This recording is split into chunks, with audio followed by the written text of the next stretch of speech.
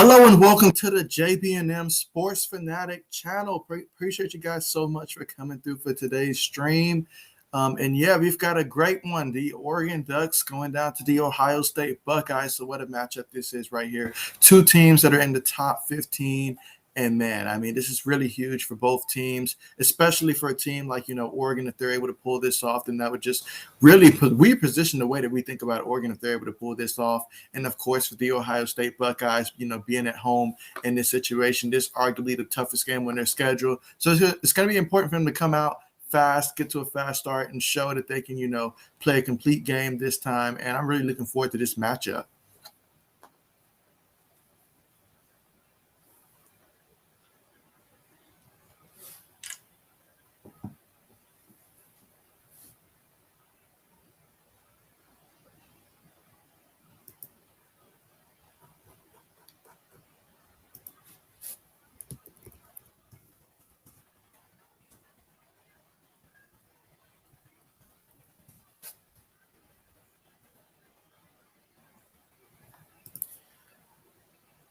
Mike, what's good? What's good? And yes, you know me, I love the Ohio State Buckeyes, so really excited about this matchup here. I mean, we're talking about this is going to be the biggest game of the year, and hey, we get to stream it. I'm happy about that. All is well.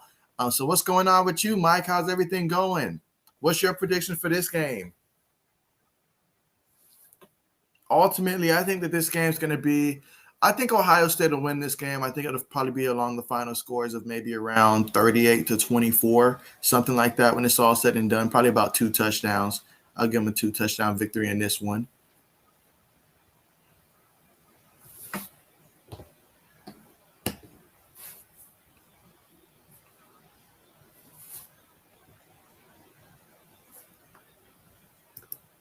Let's see.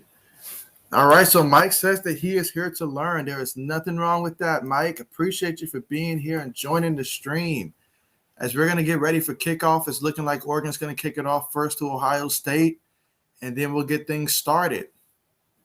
Now, with Ohio State, I really want to continue to take a good look at C.J. Stroud at quarterback, coming in as a freshman. Obviously, there's a lot, that he has to learn, and he'll continue to learn. I remember the last time that Ohio State started a true freshman. That was back when I believe J.T. Barrett first came for the Buckeyes. And so I remember early in the season, there were some close games. We even lost to Virginia Tech his first year, which was a big loss at the time, but we were able to bounce back from that. But hopefully C.J. Stroud will keep us from losing any games like that. But I expect that he'll continue to get better as the season goes on. Yes, Mike says check out the Ohio State football team. Absolutely. The Ohio State Buckeyes. And one thing to definitely pay attention for in terms of, like the upcoming draft for next year is the wide receiver position for the Ohio State Buckeyes. They have both, Chris Olave and they have, Garrett Wilson, both of those guys at wide receivers, and they are considered mostly throughout the league to be 2 top 5 receivers in terms of wide receiver prospects. So those are guys to definitely keep your eyes on, especially if you have an NFL team that's going to be looking for a wide receiver potentially next season. Ohio State comes out in the shotgun formation. Let's see if they'll get to pass early or if they're running. Quick pass, gets it out there. And that one is caught. And that's a gain of about 3 yards. And something about those quick passes right there, that's what you really want to do. You want to be able to get the ball out in space to these wide receivers and let them make plays because Ohio State has a very, very, very deep roster when it comes to wide receivers across the board.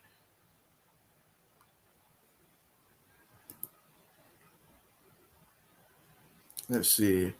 Mike says, who's quarterback? What career background can you give? Okay, so in terms of C.J. Stroud, this is really his first year really starting because prior to last week, he had not made a single throw for Ohio State in the actual game. So this was really his first outing last week against Minnesota. Came out there, looked pretty sharp. I mean, obviously he had a couple of things that, you expect from a freshman quarterback, but he's going to continue to get better. And he won that it was like a 3-man competition over the spring football in order to try to win this spot. He won this spot. And so I'm excited for him and his, future. I know he was coming out as a highly recruited quarterback. So I expect big things for him, honestly. I mean, he's got the weapons around him that's going to help him have success, and that's going to be the exciting part here for CJ Stroud. And yes, Ohio State is ranked number 3. Last week they were number 4. They moved up to number 3. And again, we have another quick pass here. And that's going to be a gain of about 6 yards. And that's Chris Olave. And so remember that name because he's going to be someone that come the draft, this upcoming year, he's going to be a first-round pick, no doubt, barring something drastically wrong. But he'll be a first-round pick, no doubt, this upcoming season. Well, upcoming draft. Mike says, oh, he's a freshman? Absolutely, yeah, absolutely. Because last year they had Justin Fields, who's now with the Chicago Bears at quarterback. So, yeah. But I like the fact that he's a freshman. That means Ohio State will for sure get some years out of him. Mike says Oregon's ranked 2. Yeah, Oregon, they're currently ranked number 12, even though they beat last week they beat Fresno State but by like 1 touchdown. And, man, look at that run right there. That's a nice way to stay on your feet on that one. Now, we got to get this first down. I want to see the Buckeyes score on this first possession. Let's see. Mike says, what has to happen to get to rank number 2? Honestly, if these Buckeyes – oh, man, look at that run. Nice run. Look at that. A nice combination of burst and power through that middle by Williams. Mayan Williams.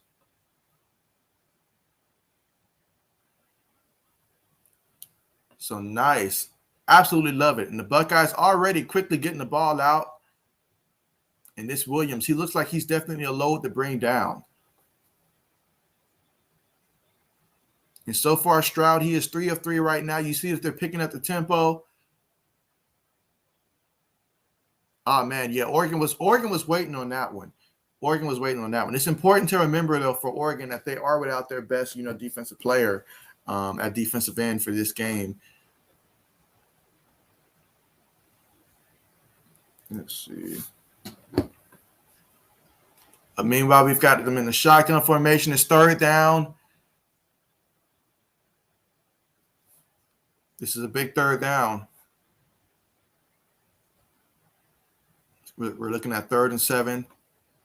Okay, no backs in the backfield now.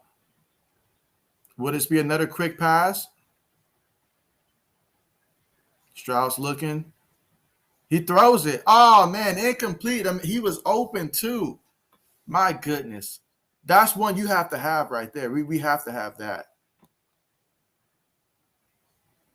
It was a great play call. He was open and just ball went through his hands. Man. Missed opportunity on that one. So now they're going to go for it on 4th and 7. Oh, that would have been a perfect time to snap the ball and catch him off sides.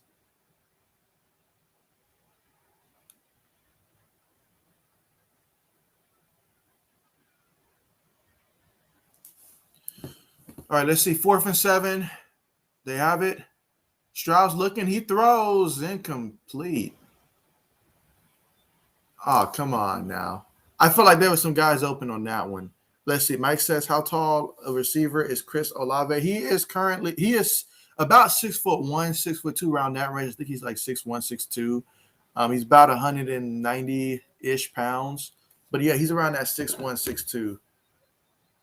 He's a speed type of receiver. Definitely a speed type receiver. Now, you want someone that's going to go up and get the ball. That's more of your Garrett Wilson type of receiver if you're looking for someone that's going to go up and get the ball. And in terms of Garrett Wilson and how tall is Garrett Wilson? Let me see. Yeah, okay, so Garrett Wilson's about 6 feet. Let's see.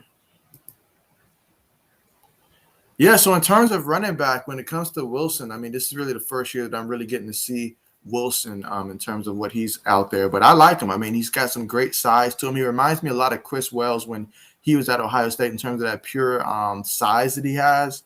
So I'm looking forward to that. I love when we have power backs. Let's see. Get some tickers going, bells, whistles. Let's see. Okay, so Mike says, I was going to ask, what do you? Okay, I was going to ask you, what do the Texans have to gain by not playing Watson? Well, it comes down to this simply, it like they cannot technically force Deshaun to step on that field. I mean, as much as they have the contract obligations and stuff, they cannot force him to go in the field, and they know that he's not going. He's not going there. He's just literally doing the minimum possible, literally, as Marshawn Lynch would say, just not to get fined. So that's why he's showing up, but he's not really practicing. He's just there. His presence is just there, honestly, just to probably get some workouts in, stay in shape. But that's it. That's it. He's not being involved in any type of team's play because he's already told them he doesn't want to be there. He wants to get traded. Texans, they really just want to get the most that they can for him. And so they have nothing really to gain by not playing him. But at the same time, they've already tried to move on, and he's already moved on. They just won't let him move on. They rather see him retire than to see him somewhere else unless they can get like everything in return. You see, Mike said, oh, I already read that one. Okay. Is Garrett Wilson like a TO type? I would not say necessarily a TO type because when I think of a TO type, I think of a receiver that's just purely, like muscles and stuff that can muscle his way through, more of a Demaryius Thomas type. I think of those guys. When it comes to someone like Garrett, they don't really strike me as that. I'm trying to think of a good comparison for Garrett, but none is coming to mind right now. But I would not use TO as an example. Meanwhile, Oregon runs and gets the first down. So that Buckeyes defense has got to show this is what everybody's really going to be watching this game. I know the offense is going to put up some points, but this Buckeyes defense is going to have to go out there and show that we can slow down the team, especially as talented as Oregon is on offense.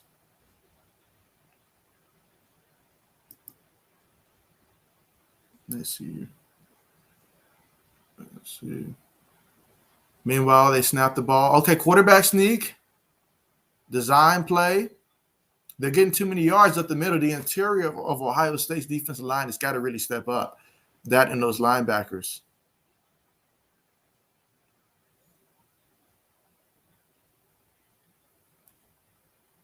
Let's see. Mike says, oh, you don't think Watson wants to play? Oh, definitely Watson. Watson wants to play, but not in Houston. Not in Houston. He does not want to play for the Houston Texans. He's already stated that. And for Watson, this feels like a relationship in which you're stuck, but you don't want to be there. And he's trying his best to get out, but they won't let him out. So the contract he's got, there's not much he can do other than just show up. He obviously doesn't want to lose money because that just plays into the Houston Texans' hands. So just show up, get your money until Houston finds a trade partner that you approve of, and Houston feels that they're getting fair value because that's what Houston's waiting on. They want to make sure that they get not just fair value, they want to get like everything they can from a team. Meanwhile, Oregon passes incomplete. Okay, and that's what we want to see from Ohio State. We need to see them early on start to win these battles, because I know the last couple times they picked up first downs, they've been running the ball in the interior. They need to set up second and long, third and long, and that Buckeyes defense can really shine then.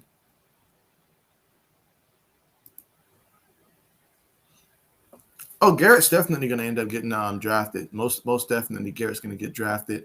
Because I've watched a couple of the two early top 5, wide receiver prospects, top 10 receiver prospects, and across the board, they're consistently having him up there in terms of one of the top receivers. I mean, you'll see a lot more of Chris Olave probably in terms of the quick passes, but then once they start to stretch that field, you'll start to see a little bit more as the game goes on of them trying to get Garrett the ball as well. But they love to get Chris Olave started early. Let's see. Know anything about Oregon's quarterback Brown? This is my first time really seeing him, honestly. I mean, last time it's been a minute since I've seen an Oregon's game. And so, yeah, this is really my first time seeing him. But just looking at his style of play, he's definitely someone that they're going to look to utilize on the ground a lot in terms of his scrambling ability. That's going to be a huge part for them. And you can see emotions are already extremely high right now between these two teams. Let's not forget, the first college football, the first era that we had college football playoffs, it was Oregon versus Ohio State in that national championship game that Ohio State ended up winning. So these two teams, they've got some history.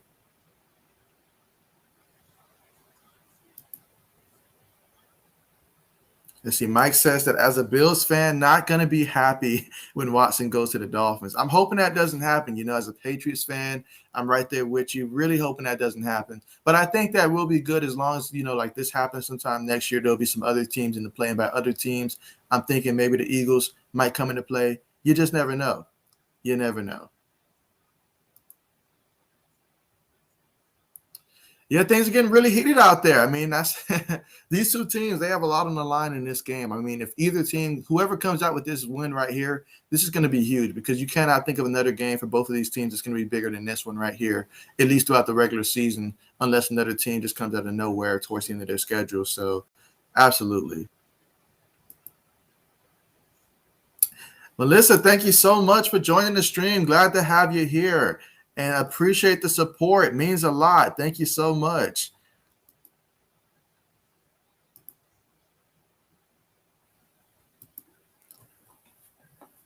Absolutely. And so, yeah, both teams have had the ball. Both teams haven't scored. So let's see who's going to get the first points of this game. Hopefully it'll be Ohio State, but let's see how that goes.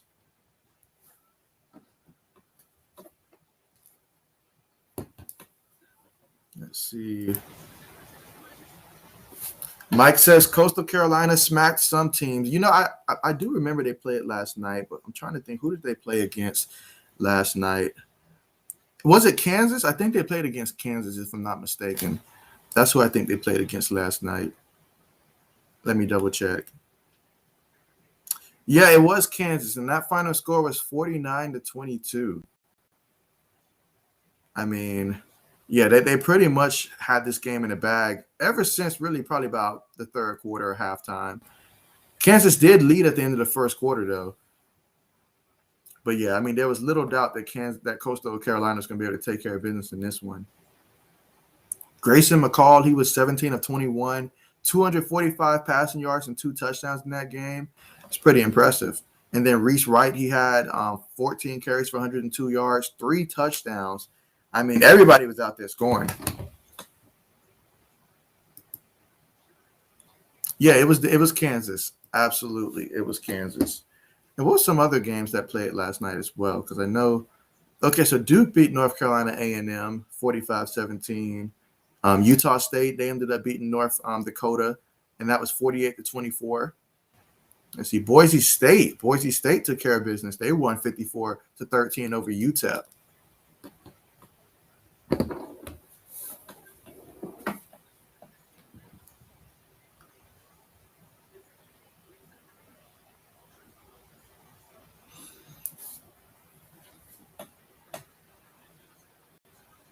All right, so I need to see the Buckeyes come out and score. I mean, they were so close on that first possession that they had, a drop pass. I mean, that was tough.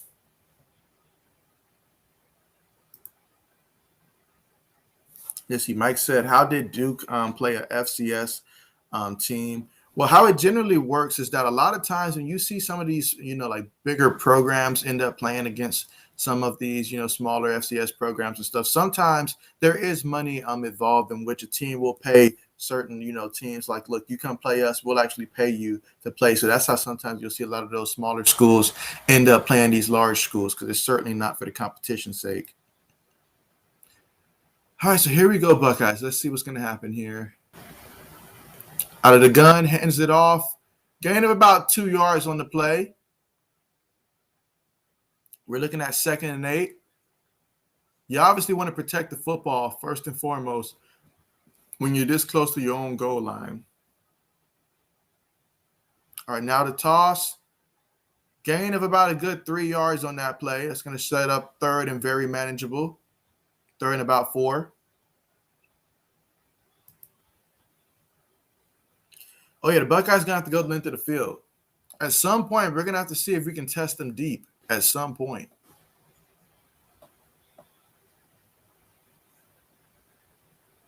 All right, so Stroud's looking.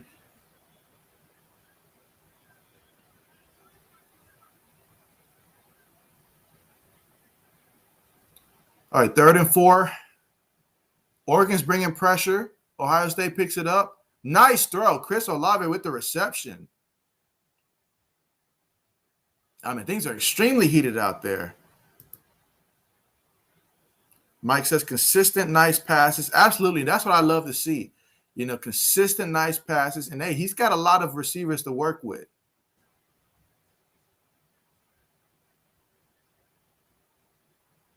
I love how they have these receivers spread out. They're able to get the ball to them quickly.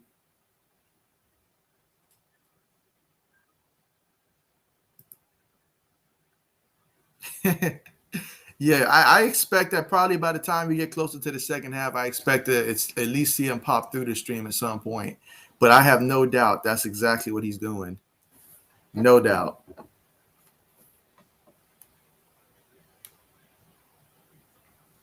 Matter of fact, let me see. Matter of fact, that's probably why we haven't heard from him yet. Right now, Virginia is up 21-7 versus Illinois. Meanwhile, another quick, nice passes right here that are being thrown by Ohio State, C.J. Stroud. Hopefully they don't, but I'm seeing a lot of chirping as well,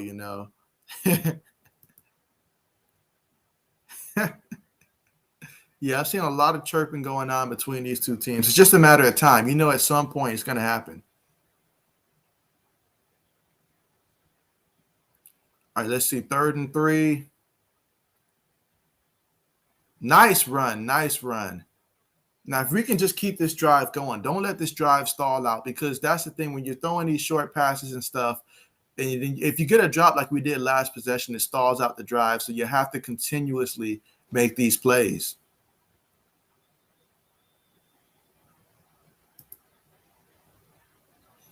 Oh, there's no doubt about it. You know, as a Shaq, there's no doubt about it. Right now, he is absolutely furious that his team is currently down 21-7. Definitely would be nice to see them come back in that game. But, yeah, he's definitely not happy right now.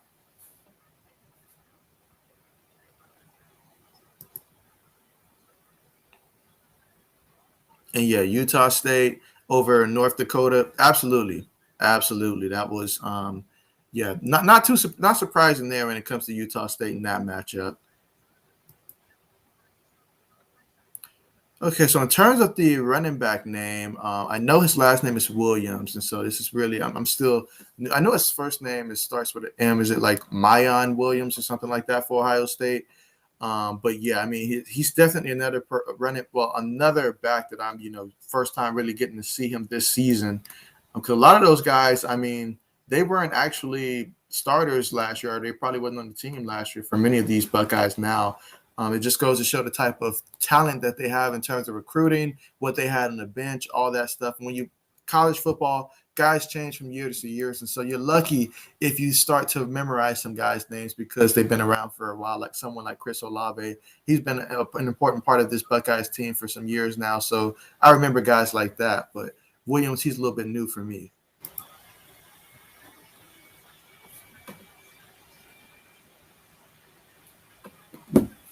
Well, let's see.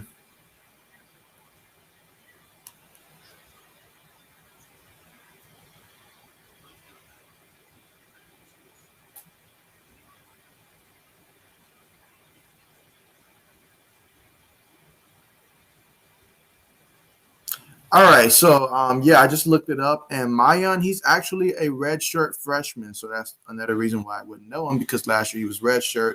But yeah, he's a freshman as well. So Buckeyes extremely young on offense, outside of the wide receiving core, which is going to have to carry the team for most of this season. That key wide receiving core, and that's why you see a lot of those quick passes. We just want something that's short but easy to get the ball to him. So absolutely.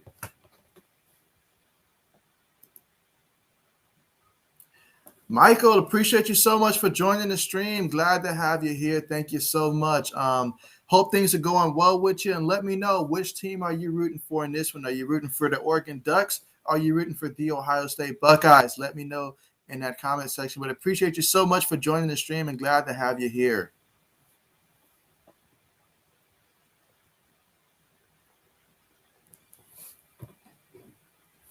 Yeah, so we have about 6 minutes and 8 seconds remaining here in the first quarter. No points yet, but let's see if Ohio State can change that. Freshman quarterback, redshirt freshman running back. Oh, he looks like a load to bring down. It takes about 5 guys to bring him down. He didn't get a lot of yards out of it, but he's the kind of back that as the game continues to go on, I'm sure he'll get stronger and stronger. Let's see. Mike says, usually when I watch college, strictly is to see potential draft players. Who else Ohio State got that's projected? That is a very good question because I've mostly been focused on their wide receiving core. I'm sure there's got to be some offensive linemen on the line as well. I know there's a couple guys on the defensive line that I've seen now for some time. I definitely got to look through this roster. Probably at halftime, I'll go through that roster and just see who are some eligible guys. But I'm sure that with Ohio State, they definitely do have that. And so Michael says that he's from Ohio. That means he's rooting for the same team as me, the Ohio State Buckeyes. I may not be from Ohio or in Ohio, but definitely all with the Buckeyes in this one. So glad to have you here. And hopefully we'll get to witness these Buckeyes, get it going on offense, get some points on the board, and then start dominating. Because I feel that the Ohio State Buckeyes right now should be ranked number 2. And I feel like after they win this game today, which I think is going to happen, they'll at least get that number 2 spot for right now. And I think C.J. Stroud's going to continue to improve as the season goes on. And he's scrambling right now. He's got the first. And way to get out of bounds. Oh, come on. Y'all see he was heading out of bounds.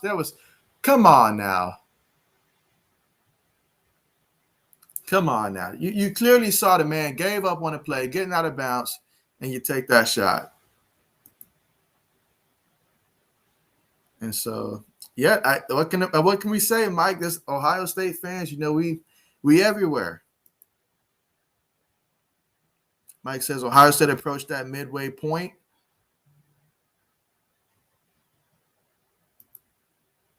Yeah, that was late. Because you can clearly see that his intent was fully getting out of bounds, and then you come and do something like that. Come on now. We know what that intent was all about.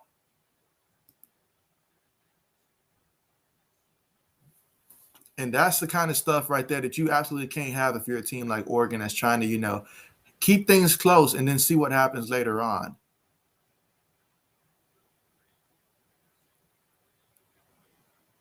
All right, so Stroud takes the handoff, hands it off.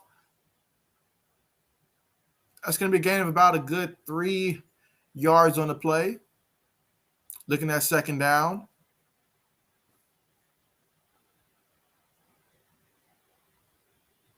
Yeah, I need to see the Buckeyes end up in the end zone on this drive here because the drive is looking so nice. Meanwhile, we have penalties.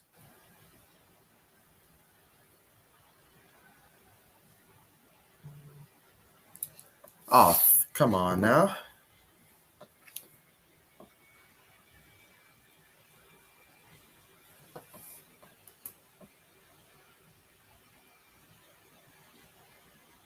But yeah, this is a big time matchup, and it is important to remember that Ohio State does have, freshman quarterback here, young running backs. And so obviously the receivers are very experienced, but it's going to be big to see these Buckeyes come out and win a big game like this. That'll go a long way for the development of this team moving forward as they're going to have to continue to improve. But I like, the forecast of this team if they can get past this game with a victory. 2nd and 13, trips up top. All right, hands it off. Gain of about 2 yards on that. So now we've got a third down, a key third down, 3rd and 11.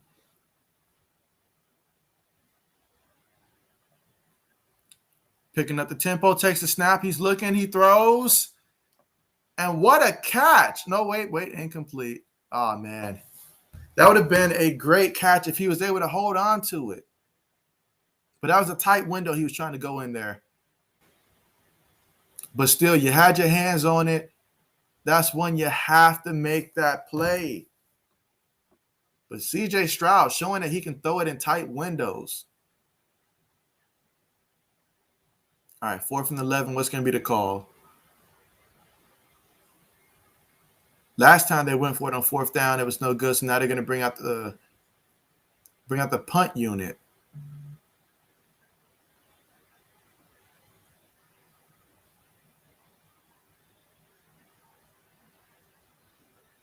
Excellent punt. Great job. And so now the Oregon Ducks will have to work the entire field if they want to score. But yeah, we need to get some points on the board for the Buckeyes. So I'm hoping that a safety will be in the near future here for these Buckeyes. And of course, anybody that's watching the stream, definitely let me know in the live chat section who are you rooting for in this one. Definitely looking forward to hearing that. And of course, if you're not subscribed to the channel, do subscribe. Best way, to be a part of these live streams in the future, as well as I do cover a lot of sport news as well. So I do appreciate you guys so much for joining for this stream. And yes, so far this has been a very defensive matchup in this game. I don't anticipate that's going to continue to be the case much longer, but hopefully for the sake of the Buckeyes, this upcoming drive will continue to go on. Let's see. Michael says, come on, need an interception. Yeah, we need an interception, fumble, something like that. These Buckeyes, I'd love to see a safety happen right now. If you can get a safety, that'll give the Buckeyes some momentum. And that's what I think that we really can use right now. Let's get some points, get the safety, and then get the ball back. But, hey, I'll just take the ball back. Shaq, thank you so much for joining the stream, man. Good to have you here, man. I was a little worried about you, man. I was checking the score, saw the fight in the line right now. I'm not going to bring that up, but definitely hoping that they come back in that game, man. I know you're rooting for the fight in the line in that one, so hopefully they'll come back. And you guys, if you haven't checked out Shaq's channel, definitely check him out. He does a lot of highlights, like quick highlights, so you can definitely watch about 8, 10, 12 of those videos in the span of less than 10 minutes. So definitely check him out and support him, sub to his channel as he's continuing to grow out his channel there. Let's see, Mike says that I'll be in and out away from the TV at times. And which receiver? That actually looked like a tight end that dropped that pass, if I'm not mistaken. That was a tight end. Didn't get to see his name, but it seemed like that was a tight end. Let's see. And yeah, everybody's rooting for the Fight in the Illini right now to support Shaq. We definitely want to support him right now with the Fight in the Illini. Let's see, already a block punt, and Tennessee is starting off nice.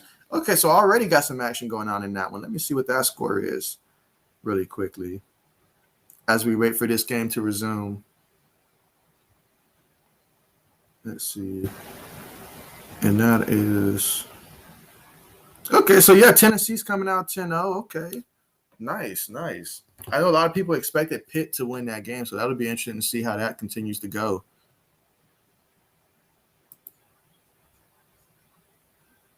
All right.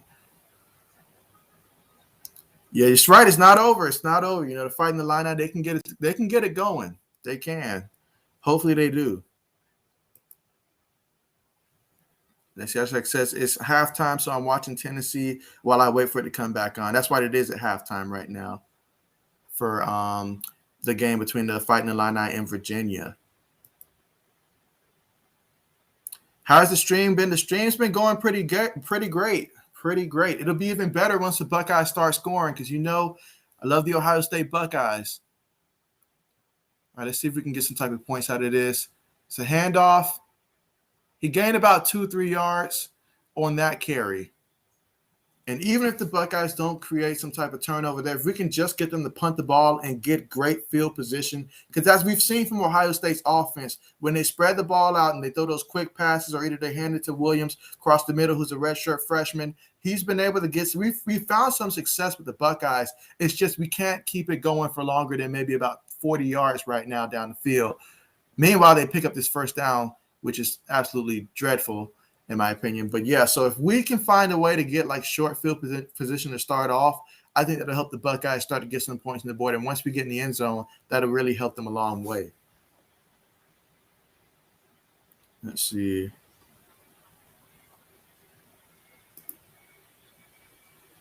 Mike says, is Tennessee ranked or is Pitt? None of those teams are ranked this season. But, yeah, if either of those teams are going to get ranked, they're going to have to get on a straight string of about 3, 4, 5 wins probably to start getting in that conversation. Meanwhile, what a catch by Oregon on the sideline. And Brown Jr., no relations to me. Brown Jr., he is going off. Oh, man. That was an excellent catch on that sideline, though, for Oregon.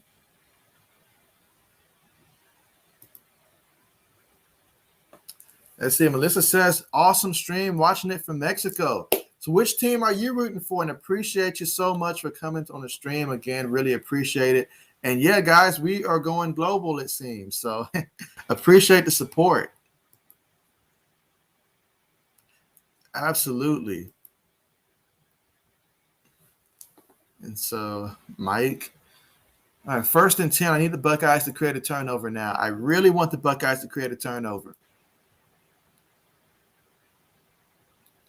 Let's see, 1st and 10. All right, so Oregon's lining up in the shotgun. They need 10 yards for the first down. First down, they hand it off to the back, and he's tackling the backfield. That's what I need to see more of right there. From a guy like Garrett in the middle, that's huge. Because if we can start, like, every time they run the ball in the interior, because earlier in the game, they've been getting like 8 yards in the middle, saw a quarterback sneak go for about 9 yards. If we can cut that out, we can stifle Oregon's offense even more and help the Buckeyes when it comes to field position. It's going to be 2nd and 11. Out of the gun. Trips right. I'd still watch the quarterback, though. I feel like he can take off and run at any minute. And he's looking to throw. Throws it incomplete. Incomplete. So now we've got 3rd and long, and that's exactly what you want if you're the Buckeyes. You want 3rd and long as opposed to 3rd and short. So now you can cover these receivers and hopefully create a turnover. Let's see. Ajak says that Tennessee and Pitt aren't ranked, but they definitely both should be.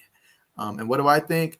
I definitely will have to wait on Tennessee being ranked as well as Pitt. But if Pitt can win, like, say, 2 or 3 more games for me, I need to see what their schedule consists of. But I'd hold off on putting them in rank, especially Tennessee right now. I mean, like, do they have the talent? Certainly, but I need to see them put together some strings of wins. Meanwhile, Oregon with the catch and on the sideline for a big gain there for the Oregon Ducks. Absolutely devastating watching this, you guys.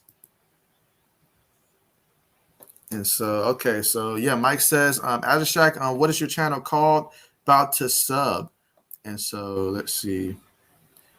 Yeah, let me know, Ajashak, if you want for me to drop your link in the stream here for anybody that does want to sub to you. Definitely let me know that if you guys haven't worked that out already. And Mike says, Jay, you want up to thumbs this up. And so, hold on, maybe I read that wrong. Thumbs this up. Well, that's the end of the first quarter, guys, and we're looking at a 0-0 game. I would not have expected with these two teams that it would be 0-0. And Mike says, how good is Zach Harrison? Zach Harrison is one of the veterans here on this defense for the Ohio State Buckeyes. And so he does come through with some big plays here and there. Now, in terms of his, draft stock, I got to see where the experts currently have him. Definitely feel that he's, draftable. But in terms of, like where exactly, I need to see where they have him ranked. And King, thank you so much for joining the stream and happy birthday, man. Happy birthday. Oh, man, King. Yeah, I won't ask how old you are, but, hey, happy birthday, man. Hope you celebrate nicely, man. Enjoy yourself, man. I mean, what's better than having a birthday and also having college football on the same day? I mean, does it get any better? But, yeah, I had no idea, King, that you were born on 9/11, man. That is crazy. Absolutely crazy. And so Mike says Chris Olave is 6'1", but skinny. And so, yeah, the Buckeyes tend to love those type of receivers, to be honest. But he's got speed. He's got speed, and he's certainly someone that's going to be able to help, a team at the next level, should he be able to be healthy. Because every time I've seen guys like Chris Olave come from Ohio State, I think of a guy like Paris Campbell with the Indianapolis Colts. It's all about them being healthy at that next level in order for them to have success. And so, but I believe in Chris Olave along with, Garrett Wilson as well. So I'm excited for them and their future beyond the Ohio State Buckeyes and what they're going to bring.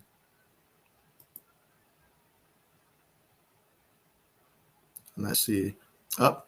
And Adishak says happy birthday too. And so, but King, I know you're going to be celebrating, King. You got to have some type of large celebration in mind. So definitely looking forward to seeing what you got planned. And Mike, that would be appreciated. That would be appreciated. Yeah. So definitely, if you guys, make sure that you thumbs up this video. Definitely does help when it comes to, just YouTube showing it to other people and adding more people. And the more people we have in the chat, the more lively things get, especially as the season continues to go on and we have all of these key matchups coming forward to us. But I know for today, this Oregon and Ohio State game, that is definitely the biggest, I guess you can say, on paper matchup between ranked teams that I can think of today. And there we go. Of course. Let's see. 1 year wiser. Absolutely, guys. Absolutely. And you know what? Speaking of birthdays and stuff, it goes back to what you guys mentioned. I remember Azashak when we had this conversation many streams ago about reaching that 1,000 subscriber mark before my birthday hits in November. And it's looking like it's a very real possibility. I was looking at my analytics the other day because I was talking to the Sports Splits, about our channels respectively and just game planning about how we're growing. And last month I gained like 200 and I think it said 233 subscribers in the span of last month. And so that was by far my biggest month in terms of growth. And so, yeah, if I can get something similar to that, this month or the next, then we might just actually reach that goal of reaching 1K before my birthday. And that would be absolutely fantastic. Absolutely fantastic, guys. And so happy birthday from Melissa. So happy birthday from everyone. That's why I didn't even read through this. And so Ashak says, for sure, more thumbs up. Will 99% sure get JB's videos channels recommended more. Absolutely. Absolutely. For sure. Let's see. Could the Texans or receiver try to pursue him? Well, right now, I will say this. The Houston Texans right now, they did draft Nico Collins this year, but definitely I can see Houston being in the market for just about anybody right now, to be honest. But I feel like next year, Houston's going to be drafting a lot of guys. We all know that at some point they are going to trade Deshaun Watson. And so when they do trade him, that's going to get a lot of draft picks in return. So Houston's going to be set in that regards. They seem bent on trying to hold on a second. I'm seeing somebody with a touchdown here on the bottom of the screen. I'm hoping that's not the case. But yeah, Houston's going to have a ton of picks. So they're going to be able to grab a lot of guys, honestly. Let's see. Mike says the Eagles signed a left tackle just now to $64 million. Never heard of him. Let me see. Who did they just sign? If this just came in, then I clearly didn't get to see it. But meanwhile, oh, man, touchdown, Oregon. No, this is not what we need. This is not what we need at all. But yeah, Mike, I'm right there with you. I'm not that familiar with who Jordan, who this guy is, but I know this. He's getting paid a lot. Getting paid a lot.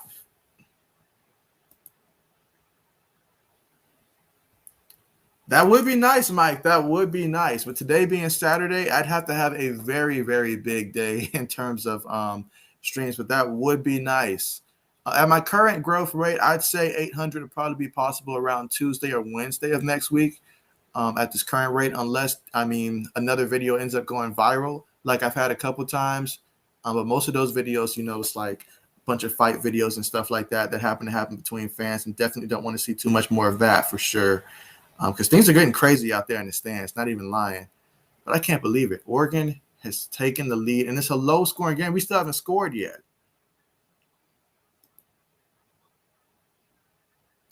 And so Melissa says, we'll be at 1,000 before my birthday. I appreciate the support. Most definitely, that is the goal. Really hoping that's the case, guys. And so that would be fantastic if I can do that.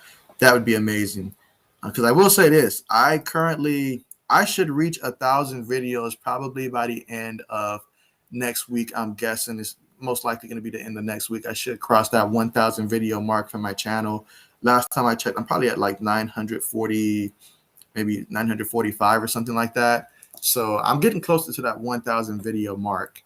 So I definitely would like to I would love to have the subscribers catch up to that video mark. Let's see. Ajashak says that last month was an incredible year for your channel. I hope this month is even better. That would really be amazing. That would really be amazing. I know that most of the time where my channels have taken huge leaps, it's been during the months where free agency has been pretty crazy. Going back to when the NFL free agency started, that was really the first month my channel started really gaining a lot of growth. And then when the post the NFL draft, when the NFL free agency, like the undrafted rookies were a big thing, that was another one. And then After that, it was the period in which the NBA free agency started, and then undrafted, free agents for the NBA. Those were the 4 periods that really helped my channel a lot. Outside of that, it was those viral videos that really helped my channel a lot. But I really appreciate all the support, you guys. And so Mike says, touchdown. Appreciate that, Mike. I appreciate that. I saw your touchdown before I saw it on my end because, right now I'm inside of watching it from my room. So when I watch it from my room, it's a little behind even my living room. So I know that you guys are ahead of me. So when I saw a touchdown, I was like, oh, man, that means Oregon scored unless something crazy happened. Let's see, Adashak says, looks like it. JB has grown so fast the last 3 months. Yeah, absolutely. The last 3 months has been really fantastic. I mean, I was looking at my analytics and just looking at my watch time alone, in the last 28 days, nearly 3,000 hours in the last 28 days, which is fantastic because you need 4,000 to be monetized. And I am almost at 6,000, in the last 365 days in terms of that. And I've only been on YouTube for like 9 months. So I am definitely well beyond the needed watch hour times. And that's in large part because of you guys and all the support, for my videos. And so the moment that I cross 1,000 subscribers, that's going to be the moment that this channel is going to be monetized. And then we can start taking the second phase and continuing to help this channel grow. So I really appreciate you guys so much. So Mike says the Texans has Rex Burkhead. He's washed up. How about the Texans running back David Johnson? He was great. Yeah, the Texans, they did pick up Rex Burkhead. They did. They picked up, Mark Ingram, and I'm sure the Ravens wish that they at least kept probably him just to have more running backs right now. But they picked up a whole collection. Philip Lindsay as well. So I made sure that I stayed away from any Houston Texan running back, even David Johnson. Although last year I feel like he did okay last year. He did good last year. I mean, was he elite? No. Was he the David Johnson we saw back in Arizona? No. But at the same time, I mean, considering who they picked up, I would think that David Johnson should still be the lead guy, in my opinion. But we'll see what Houston's got planned for him. I mean, he is the guy that they pretty much traded, Hopkins for. So we need to see if that's going to work out for him. Or I guess it's safe to say it didn't work out, but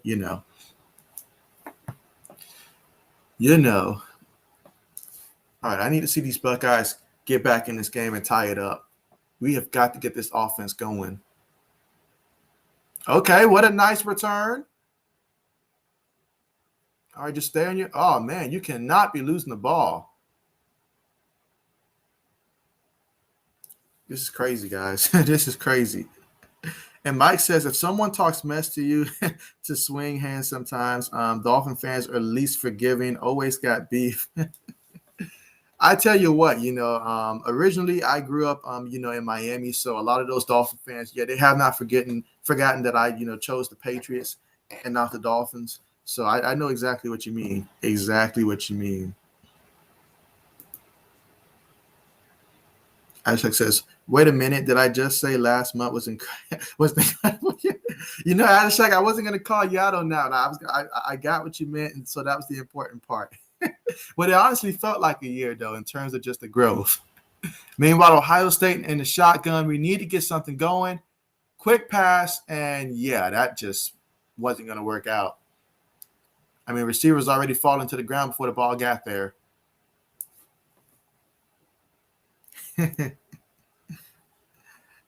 Yeah, we got you. We absolutely got you there. Yeah, Ohio State's got to get going, man. Like, we have got to get going. So Mike says fumble. Yeah, Mike, that was not a fun moment. Not a fun moment. Meanwhile, Buckeyes have the ball. Stroud's he's running, takes the hit. My goodness. You got to slide and throw the ball away or something, but you cannot take hits like that. Absolutely cannot. Let's see. And Quinny, thank you so much for joining the stream. Glad to have you here. Appreciate you. And you say for sure you'll be reaching 1,000 subscribers this week. That's bold right there. That's bold. That's bold. I appreciate that for sure. Amazing stream. Watching from the Philippines. So there we go. We have Mexico. We've got the Philippines here. We've got everybody. Let's keep it going. Let's go international here. That's the best way to help this channel for sure.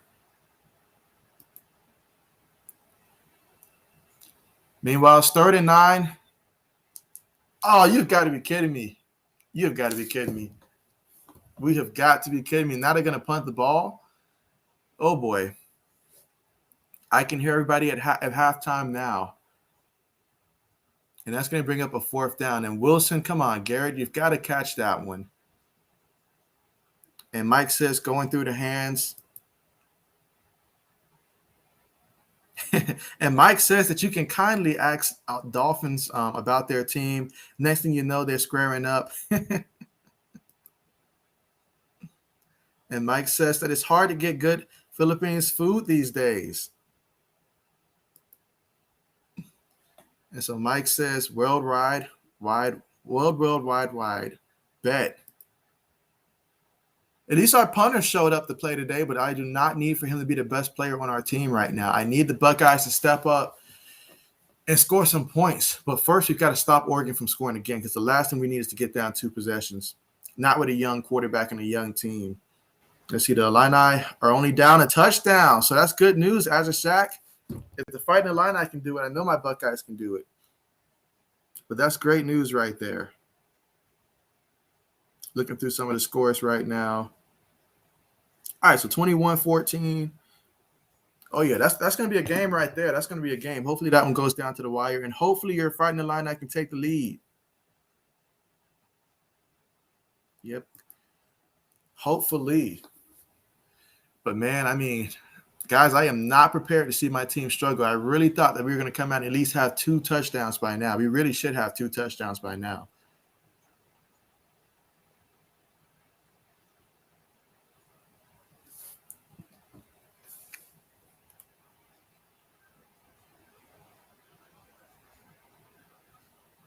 I see the Tennessee-Pittsburgh game is 10-7 currently at the moment.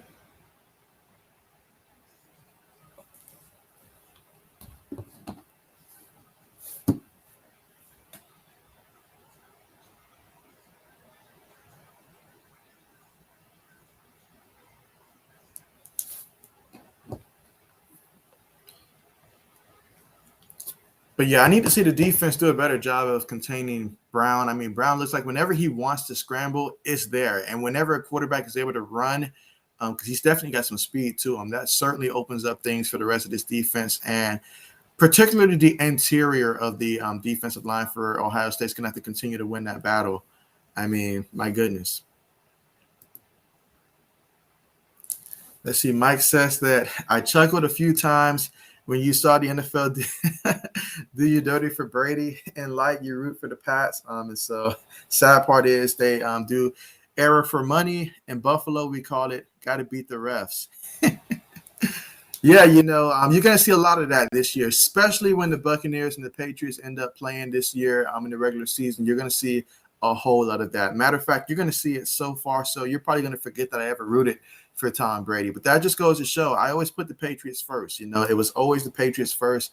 I was never that guy who was just, let's just follow Brady because he's the quarterback of our team and we're winning Super Bowls. It takes a team effort. I believe in that. I believe in Bill Belichick. And I mean, it was sad to see him go, but at the same time, I felt like it was time. If Brady stayed with the Pats, there's no way that we would have won that Super Bowl last year. Not with all those opt-outs, not with the current wide receivers we had last year. It just wasn't going to happen. So he went somewhere where he can win the Super Bowl. Can't get mad at him for that, but still, I'm going to call him out every chance I get. Mike says nobody put Brady in the corner. Let's see. Adishak says that he drafted J.K. Dobbins, but luckily you traded him and the Bills defense for Josh Jacobs. Adishak, it's like you could see into the future, honestly. That was a smart move. And Brown's looking deep. That's too far. Thank goodness that is too far. And great coverage still. But he overthrew it. He overthrew them on that one by a lot. But, yeah, Josh Jacobs, I'm excited for the Raiders this year and for Josh Jacobs. I know they added Kenyon Drake to be a backup, but that's not going to impact Josh Jacobs and the carries that he get. He'll still have his value. So that was a great, great deal that you got to go through right there because J.K. Dobbins, another Ohio State Buckeye, I think he was going to have a pretty solid second year, but him getting hurt, that was a major blow. Meanwhile, can these Buckeyes get a quick 3 and out? All right, there we go. Great defense on the play. He might have gained about a yard on that one due to forward progress. And see, Ashak says, like 3 days before his injury. I'm thinking next year I might just have to, at this point, do the fantasy draft like maybe 2 hours before the start of the first game, because this is crazy. Drafting Gus Edwards, that was a major blow to my team. Then panicking, having to start Rojo before that game. And then Rojo ended up with negative points in my fantasy league. So, no. Next year, something's got to change. Talk about bad luck. And the sad part is I was really planning on like going into the offseason, like early offseason before Cam Akers got hurt. I was hoping to be able to rely on him. But, man, he got hurt. Everybody I was targeting basically got hurt at that running back position. It's sad to see. Mike says, refs are going to error for Mahomes when Brady leave. He will be the new money. Oh, they've already set him up. But, hey, I mean, when you're getting paid the way that Mahomes is getting, the league has to protect Patrick Mahomes. And for the future of this league of just having that big-name quarterback, they're going to have to protect him. So you best believe that there's going to be a lot of calls in his favor. So Mike says, Big D. Absolutely. It's 3rd and 8 right now. And this is going to be very critical right here. If we can get them to punt the ball and have short field position for the Buckeyes, that should help them be able to get some points. But the offense has got to score. I know we got a freshman quarterback, so that means that, the offense is going to have games like this where it's a little slow to get started. But he's got to be able to go out there and score. We have to. We've got too many talented receivers for this to be the case. So Mike says, Brown 49 yards on the day. Is that it? Just 49 yards on the day? And so it's going to be 3rd and 8. And let's see what happens. Hopefully, Oregon will just try to run this ball and end up punting it.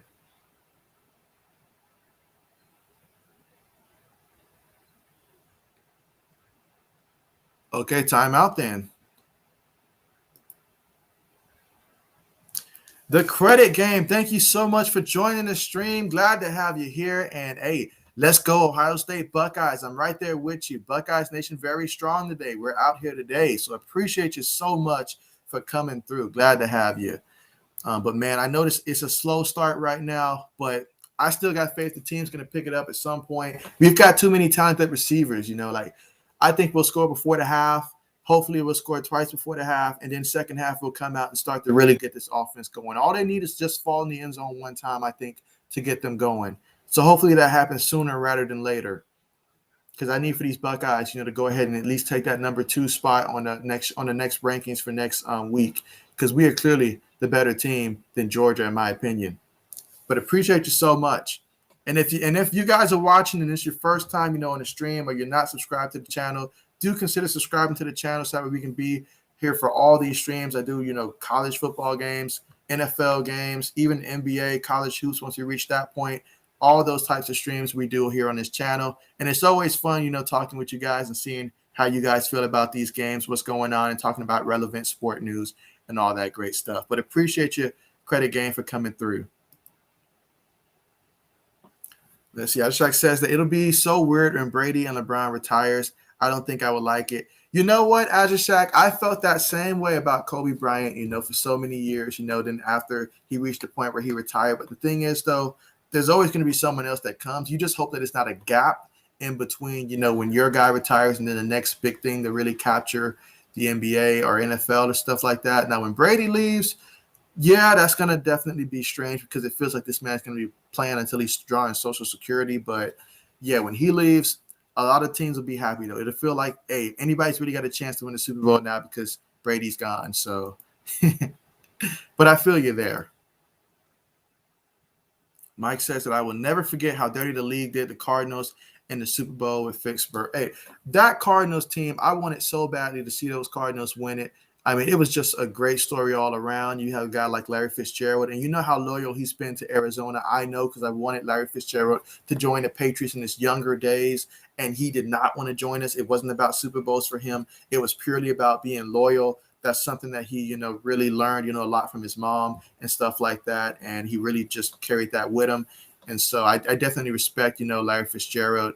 And it would have been nice to see him get a Super Bowl ring. Anquan Bolden when he was down there as well in Arizona. Kirk Warner was there that year. Would have been nice to see those guys get it. But, another Ohio State Buckeye ended up winning that game for the Steelers, Santonio Holmes. So can't complain too much about that one. But, hey, that was an exciting Super Bowl, just watching it from start to finish. That was an exciting one to watch, honestly. All right, so now it's 3rd and 8. And let's see if these Ohio State Buckeyes can get a stop here because we need to tie this game up. Because this is just what a guy like Desmond Howard wants to see from the Buckeyes. Everybody's talking about we're not a top 4 team. They are crazy.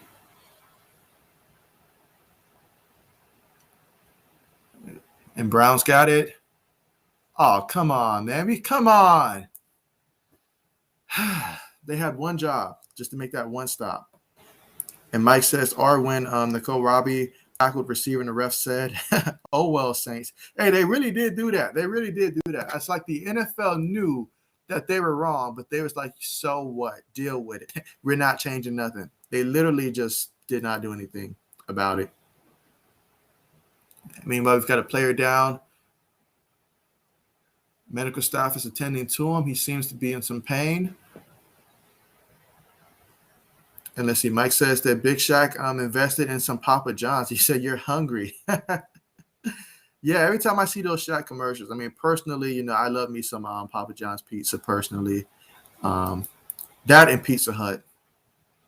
Let's see, Mike says, how has Garrett Wilson looked in my opinion? Right now, I'm not too impressed with what he's done. That drop pass earlier, he really needs to hold on to that. But I feel like he hasn't gotten as many targets, obviously, as Chris Olave. But right now, I definitely want to see him step it up and take that next leap, in this game. In my opinion, I know some experts vary, but right now, Chris Olave looks like the top receiver to me, receiver number 1, because he's getting the ball more. So we'll see. You see, Mike says, Larry's my favorite. He needs to come back. He says he needs to come back. And in terms of Nicole Robbie, I remember I covered a video for him earlier this offseason in terms of who picked him up. And I can't remember off the top of my head. Was it Detroit? Let me see if I can double check that real quick. Because I know it's been a minute since I did that video.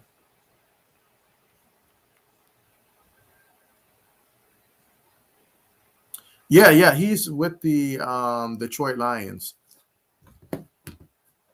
So, meanwhile, we've got to keep Brown from being able to scramble. But yeah, it's looking like Detroit. Hey, I'd love to see that too. Love to see my man Harrison go out there and pop someone for real. I tell you what, though, like this game is a lot more defensive than I thought it was going to be. But I will say this, though. The last time Ohio State won the championship that year in the regular season, I think it was week 3 against Virginia Tech. The Buckeyes came out and they lost to Virginia Tech. I thought the season was done. It was a wrap. JT Barrett was a freshman. But then after that loss, it's like a whole new team transformed as the season progressed. Now, hopefully, we don't have to take that route this year. But I do think the Buckeyes will continue to improve as the season goes on.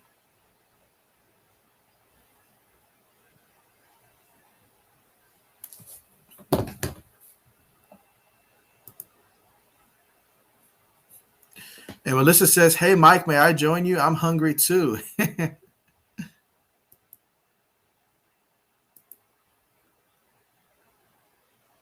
All right, incomplete.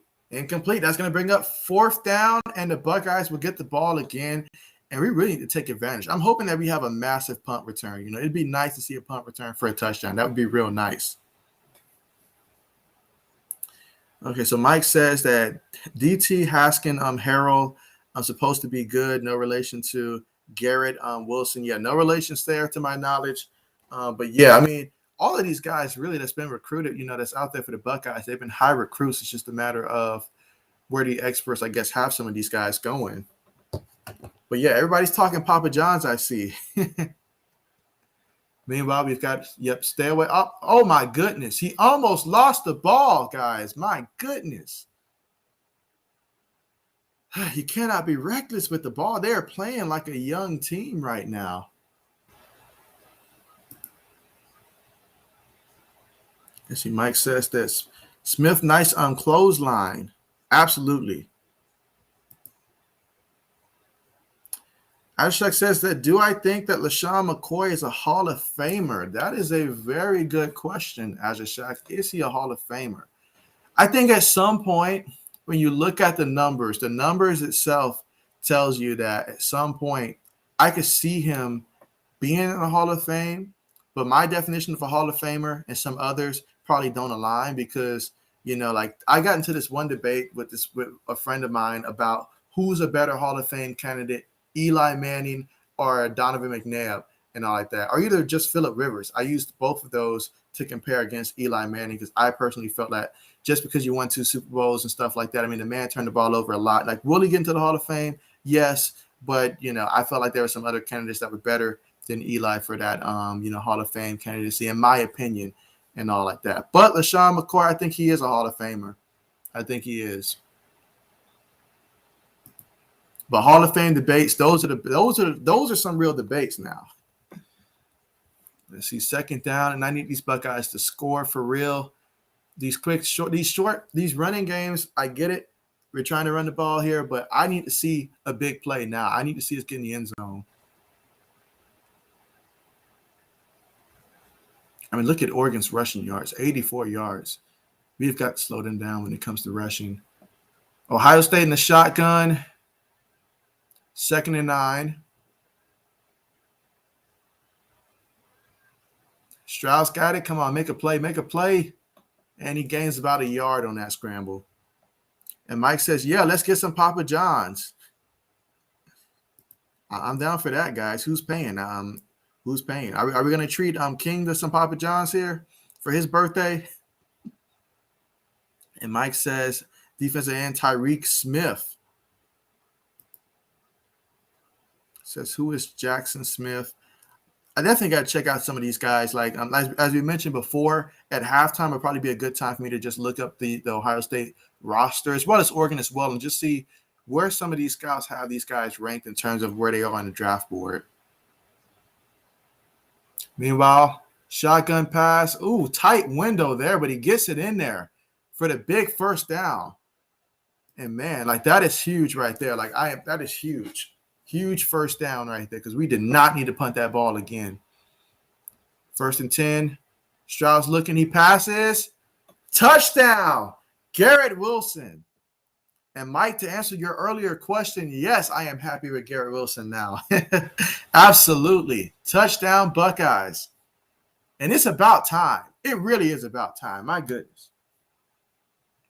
And so Ashak says that I think he's on the cuffs. Another ring with Tampa Bay would really help.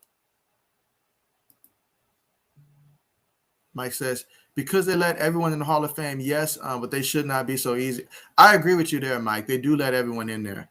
And so you say Rivers ain't no Hall of Famer. Winning Super Bowls is key to me. You said McNabb got to the Super Bowl. He should be in, but not Rivers. I think Rivers is a Hall of Famer. I just feel that he is. He's just that guy that, he's been a baller for so long. And just watching him for so many years, throw it up to Antonio Gates, I feel he is a Hall of Famer, in my opinion. But for some reason, when you mentioned Eli Manning, though, I'm like, if we let Eli in, I guess. But for me, it's all about the impact. What type of impact did you really have out there? Because there's some guys, I'm not going to make a case for someone like Trent Dilfer to get into the Hall of Fame because he's got a Super Bowl ring. I'm not going to make that case at all. Brad Johnson, he's got a Super Bowl ring. I'm not going to make a too strong a case for him, guys like that. But the way that the league is now, hey, anybody gets in. And Azersack says that Virginia has a 98% chance to win right now. There's still a 2% chance. Hold on to that 2% chance. Let me see what the score says right now. Oh, my goodness. Never mind, Azersack. Let it go. Let it go. Let it go. This one is a wrap. It is a wrap. Mike says, touchdown. It's about time, right, Mike? It's about time. He said, right receiver Jackson Smith is good. Bet. You see, Ashak says that I hope he makes it. Shady is one of my favorite players in the NFL, in NFL history. He says NFL history. I'm pretty sure at some point he'll get it, but you know how they be kind of shady when it comes to the Hall of Fame voting sometimes. They care a lot too much about the personalities and stuff. And I guarantee you, and Mike can attest to this, they're going to be talking about that whole, some of his parties that he likes to throw, those consent forms being thrown out there. So I'm just saying. Mike says, if you want Rivers in the Hall of Fame, he has his best bet is he best get his A game, his A back in the game. Hey, I thought the coach were gonna have to reach out to him. I really thought they were going to have to. But I tell you what, though, I know that when he was with the Colts last year, and I was watching that Bills and Colts game, and like he took y'all down to the wire last year and fell just shy of connecting in that end zone. That would have really changed the outcome of that game, but he was just off on that pass. That was a good game, though. And Mike says, 1 Super Bowl and you're garbage. No, but 2 Super Bowl wins. Yeah, I suppose. And Adashak says, LOL, never mind, let it go. I didn't know it got that bad, Adashak. I looked at the score and I was like, oh, never mind, let it go. This is done. This is a wrap. Let it go. You live to fight another week, just on the next week. As Bill Belichick would tell you, on to Cincinnati. Let's see, Mike says, I think Jim Plunkett should be in the Hall of Fame. You know what? That I agree with you. But what I'm not going to agree with is this statement right here by Azashak. Nathan Peterman has a 100% chance to get into the Hall of Fame. Based upon the criteria that they're going by now for the Hall of Fame, you should not be surprised. I mean, because they're going off of likable guys, So Nathan Peterman seems to be a very likable guy. He keeps landing a roster, even though he's probably the worst quarterback in the game. I don't know what Madden gives him in terms of a rating, but he should be the lowest rating quarterback in the NFL, hands down. He should be the lowest. Okay, maybe not the lowest. He should be the second lowest. I don't know. Him, Ben Anthony, DiNucci, both of those guys, they're about that bottom tier, in my opinion, in terms of the least quarterback that I do not want stepping on the field for my team in any scenario, not even preseason.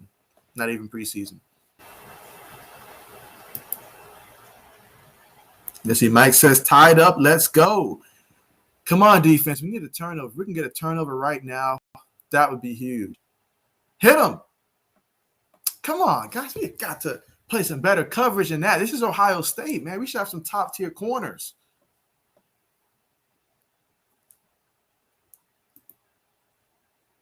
And Mike says that Boise State beat up UTEP. Yeah, very convincing win there. Very convincing win last night.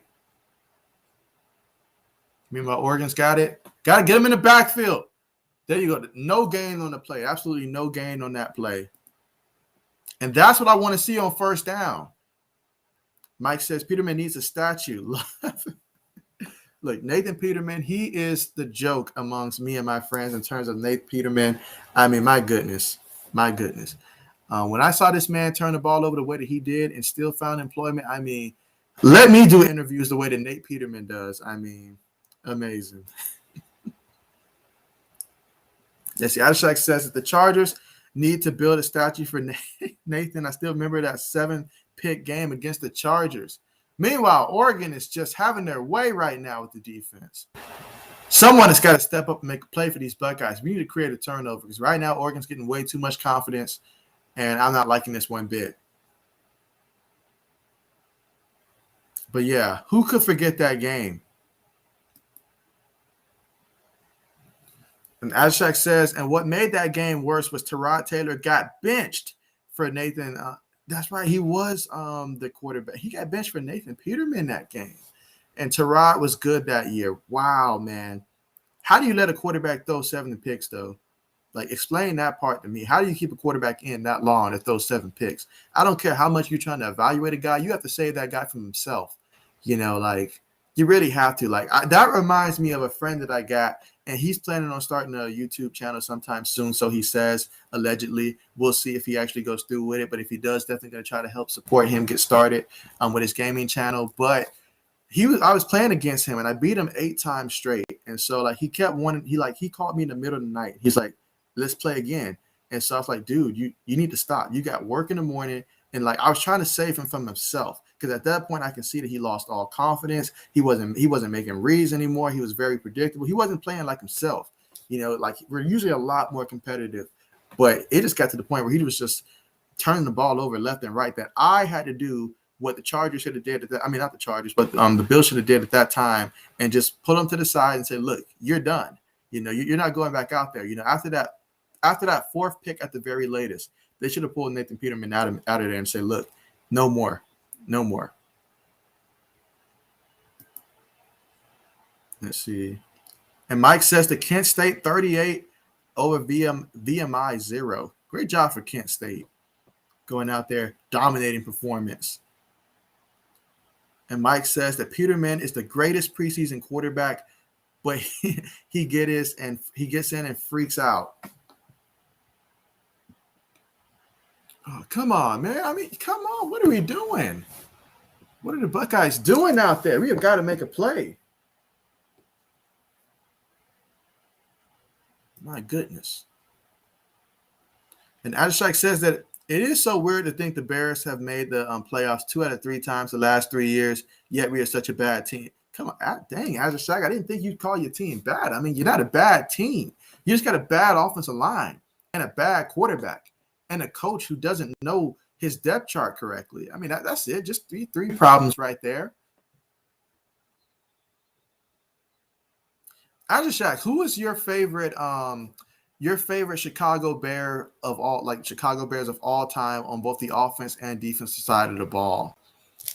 Definitely curious about that. I remember when watching the Bears back in the day, I kept thinking about Brian Urlacher for all those years that he was in Chicago. He was definitely a key piece for the Chicago Bears back then. So just, some of your favorite Bears through over the last couple of years. Listen, Abhishek says that the Bears are in a weird place where we aren't going to be good, but we aren't going to suck either. Yeah, that offensive line needs some work, man. I told you where you can get those jerseys, man, from the dollar store, and I think they're still up there. So I think they'll be there at the end of the year as well. Whenever you want to, take your time. You can get them whenever. They're not going to sell out. So just saying. Let's see. Mike says some military academy. And Azashak says that Nathan Peterman is better than Brady. You heard it here first from Azashak. That's what he says. And Mike says that Peterman is, let's see, Montana. Okay, but regular preseason Montana, but regular season Ryan Mallett.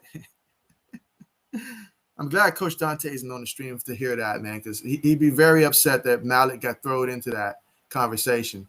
Meanwhile, a good stop on second down for the Buckeyes on this one. Refrigerator Perry. And Abhishek says that William Perry would be a better offensive lineman than anyone on the Bears currently. He says anyone. And Mike says no disagreement. You won't get a disagreement from me. No disagreement. I think you can go out there and grab some junior varsity kids from high school and get the same quality at the offensive line right now what the Bears are getting. Let's see, 3rd down and 2, and oh, what a stop. Oh, it looked at first like he was going to get the first, but what a stop by these Ohio State Buckeyes on the play. Mike says, this is a big Ohio State tackle on that play. Let's see, which Ohio State Buckeye made the play? Was that Harrison or? But what a play it was indeed. Desperately needed. Desperately needed. Oh, man, they're going to go for it. We need a stop. We need a miracle here. Can we stop them? Odds are it's going to be some type of run in the middle, most likely. So we've got to make sure that interior is guarded. Oh, I see some guys moving.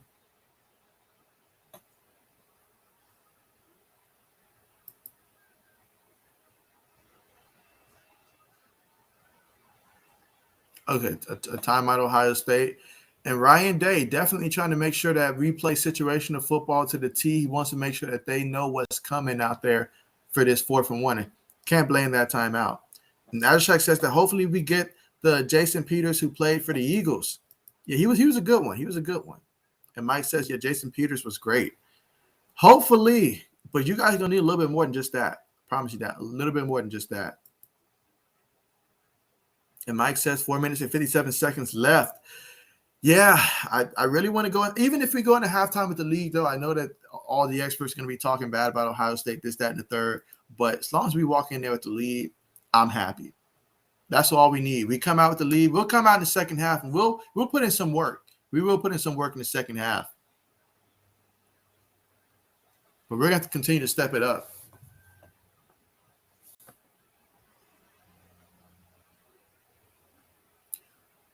Oh, boy, 4th and 1. Let's see what's going to happen here. Can the Buckeyes make a stand here, or will Oregon end up scoring again?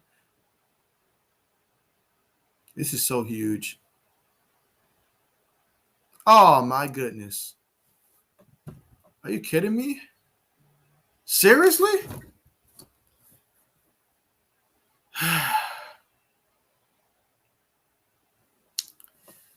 And, guys, Oregon scored a touchdown.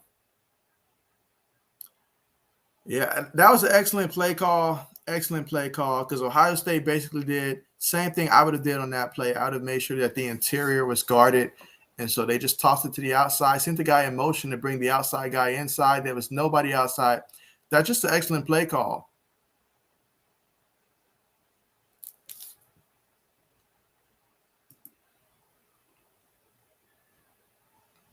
Absolutely, and the Oregon Ducks, they've scored again. They've done it again. Oh, man, looks like I'm going to have to go out there and coach the defense right now, because they are clearly not living up to standard right now. But this is on the offense. I mean, 14 points against a team like Oregon, that's not bad defense. The offense needs to score more. But, man, guys, this is not how I was hoping the game was going to go.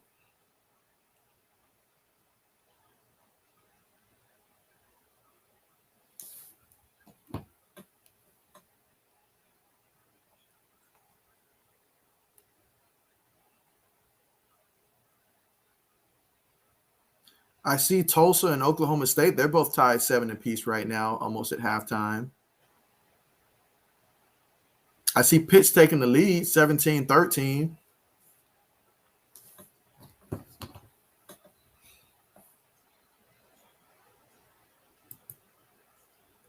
And Mike says at the end of the third, Illinois is down 35-14. We might want to cover this before Adashak takes a look at it. Just too painful for him. Too painful.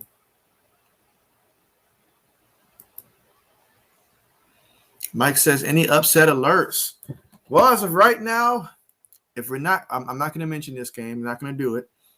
So outside of this game, I say that Oklahoma State Tulsa game right now is tied 7 apiece. That's one. Other than that, it seems like everybody's supposed to be taking care of business right now. It's pretty much taking care of business for the most part. But it's still early, so we'll see if any upsets do arrive. Come on, Buckeyes. Come on, stay on your feet. Stay on your feet. Protect the ball.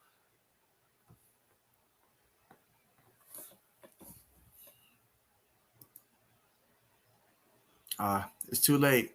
Adashak's already seen it. He said, yep, not looking good. Not at all. We send our condolences to the Fighting Illini. I mean, because this is just a beat down. This is bad, real bad.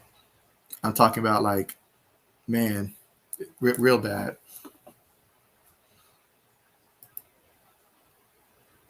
Let's see. Mike says that Auburn running up on Alabama State. And I know for those smaller schools, because for a time I did, work for the University of Alabama, Birmingham. So I know for schools like that, the fans love it when they have scheduled games against schools like Auburn, Alabama. They really do love it. So I'm sure that the fans aren't loving the score, though, but they love the matchup, though. I'm sure that they sold a lot of tickets that day.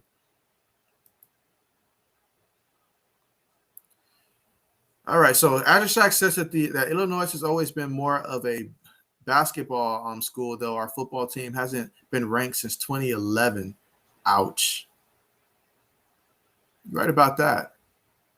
Meanwhile, what a run. All right, keep it going. Let's get the first.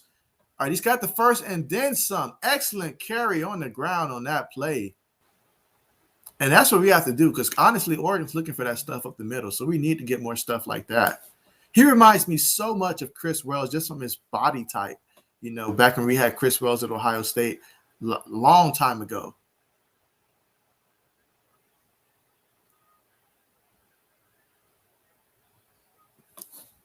All right, 1st and 10. Stroud's looking, passes it, and Olave with the reception. All right, let's keep it going. Let's keep the momentum going. And sometimes that's what it takes to get the offense going. You end up in a matchup like this against a team like Oregon, and then they start scoring, then your offense realizes we have to make it work. Even in the NFL, that would have been a reception because he got both feet in. Ohio State with the snap. Stroud's looking. He's going deep. Oh, Chris, you got to make that reception. You have to. The ball was right there, like right in front of him. He's got to make that reception. My goodness. Man, that was it. If he makes that catch, guys, that probably wouldn't have been a touchdown, but man.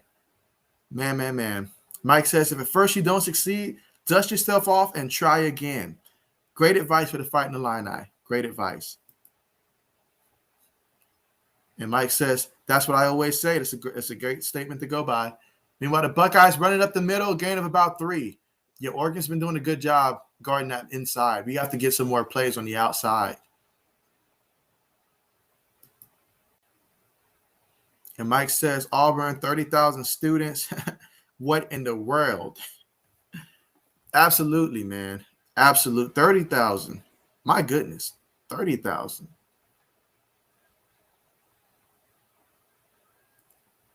Let's see.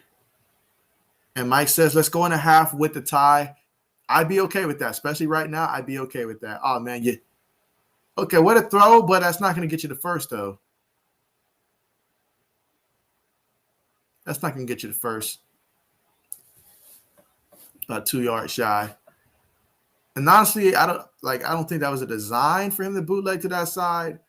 But if he stays in that pocket, he probably has a little bit more time to look for guys down the field.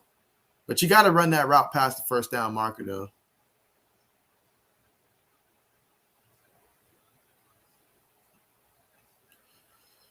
Oh, boy.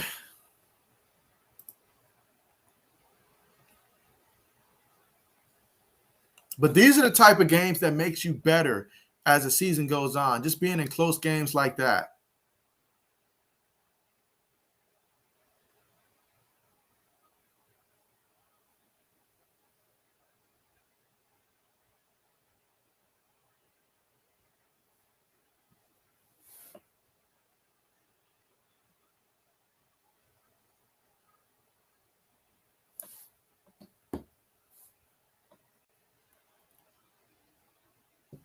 Oh, boy. Let's see. Official review.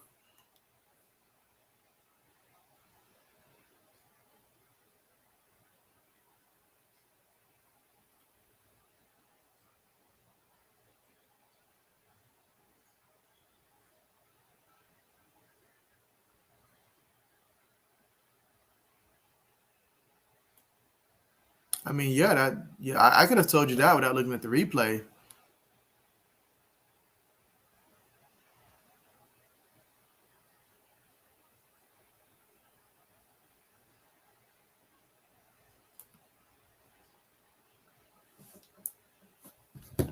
Let's see.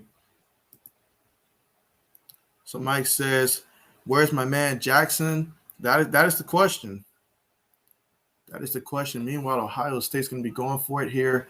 4th and 2. Let's see if we can get this first down and see if we can get the Buckeyes some points on this drive. I mean, Ohio State's only got 1 timeout remaining, so we're going to have to make this work. Stroud, 128 on the day. Well, let's add to that total. Meanwhile, it's a running play, and it's stuffed in the backfield. My goodness. Come on, you guys had to know that they were going to look for that play. My goodness. Ashak says that I just turned on the Tennessee game back on, and I can't watch Illinois playing anymore.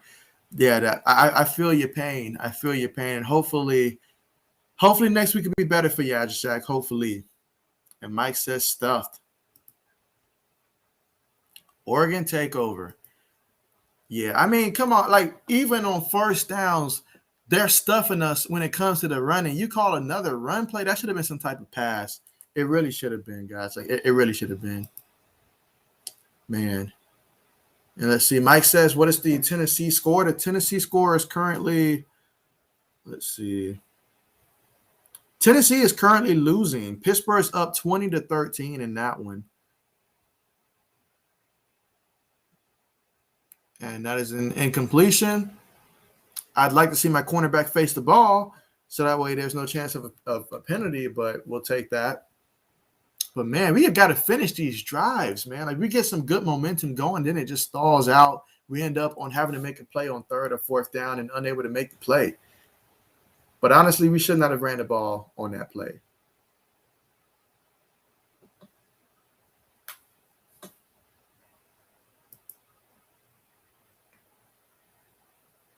Mike says, let's go in half and regroup. Meanwhile, Oregon able to run it inside at will. And that's the problem. We want to run it inside, but Oregon, you know, they're stuffing it inside. It's going to be 3rd and 3.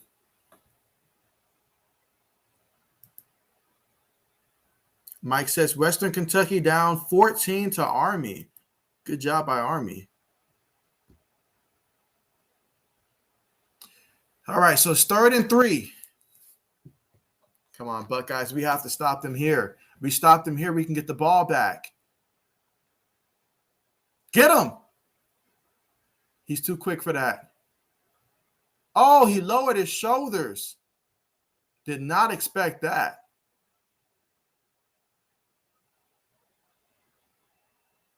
He's got some power to him, I'll say that.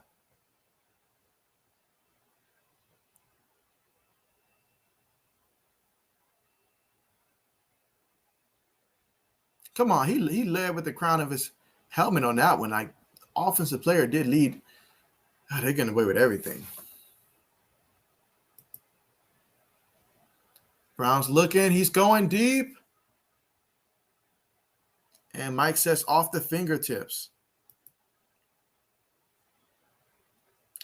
Yeah, Mike says A. Brown 128 on the day with just little too much.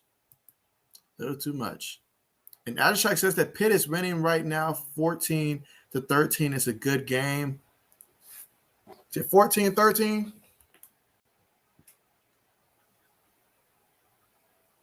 Oh, man. Speaking of which, I think they just tied it up. I think it's Pittsburgh 20, Tennessee 20. Yeah, they're all tied up, 20 apiece now. One heck of a game. Meanwhile, Brown's just having his way back there. What are we doing? My goodness. Defense has to create some type of turnover at this point.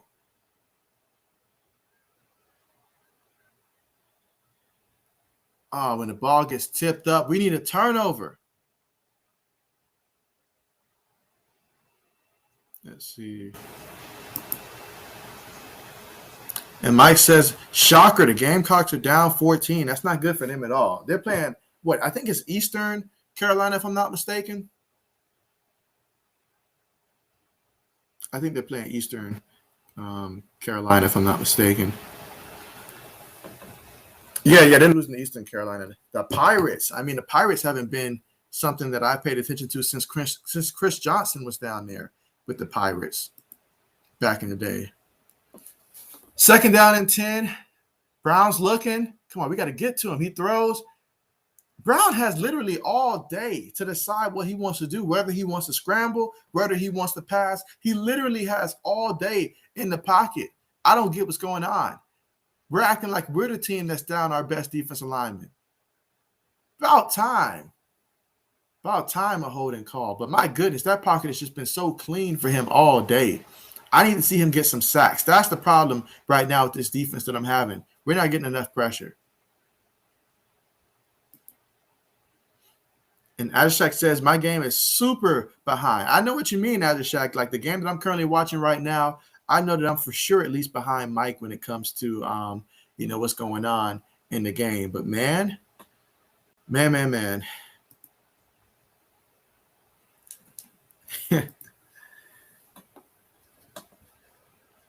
All right, let's go. 2nd and 20. Brown's looking. Come on, we got to get to Brown. He has all day. Great play by the defensive back, but my goodness, I don't feel comfortable with how much time he has in that pocket. Like, we have got to generate more pressure because I guarantee we play any team that's a top-tier team, and we give them that much time, they're going to pick us apart like Brown's basically doing.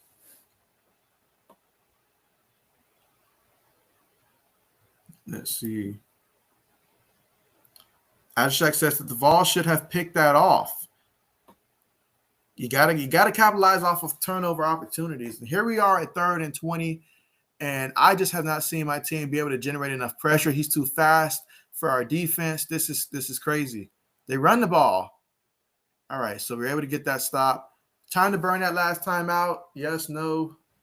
I guess not. I guess our coach is content with going to – okay, so it looks like the time stopped. So I'd have been called a timeout, though. And Mike says Ohio State pass rush is not as advertised. And so that's a bold statement, but an accurate one right now. I mean, I know for so long we've probably been spoiled with having, your Nick Bosa's of the world, your Chase Youngs, guys like that on that defensive line. And so I'm looking to see who's going to step up, who's going to be that guy. And I'm still looking. But there's a whole nother half to come.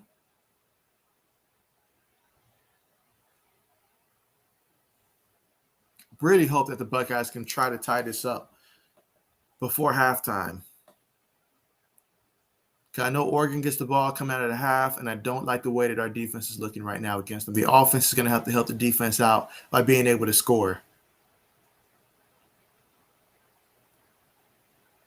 And while we get ready for this punt, I want to thank everybody who's joining right now for the stream. Really appreciate you guys so much. Definitely, if you're someone new, do consider, joining the live chat here. Let me know what you're thinking about the game so far. Who are you rooting for? And definitely make sure that you guys like this this stream and that you guys subscribe to the channel if you're not subscribed already.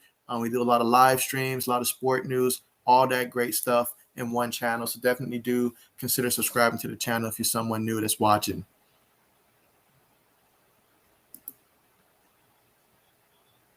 Mike says that the Gators over South Florida 14-3. Bet. Yeah, the Gators, I'm really, I know the Gators lost a lot of guys. We're talking about like Kyle Pitts. He's no longer there. Tooney's not there. Obviously, Kyle Traskey's not there.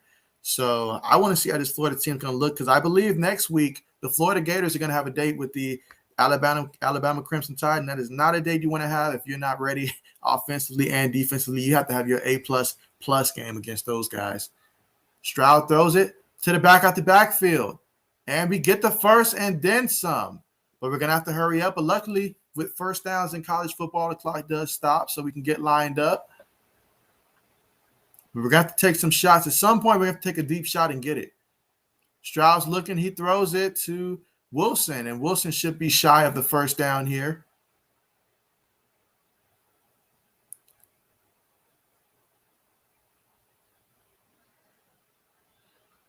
Oh, man.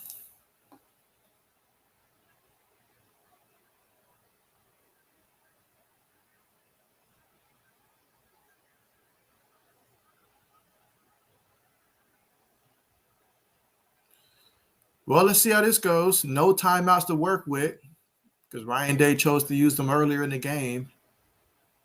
Stroud's looking. Throws it. Caught deep. Get down. Man, this is crazy.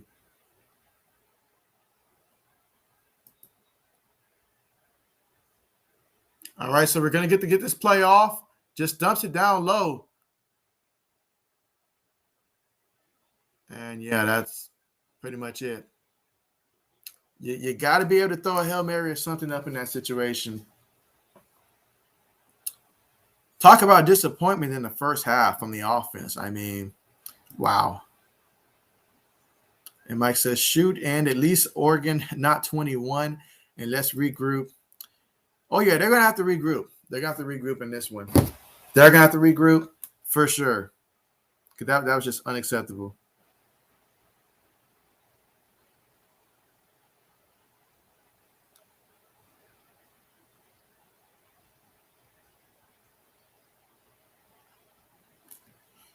Unacceptable there. But we are at the half here, and Oregon with the lead, 14-7 on the road.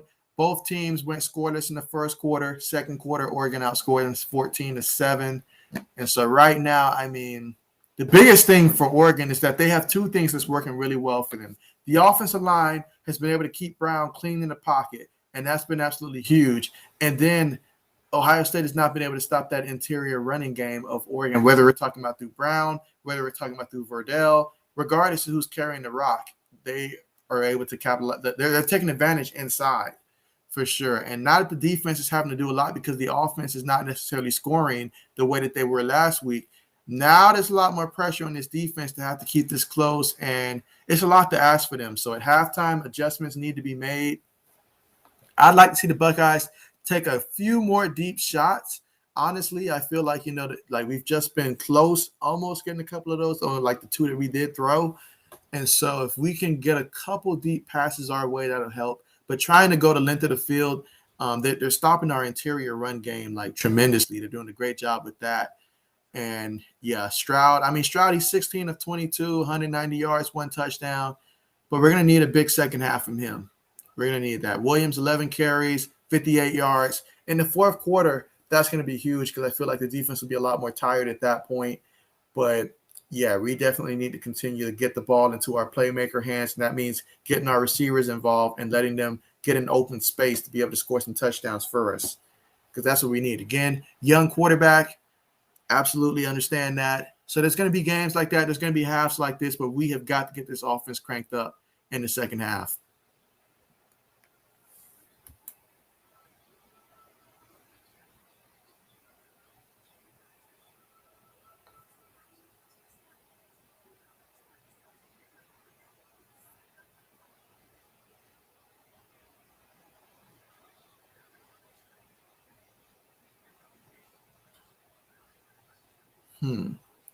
Okay, so I'm seeing that the Detroit Lions are placing their left tackle Taylor Decker on IR after a finger surgery. So that's going to keep him out for about a month or so. So that's a big loss for a team that's going to probably take a lot of losses this year.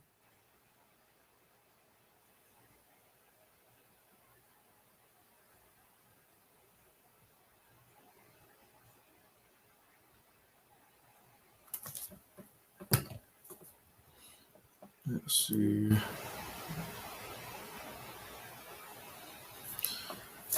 Meanwhile, I think this is a good time, as we talked about earlier, Mike, to start taking a look at some of these Ohio State Buckeyes and just where they're ranked in terms of being a prospect for the upcoming draft.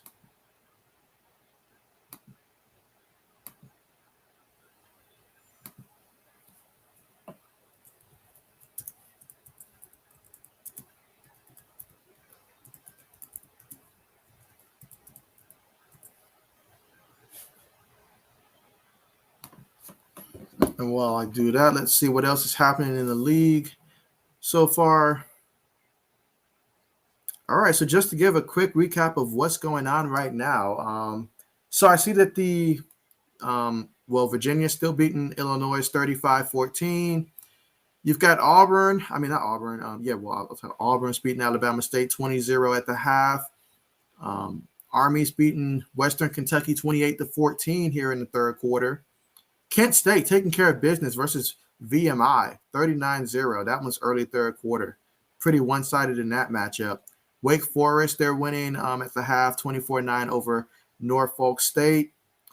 You've got Georgia Tech beating Kennesaw State 24-3. Northwestern, they're beating Indiana State 17-0. Let's see. Michigan State, they're beating Youngstown State 35-7.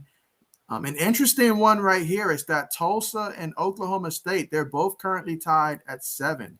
I believe that Oklahoma State should be ranked, if I'm not mistaken. But yeah, that's they're tied 7 apiece. And then Minnesota taking care of business against Miami of Ohio, 21-3 at the half. Eastern Carolina, they still have the lead against South Carolina, 14-7 at the half. Florida's beating South Florida 14-3. Let's see. Tulane, they're beating Morgan State 17-0. Wyoming's beating Northern Illinois 7-0, but that one's early first quarter. And so those are all the games that are currently playing as of right now. I know later on, like I'm definitely looking forward to that Stanford versus USC game. USC's ranked 14. Utah versus BYU, that should be okay. Let's see. Appalachian State versus Miami, guys. I feel that this could be a game where Appalachian State, historically, they've been that team that's upset a lot of teams. I would not be shocked at all if they won this game. Matter of fact, I got them as favorites to win that game, Appalachian State over Miami, personally. But yeah, we've definitely got a full slate of games coming out here. Let's see. Liberty's playing Troy at 7 o'clock. Let's see. And Adishak says that he's really surprised the Ducks are winning. I am too. I mean, if you told me that at the half the Oregon Ducks were going to have 14 points, I probably would say, okay, that means Ohio State probably has 21 points, maybe 24 points, possibly 28 points, but I would have thought it'd been somewhere around that range. At the very least, at least tied. But I probably wouldn't even think tied. I would have thought at least a 3-point lead. But, man, I mean, it seems like Oregon has made some adjustments on offense. They figured that out. Going to need these Buckeyes to get it going here when we come out of this half. Got to do it for the fans. I mean, we're at home, guys. We have got to win this game because the committee will never let that go. Never.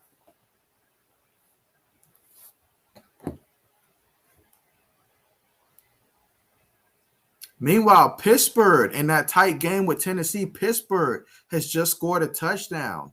And so Pitt is up 26-20, pending the extra point.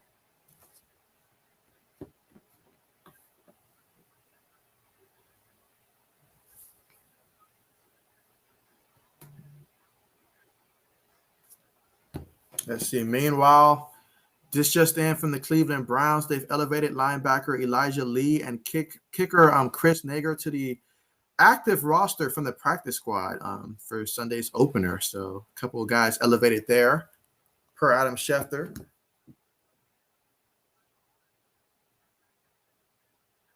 Now let's see.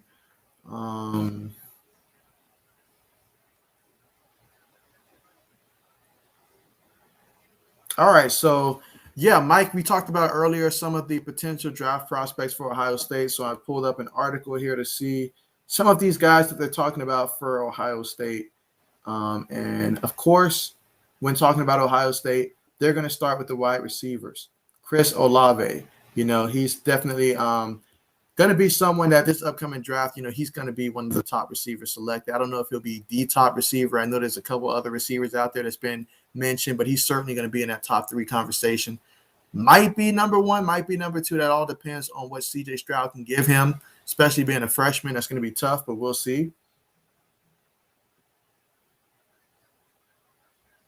Garrett Wilson, I mean, whether or not Garrett Wilson chooses to come back another year for his senior season or not, that remains to be one thing. I'm hoping he does to come back, but if he does opt to go pro, that's another guy that they do have up here. All right, so you asked earlier about Zach Harrison, the defensive end. That's someone that they do have here.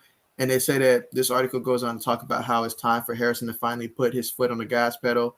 All that promise and skill will come together in his junior year, much like what happened for Chase Young. And if you guys don't remember, when it came to Chase Young, he honestly was, I'm not going to say an afterthought, but he was not the main guy on defense up until Nick Bosa got drafted. And then that's when he took that next leap and became the guy that everybody wanted. But even then, he was second tier to Nick Bosa. So it's funny how things work, how a year makes a big difference in a guy's development. And we're hoping that Harrison can have some type of development. But they have an early projection of saying that he'll probably end up being a first or second round pick in next year's draft. Let's see. Haskell Garrett. I noticed another guy that we talked about. They said that he's got an appetite for, let's see. In a shortened season, there was not much time to dedicate to practice and development because of COVID-19 last year, but he was still a beast in the middle. He came back for one more season. There will be a force in the middle, and their way too early projection for him is the second or third round in terms of his projection for next year's draft. And so I'm just currently going through a couple guys on the Buckeyes team right now that have draft aspirations or potential draft aspirations for next season and where they're projected next year, although it's extremely early and that's going to change moving forward.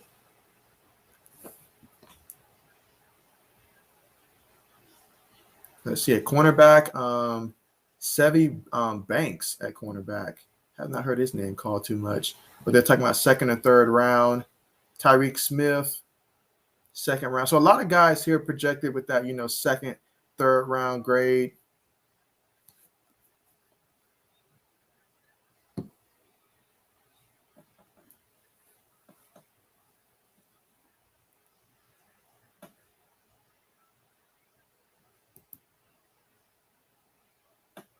And Mike says disappointed in Harrison. And so, yeah, I mean, based upon where they have his projection and stuff, I mean, yeah, I need to see him step up. I really need to see Harrison. In a game like this, you really want to see Harrison step up. You really want to see Tyreek Smith step up. You want to see those guys step up because they got a lot on the line. They got some draft status on the line, and they're going to have to step up and prove in a game like this that they are worth the hype. And Mike says Gamecocks are still losing 14-7 at the half. And so that's East Carolina. But obviously there's a whole second half out there, so we'll see if they're able to bounce back in that one. But that's not a good sign, especially when you know that you're going to have to play some SEC opponents this year.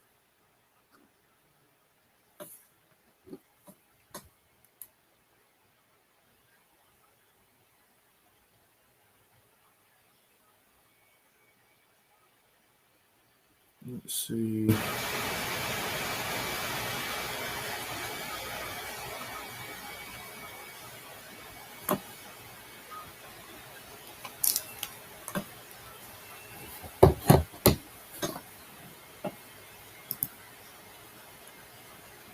And Mike says, let's see, Syracuse and Rutgers ready to fire up popcorn.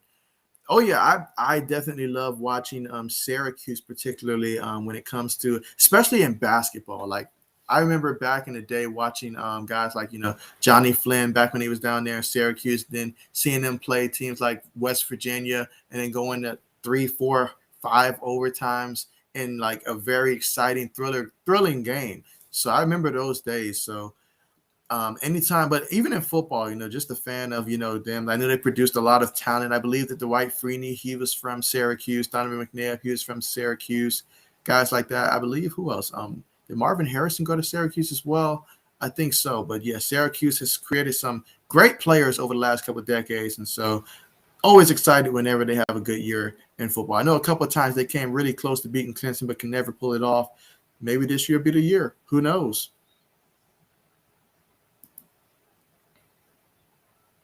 And Mike says 3:30. UB clashes with Nebraska.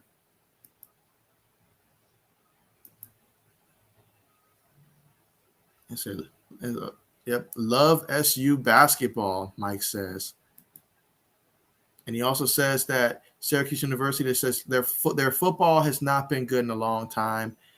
You're right. It has not been good in a long time, but at the same time, somehow they're still able to produce these guys. It reminds me a lot of what's going on at Georgia Tech. It's like when we think of Georgia Tech, we thought of that, triple option. We didn't think about those passing at all. But you look at the receivers that came from Georgia Tech, and they're like, my goodness, Calvin Johnson went to Georgia Tech. Like, what's the coach thinking not getting the ball? You think of guys like that, and then I know there's another receiver from Georgia Tech. I just can't think of which receiver that was.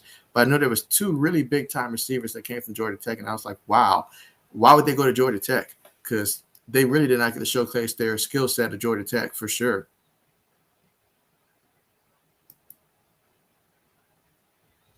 And Adashak says it sucks being a Joe Milton fan. He got hurt again.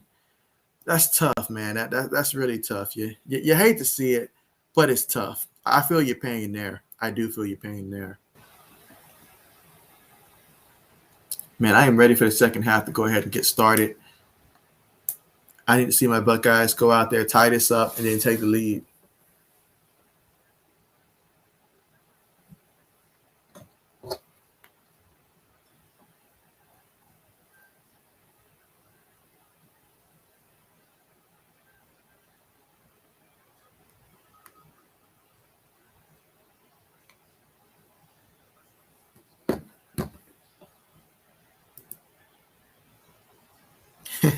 And then Mike says, then the showstopper, the game to end all games, Liberty versus Troy. And so, yeah, I expect Liberty to come out there and take care of business in this one once again. We know what to expect from them, but Liberty is certainly a team. I cannot wait to let's see what's going to be the best game that Liberty's going to play this year. I probably need to mark that on my calendar because whatever the best game is that they're going to have this year, that's probably going to be a game that we're going to want to see for sure.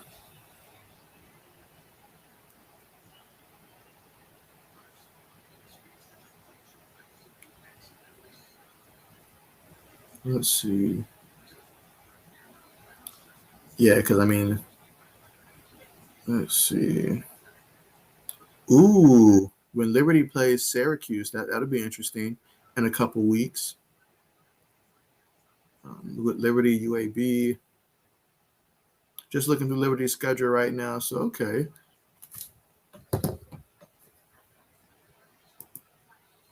Yep, we have this amazing day of college football today, and then we get to follow that up tomorrow with NFL, guys. More football games tomorrow. A lot of our teams, our favorite teams, getting to see their first games. I know early on at the 1 o'clock game, Mike, you'll be watching the Bills and the Steelers. I already know that one. Josh Allen, he's going to have a big day.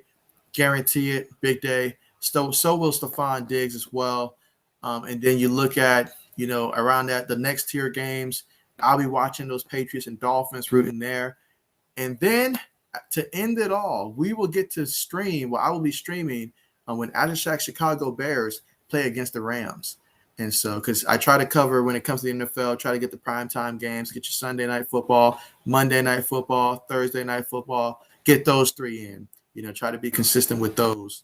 And then when it comes to college football, it'll probably be more of the same of what we see now. Just get the early game in, and then that'll be one time out the week. And then once college football and college basketball comes, I'll have to decide which day I'll be able to dedicate to each of those to try to make sure that I have each sport covered that I cover on the channel each week.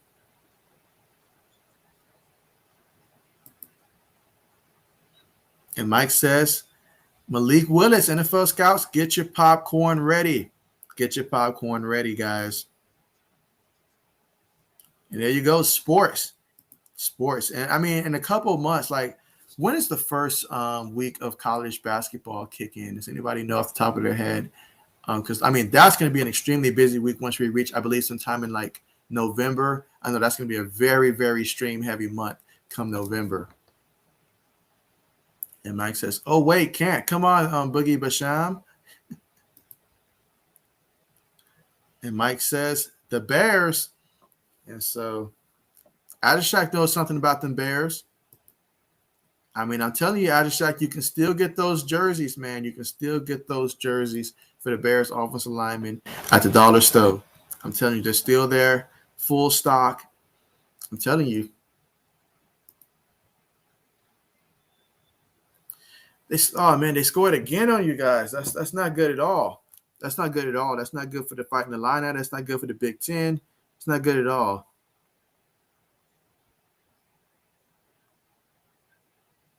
Oh man, that's tough.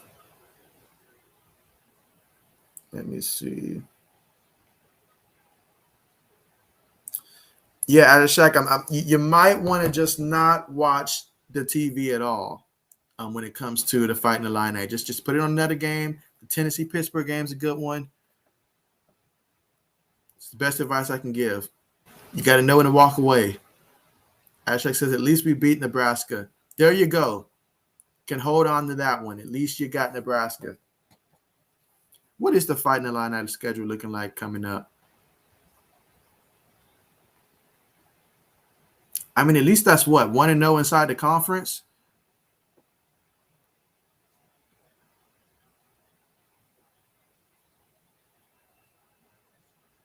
Let's see.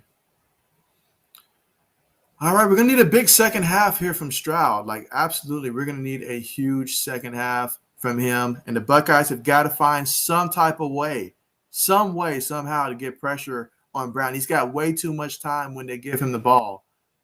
And he's fast, too. So when they do try to generate some pressure with the defensive ends, he's able to still keep the play alive and find his targets down the field.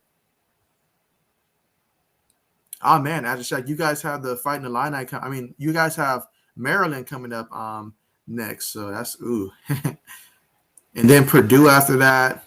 Well, at least, in about 3 weeks, you can look forward to when you guys play against Charlotte. That's something to look forward to, a game right there.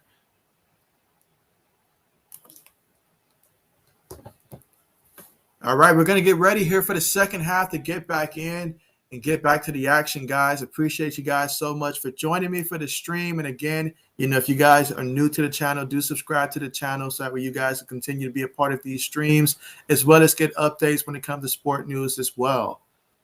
And I appreciate you guys and all the support and helping me get closer to reaching my goal of 1,000 subscribers, as I'm trying to reach that goal before my birthday hits in November. All right, so the Buckeyes are going to kick it off, and we'll get to see right off the bat if this Buckeyes defense can come out with some renewed energy. Come out there and let's try to dominate the line of scrimmage. That's where it all starts at, dominating the line of scrimmage. We cannot allow for Brown to have his way back there, because Brown, he's going to make some plays if you give him time. You've got to force some errors. We got to create some turnovers on defense to help the offense out. All right, so the kickoff is on the way.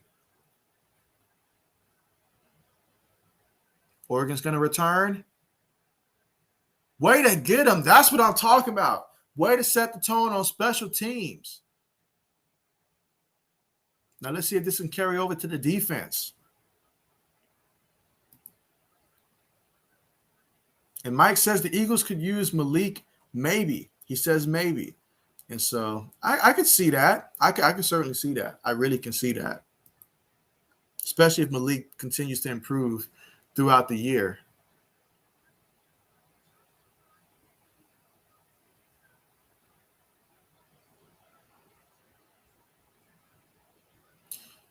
All right, defense. This is important. This is important right here. We cannot let Oregon come down and open up with no touchdown. We cannot let that happen at all. So we need a quick 3 and out. That'll be great if the Buckeyes can get a quick 3 and out.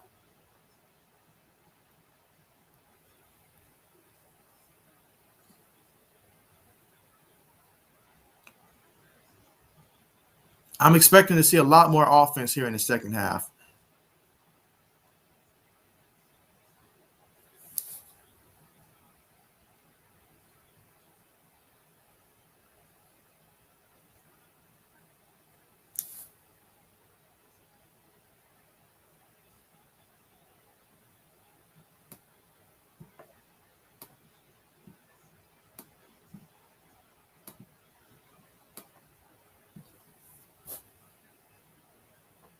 All right, 1st and 10.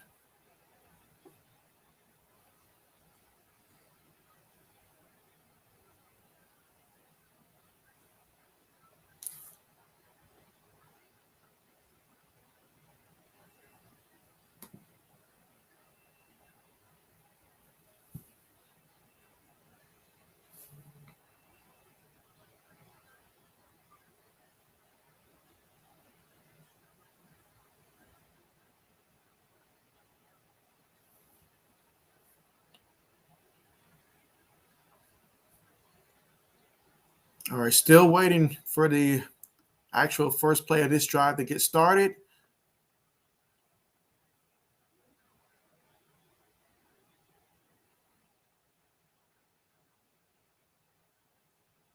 It's something about when your team is currently trailing at the half, it makes halftime feel like it was just that much more longer.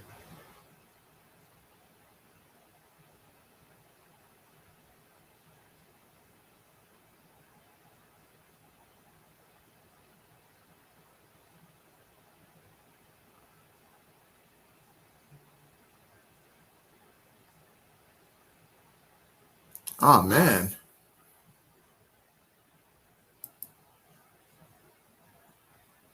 So Mike says tough injury. Oh, man. Very tough, man. Let's see. Oregon's got it. Brown has it. He throws it quick. Gain of about 2 yards in the play. All right, so we're looking at 2nd and 8. Again, the key for the Buckeyes is finding a way to slow down and stop Brown and not give him – do not allow him to make plays because he's using his legs to extend plays, make plays. Can't let that happen. Brown's got it, running up the middle. All right, that's a gain of about a good 5 yards there. It's going to create a 3rd and 3 situation.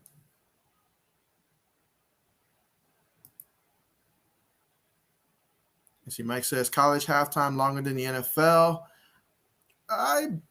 That's a good question. I mean, I feel like it varies almost. Like I feel like they're just about even usually. And then Hickman, cornerback, quick tackle. Got to be quick with it. Have to be quick with it. This is an important 3rd down. Please, Buckeyes, you got to make the stand. Brown has it, hands it to the back, and my goodness, wow. He's going to take this one all the way unless he gets caught. Wow. You have got to be kidding me. You have got to be kidding me, man. This is terrible. And Mike says Ohio State has been rushing 4 and leaving the middle wide open. They really have been. Kudos to Oregon's offensive play caller, though, because he has just been spot on and just recognizing the defense's weaknesses and taking advantage of it. Every time Oregon goes in motion, these are some very purposeful motions. I mean, it's to distract the guy so that way they can run it right up that middle. But, man, that is not what I want to see out of the half.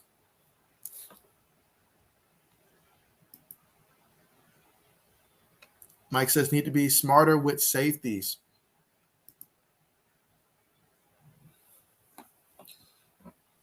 Oh boy, this is bad. This is real bad. Now we have to score. We have to score on offense, and we have got to get a touchdown on this drive. We cannot have a 3 and out. We cannot just stall the drive out. We've got to put some points on the board and respond to this one.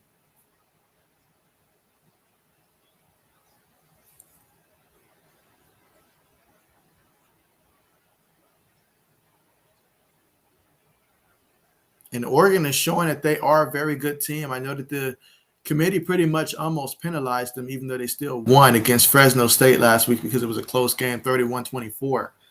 But they are certainly showing up in this one.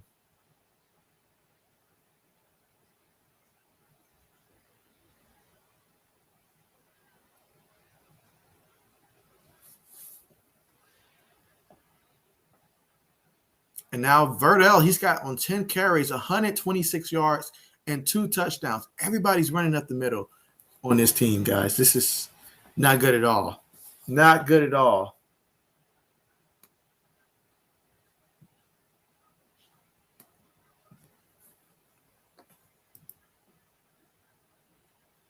Mike says the sports world is shocked 21-7.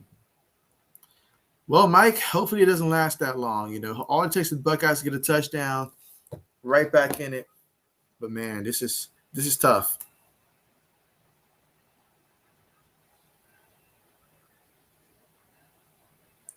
I see the Chiefs announced that Tyrann Mathieu, he's activated from the COVID list.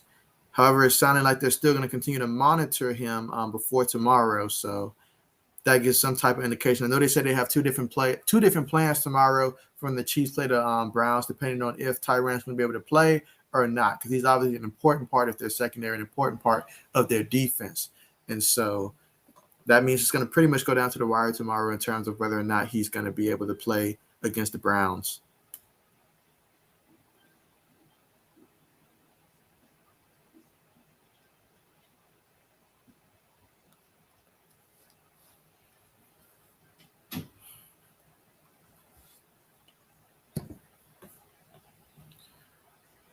All right, so this is going to be on the offense here.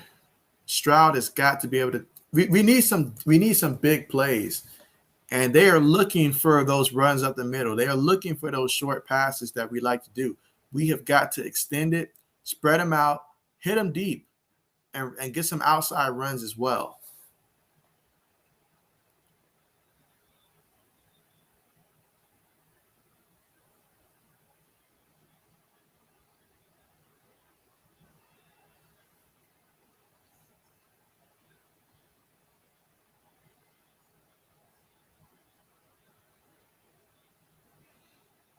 Wow, I did not think that this was going to be the case, guys, that it was going to be like this.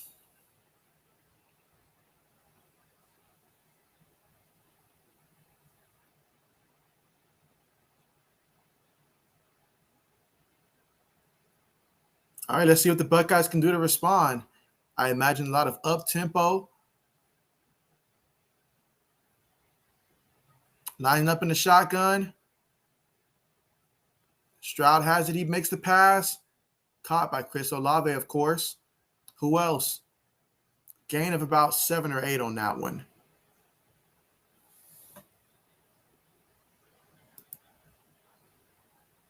Let's see. Mike says, do Ohio State got a running back?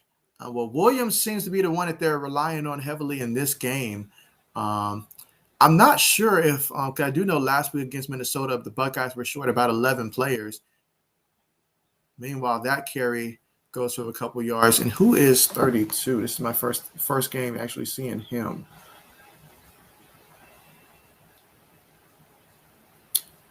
Let's see.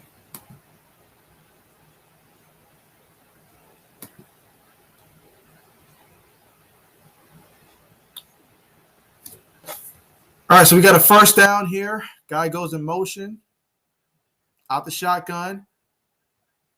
Oregon seemingly is going to be bringing pressure. We'll see if they actually come through with the pressure or not. And they do. Buckeyes pick it up. Excellent pass to Garrett. So nice play there. If we can just keep this going.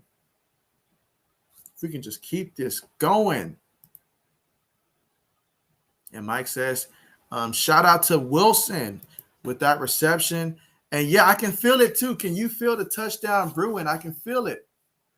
Run out the middle for 2 yards. We have got to stop calling these runs up the middle. They're not getting us anything. We've got to run it outside a little bit. They're expecting that running in the middle.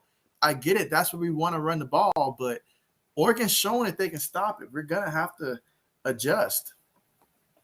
All right, back in the gun again. 3 receivers.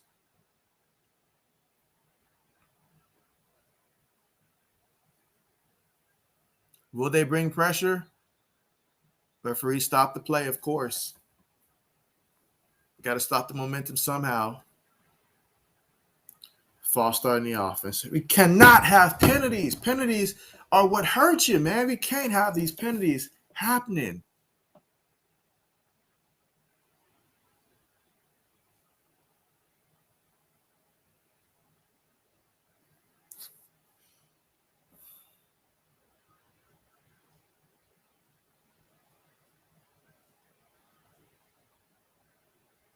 Cannot have this happening.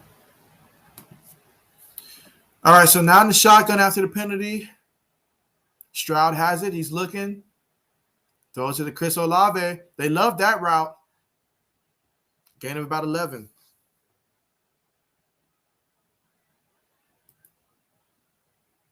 And Mike says, Ohio State run game looks like my Bills. Dang. And Mike says 90 rushing versus 184 rushing. That's a big difference. My goodness, guys. Are we still trying to run up the middle? They won't run it to the outside. This is what frustrates me, is that Oregon, interior of the lineman, they're proven that in this game, they can stop you. They've proven it. And yet they continuously try to go inside. And so CJ, 19 of 25, 235 yards, and a touchdown. We need to make it 2 touchdowns. It's 2nd and 6 coming up. See if these Buckeyes can get in the end zone. I feel like now's the time to take a shot at the end zone, honestly. Stroud's looking, and he throws it, and it's caught. Touchdown, Buckeyes. And it's about time. Jackson Smith. And you guys asked about Jackson, and there he goes. It's about time. And Mike says, need more Jackson. We do. We need him in heavy doses. Heavy doses. It's about time. All right, so that feels good there to get that touchdown. Now, maybe the defense will see, okay, the offense went out there and scored. So if we can go out there and get them the ball back, they can score again. But my goodness, I don't like playing from behind at all. And Mike says it's a game again. That it is. That it is. A one-possession game.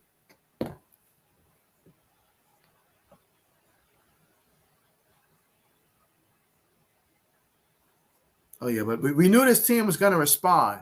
We knew that, but the defense has got to stop these big plays. You got to stop Oregon from having their way on offense now because Oregon has caught fire on offense. So we've got to stop it. Let's see. Pittsburgh versus Tennessee. That score is 27-20. Pittsburgh still has the lead, but Tennessee has the ball to start the third quarter.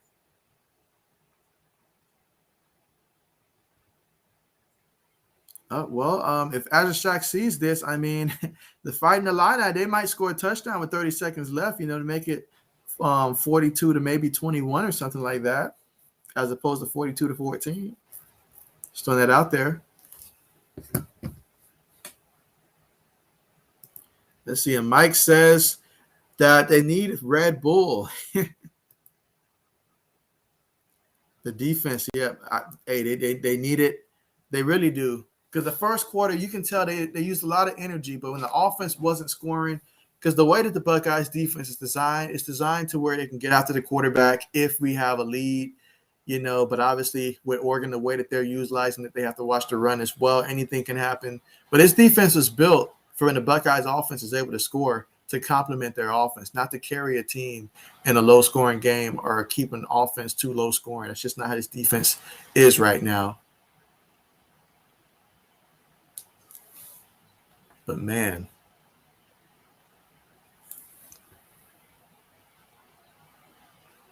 we just got to find a way, some way, to be able to take the lead in this game and come out with the W in this one. That's all I'm asking for. Buckeyes just win this game. It's not going to be pretty, but just come out of here with a win.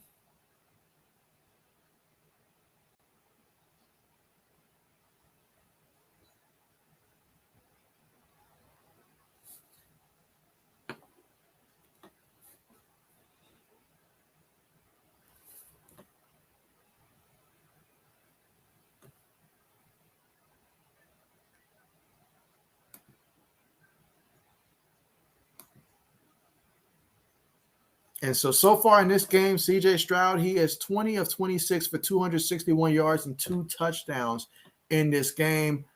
Rushing, we've mostly relied on Williams in this one in terms of taking the bulk of the carries. He's got 11 of the 20 carries in this one. Buckeyes total 90 yards on the ground on 20 carries as a team. Meanwhile, Oregon, that 20 carries. So both teams 20 carries. The only difference is Oregon has 184 yards. Thanks to that long burst that Verdell had, he has 10 carries for 126 yards and 2 touchdowns in this one as well. He had that 77-yard burst. Brown, he's 11 of 20, 145 yards. But for him, he's even got 38 yards rushing on 5 attempts. So he's also getting it down on the ground as well, contributing there. And so there's a lot.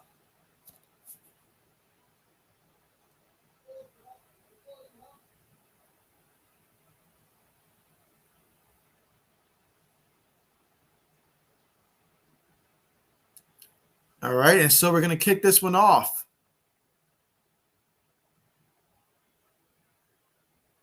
And that's going to go into the end zone.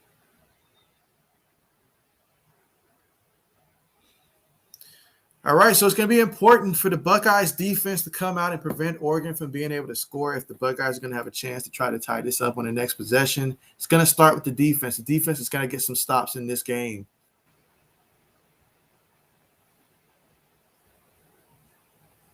My goodness, guys, look at Kent State taking care of business 53-3 at the start of the fourth quarter.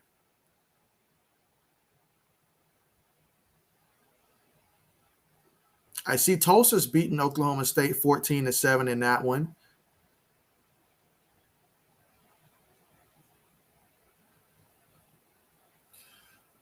All right, the defense has got to do some things different.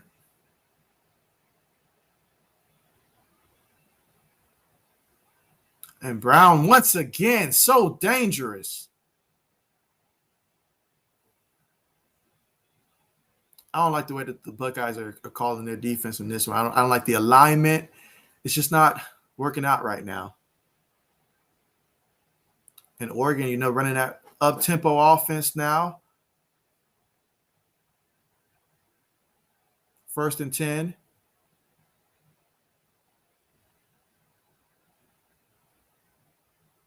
Come on, Buckeyes defense. I know you guys had to be talking about this at the half. You have to have some type of adjustments here. We cannot allow this guy to continue to hurt us the way that he has. And a quick pass he throws out there, gain of about 9 yards on the play. And he is making the right read every time.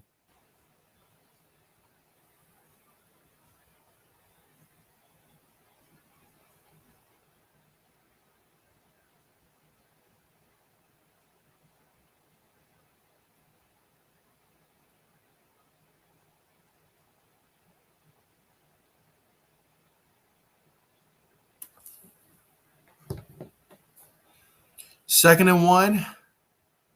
Can the Buckeyes defense stop him here? Nope. Can we get a tackle sometime today? Gets the tackle and the penalty for a face mask. You've got to be kidding me. I mean, what are we doing out there? What are we doing? Let's see. Mike says, you get the chance. Who does Washington play? Yeah, Washington is playing against the Chargers. It's going to be down in Washington, and the Chargers are going to be going down to Washington. If you're talking about the NFL.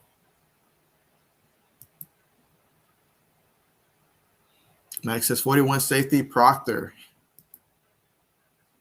92-bit Garrett, and still 0 pressure. No pressure, no penetration in the backfield, not even just making stops after about 4 or 5 yard gains. These guys are getting like first downs on just about every carry, and they've already reached the red zone territory.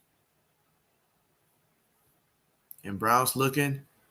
He throws it right there. So easy. It's looking so easy right now for these Oregon Ducks. This is not a good look.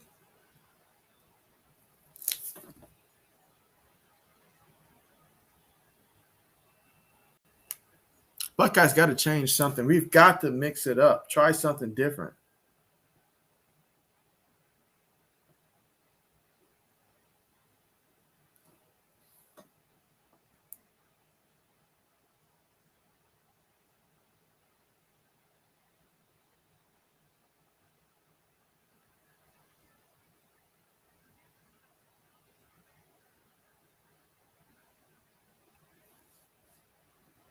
My goodness. Mike says that linebacker 35 long name starts with an E is garbage so far. Man. Mike says linebacker 3 out of position. Meanwhile, Oregon's looking. This is the first time we've got remotely in his face all game long. Come on, man. Proctor. We do not need any type of thing to help Oregon out. He is. You said Verdell's hungry. As much as this man's been eating tonight, man, he should be full by now. Maybe Verdell's a future Bill. Who knows? Maybe he's a future Buffalo Bill. Meanwhile, it's 2nd and 10. Verdell's in motion while Brown runs up the middle. And why not? It's been there all game long. Why not? Why not?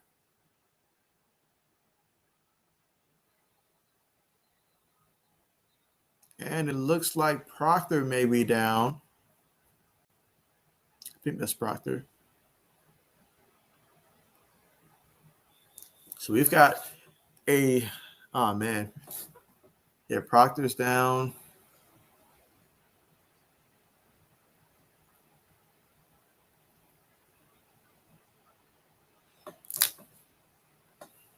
Well, the Buckeyes have got to find a way to get a stop here. Some way, somehow, they have got to make a stop and at least hold this team to a field goal.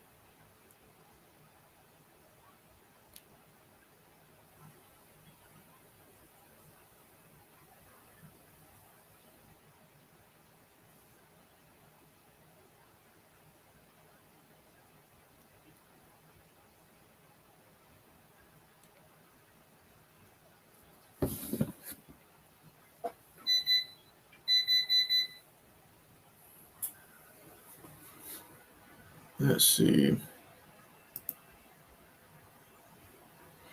Mike says that the Chargers are going to beat Washington so bad. It's not going to be bad. It's not going to be bad at all. It's going to be one possession if they do win. If they do win, I think it'll be something along the lines of maybe 27-20. Worst case scenario, 27-17, something like that. But it will not be that bad. Washington very well could win.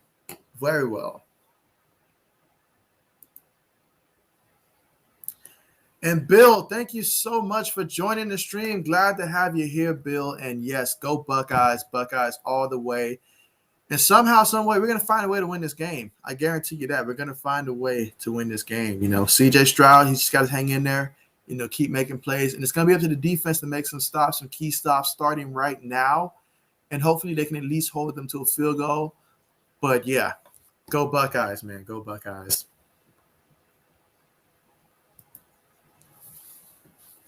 See, Mike says, who is Washington's backup QB? Their backup quarterback is, who's that guy that they had last year? Hold on a second. Who was their backup quarterback? I should know that one off the top of my head.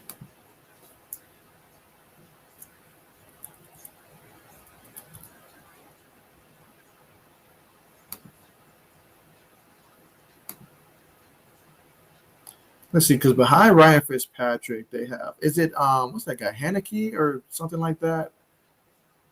That Taylor Haneke. He's the backup quarterback down there. They still have Kyle Allen as well on the roster as well. And so Mike says, "Hey Bill, I do not follow hockey, so but." One thing I will say, though, is that this Buckeye team, this is a very important, extremely important possession right here. You know, so in terms of getting a stop and at least holding them to a field goal, you cannot let Oregon get a touchdown. And they need to continue to get more pressure on Brown like they did on that first play. You have to have pressure on him if they do decide to run. But Oregon has been calling spot-on plays in these situations. So Ohio State's got to be ahead of them this time and make sure that they prepare for anything that Oregon may throw their way. All right, so it's 3rd and 4. See if the Buckeyes can come up big and generate some pressure. And of course, another touchdown here. This time, Travis Dye with the touchdown. So, yeah, Oregon play calling has been spot on. It's been very good. Buckeyes are going to have to respond. They're going to have to respond. Defense coordinator's got to make some adjustments on the Buckeyes defense. But right now, we need the offense to just keep scoring. That's all they can do to keep us in the game, keep scoring. The defense will eventually get a stop, but my goodness, it's not looking good. Mike says, because Fitz would throw 3-pick games so often, we called him Fitz hat-trick. Hey, you must be referring to the Tampa Bay version of Ryan Fitzpatrick, because if Miami had kept him last year, I think Miami would have been a playoff team if they kept him in last year as opposed to putting in Tua. But there you guys have it. Oregon's up 28-14. So the Buckeyes got some work to be done here, but luckily there's still plenty of time on the clock, plenty of time for Ohio State to come down there, drive, score a touchdown, and then the defense at some point get it together. But, man, we've got the talent. They just need to step up.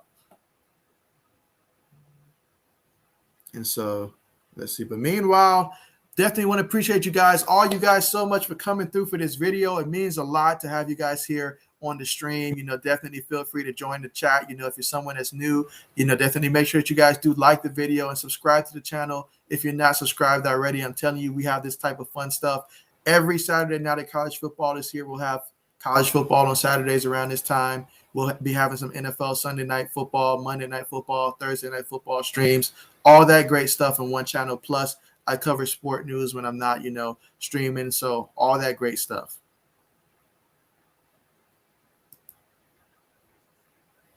You see, Mike says Ohio State needs to tighten up. This is terrible defense. I have to agree, Mike. Got to agree. They need to tighten up. And, they've got a lot of guys right now that, they're trying to position themselves for next year's draft. And they're going to have to step it up right now and show us something the rest of this way. They're going to have to come up big. They're going to make the difference in this game. We've got the talent. They just got to step up. And Mike says first quarter, wind it down. It was, 0-0. Okay, so SU 0, Nebraska 0. Appreciate that score update there. As we await for this game to continue and see what the Buckeyes are going to do on offense. I mean, at least the offense looks like it's heating up. I saw some nice things in that last possession. Stroud, he's really starting to get things going with the offense. We know that they're utilizing a lot of guys like, Chris Olave out there, Garrett Wilson, both of those guys, high draft prospects. But then the rest of the receiving core Ohio State has, I'm telling you, these guys are extremely talented. They have a lot of depth at the wide receiver position. And so this situation right here should be well within reach for the Buckeyes to come back in and show Oregon that we're not done. We're going to keep fighting, and we're going to eventually take the lead. Eventually. Let's see. Army's running down, and it's very close. Let's see. What's the score in that one? And Melissa says, amazing stream. You got this. Enjoyed so much. Hey, thank you so much for coming in, and I appreciate, you and each and every person that's came in for the stream. Really appreciate all the support, everyone. It's really great, and hopefully we'll be able to witness the Buckeyes pull off a great comeback. And Mike says 35, Army's 35, and Western Kentucky has 28. And how much time is remaining exactly in that one? Let's see. Okay, about 4 minutes and 10 seconds remaining in that one. Appreciate that update. All right, so we're going to get ready for kickoff here from Oregon. And I need the Buckeyes to go down here and score again. We have got to keep responding. That's going to be important.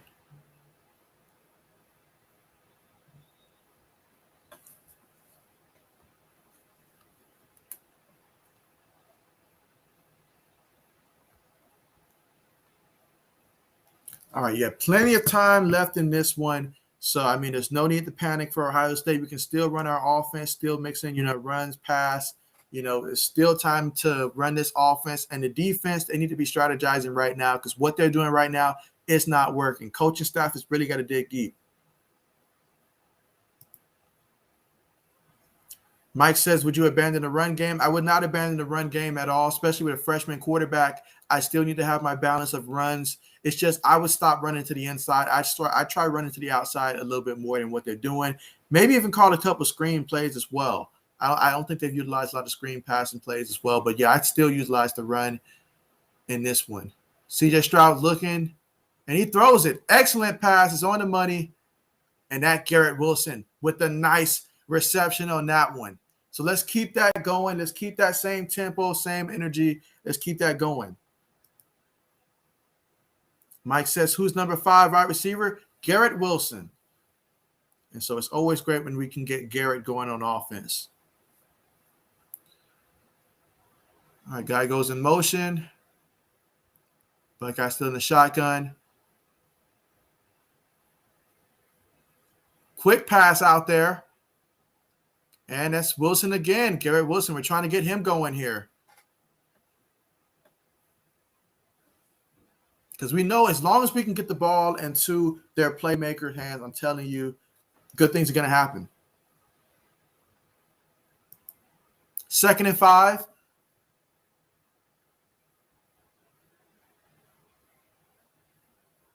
All right, yeah, 2nd and 5, lined up in the gun again.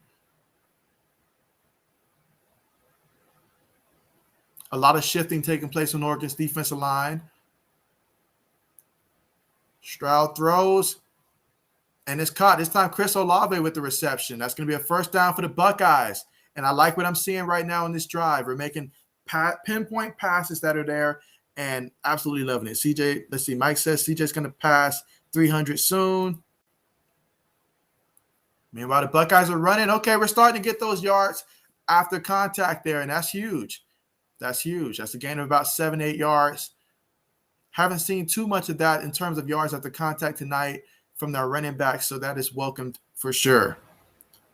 And Mike says, nice pass to Chris Olave. And see, GGMA says, go Ducks. I got you. Hey, the Ducks are having a good game. I love the way that they're calling that play, but I've got to root for my Buckeyes on this one. Meanwhile, the deep pass, incomplete. He tried to get it to Wilson there, but great coverage by the Ducks in that one.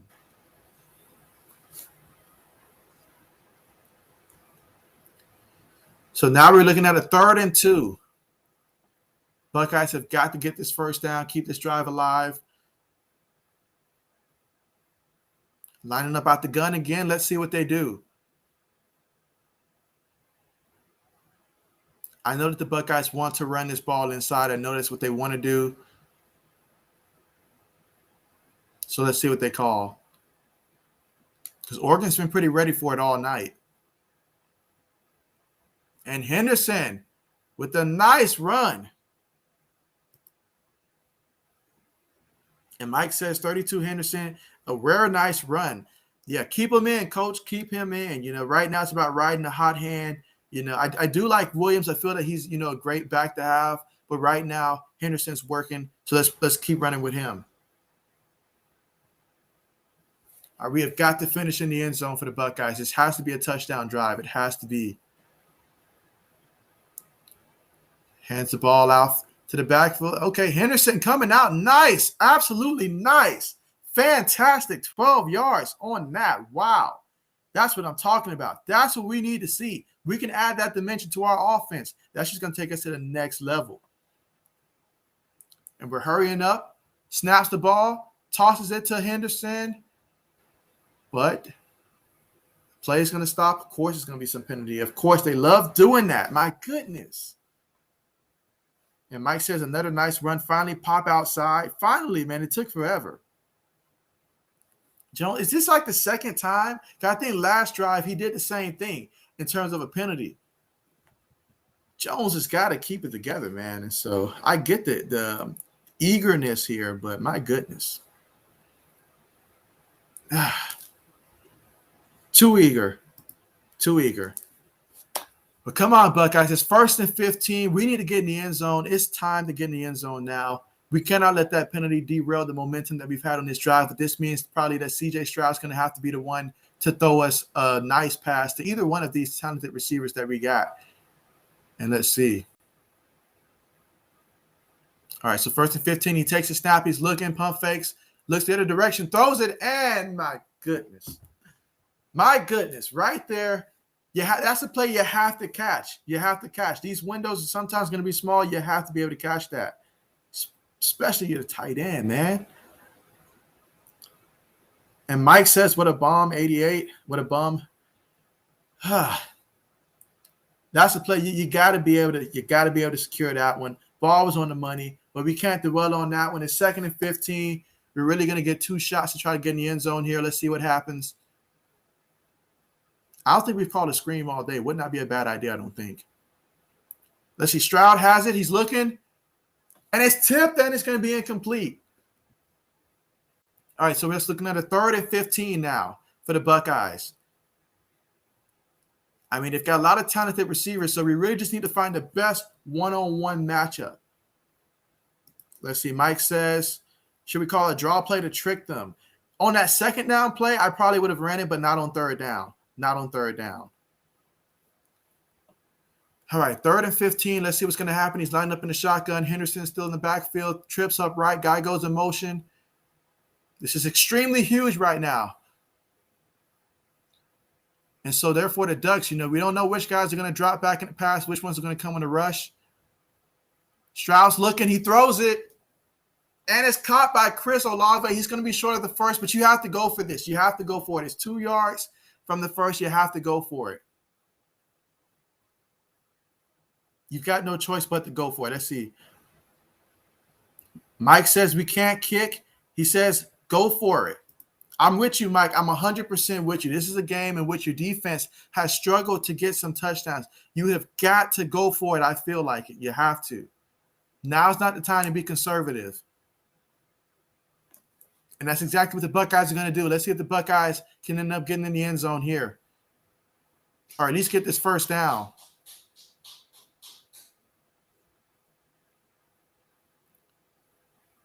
See, 4th and 2. Takes the snap. He's looking. Oh, man. No. Oh, man. That play was just terrible from the start. Can we get a flag? No flag? Really? You've got to be kidding me. Like, no flag? And Michael says 4th down. You've got to be kidding me, guys. Like, let me look at the replay, because I feel like he was all over his shoulder, all on his back, way before the ball even got there.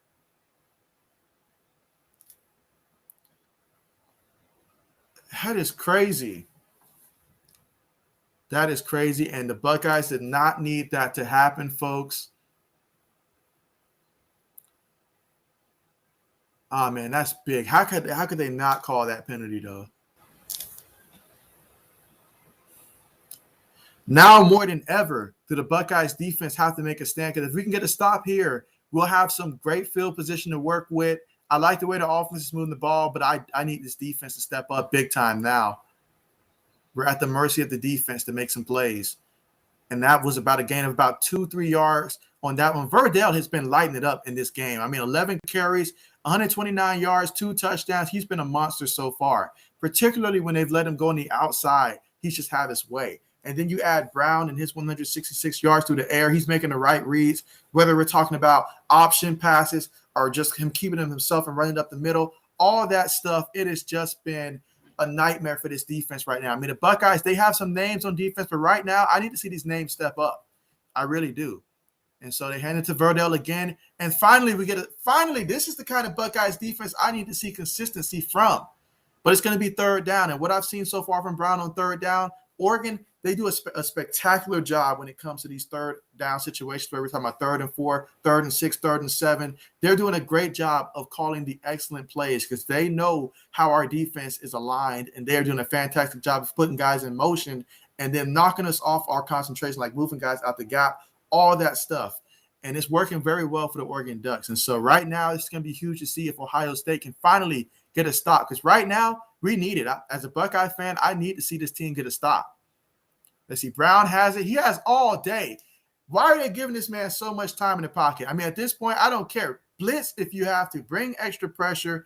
Not liking it.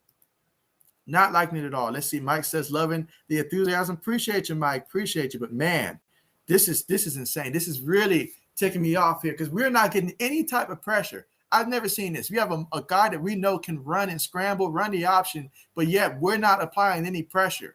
Oregon's offensive line, they may be good, but they're not that good. They're making it seem like all of these offensive linemen are top 5 picks. And there we go again, jumping off sides, giving them a free play to work with. So he's going to go deep and complete. We have got to be better. We've got to play better fundamentals, all that stuff, guys. And so, Angel, thank you so much for joining the stream. Glad to have you here. You know, let me know who are you rooting for in this one, but glad to have you here. But, man, this is 1st and 5 now. We do not need any penalties on defense. We don't have any room for that at all. We've got to play perfect from here on out.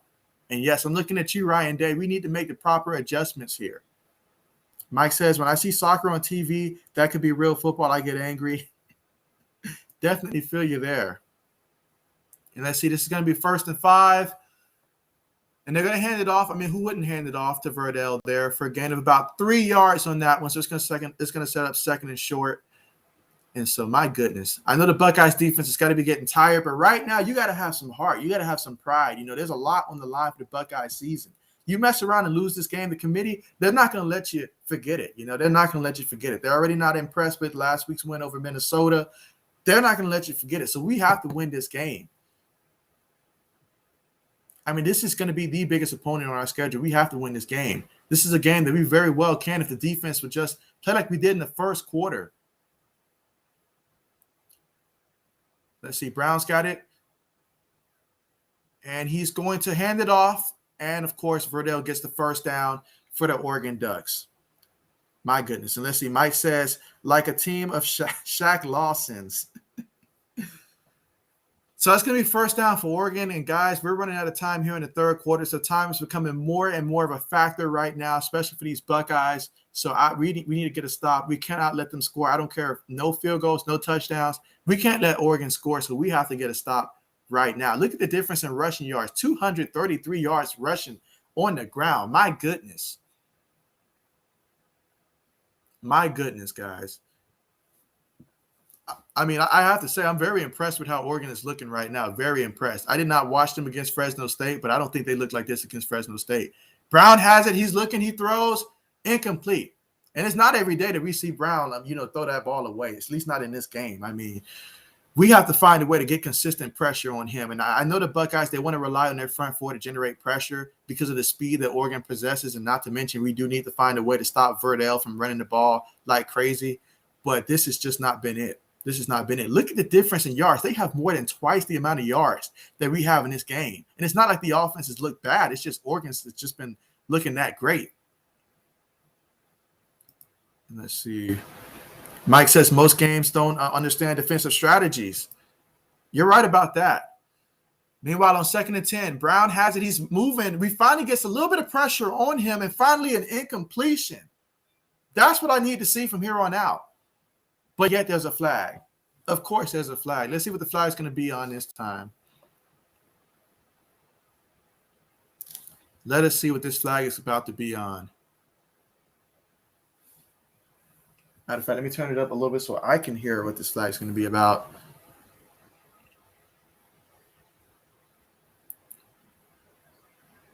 Okay, finally on Oregon. I mean, I don't know the actual stats, but I feel like penalties have been heavily against Ohio State in this one as opposed to Oregon. Not saying that that's, the reason why they're winning, because they've just been executing, but still penalties are not doing us any favors in this one. But finally, something against Oregon. And yeah, I want to take this time to thank each and every person who's on this stream watching. Make sure you guys like the video and subscribe. Well, like the stream and subscribe. Can't speak right now. Subscribe to the channel so that way we can have a lot of these, future streams together. Meanwhile, Oregon's looking. Brown throws it, and the ball's in the air. You have got to. If he would have caught that ball, oh my goodness, like that ball, he very well could have caught that ball and still got the first down for Oregon. But when that ball goes up in the air like that, someone on the defense has got to come and make a play with that one. But that ball shot up in the air. And finally, the defense makes a stand. Finally, they needed to do it. Like, we didn't have a choice. They absolutely needed to do it. So the offense is going to have to come out, and we need a touchdown from the offense. Now, time is becoming more and more of a factor. This Oregon team is extremely dangerous on offense. A lot of speed, a lot of misdirections and stuff. So let's see if we can get something from the special teams. I feel like Ohio State has been very close when it comes to special teams to making some type of play today. And that would really – all right, so we're going to get a fair catch out of this one. Okay, we'll take that. We will take that.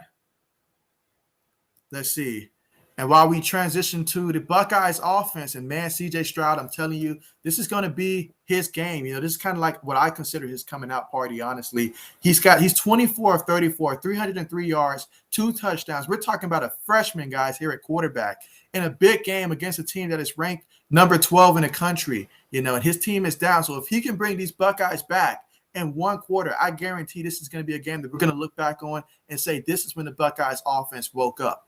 And as for the defense, they're going to have a big challenge ahead of them because the way that Verdell is running, my goodness, he is running crazy. Him and Brown, that's a dangerous 1-2 punch that Oregon has. So I really love this Oregon team. I mean, this is really my first time taking a very deep look at them, but I love what they have on offense. All right, Buckeyes in the shotgun formation. Let's see what they can do on this drive. Touchdown is definitely what they need, though. They need a touchdown. CJ Stroud has it. He's looking, throws it deep. And it is caught by Jackson. What a play. I mean, he took that ball there. I mean, the ball got there, but that was just Jackson making a play on that one. What a fantastic play that is. And that is how we're going to end the third quarter, folks. A lot of excitement in this one. I'm telling you, Buckeyes Nation, we're going to pull this comeback off. I'm telling you, Buckeyes are going to pull this one off. But what I want to hear from you guys while we have this third quarter, tell me who you guys have in this one. Do you think Oregon's going to keep this one and win this, or do you think the Buckeyes are going to be able to come back in this one? Let me know in the live chat. Definitely looking forward to hearing from you guys in this one. And let's see, Mike says cornerback 36 pop. And so absolutely, But, man, guys, I am excited about this one. This is going to be an exciting fourth quarter. I've got that feeling. There's just something about being a Buckeye fan. I can tell we're going to be able to come back in this one. But that was a huge stop. As Mike says, that was a big stop right there. I'll go ahead and catch up on some of these comments. And so the Sports Blitz, thank you guys. Thank you so much for joining the stream, Sports Blitz. And if you guys haven't checked out the Sports Blitz channel, definitely do check him out, guys. He produces a lot of content. I've seen his channel grow so quickly over the last couple of weeks especially. So check him out, subscribe to him, Definitely check us both out. We work together sometimes on videos, and we will do some stuff later on as well. So check him out as well and subscribe to him also. So really do appreciate you for joining here. And so, yeah. And you know me, I'm over here nervous about my Buckeyes and stuff, but I'm excited at the same time because this is a great opportunity. Because if you're going to be a team that can make a deep run in the playoffs, you got to be able to win these type of games. And this is a very good test for the Buckeyes early in the season for a team that is filled with a lot of young guys, particularly the quarterback position, running back position, but also some veterans out there at wide receiver. So I'm excited to see how my team is going to respond facing this adversity here early in the season. And let's see, Mike says Illinois goes on final 42-14. You guys got to give Adjustak a break. You know that he's rooting for the fight. Well, he's a Fighting Illini fan. So, but yeah, I'm sure that was a tough one there for him. Let's see, Mike says going to Jackson. Yeah, Jackson, that was a huge reception right there from Jackson, the way that he's able. And we need catches like that because there's a couple plays here and there where if our receivers fought for the ball the way that Jackson did on that one, this score would be drastically different. So we need our receivers to make those plays, especially help your freshman quarterback out. His job is just to get the ball in your general area. It's your job to maintain the ball and be able to hold possession and come down with it. I mean, because we've got some very talented wide receivers out there. I cannot understate that. We have some really good receivers out there. Two of the receivers that you're watching out there, guys, they're going to be guys that NFL scouts are going to be talking about from day in and day out until we have the NFL draft and even after the NFL draft, because we've got Chris Olave and we've got Garrett Wilson out there, wide receiver, and those are two guys that the scouts, they're going to be raving about. No doubt about it. So Mike says his final Army beats Virginia. That was a good game right there. That really was a good game. And so let's see, Mike says very confident. So we've got Mike here with Ohio State. Who else is with us? Who else believes in the Buckeyes to be able to pull this comeback off? And so the Sports Blitz, anytime, man. This man, he's always constantly posting videos and stuff. So, yeah, absolutely. He also does some NFL stuff. He's a Carolina Panthers fan. So if you also have questions about the Carolina Panthers, that's the guy you want to talk to, the Sports Blitz. He knows a lot about Carolina. Speaking of Carolina, let's see, Mike says that they're tied with South Carolina 14 apiece.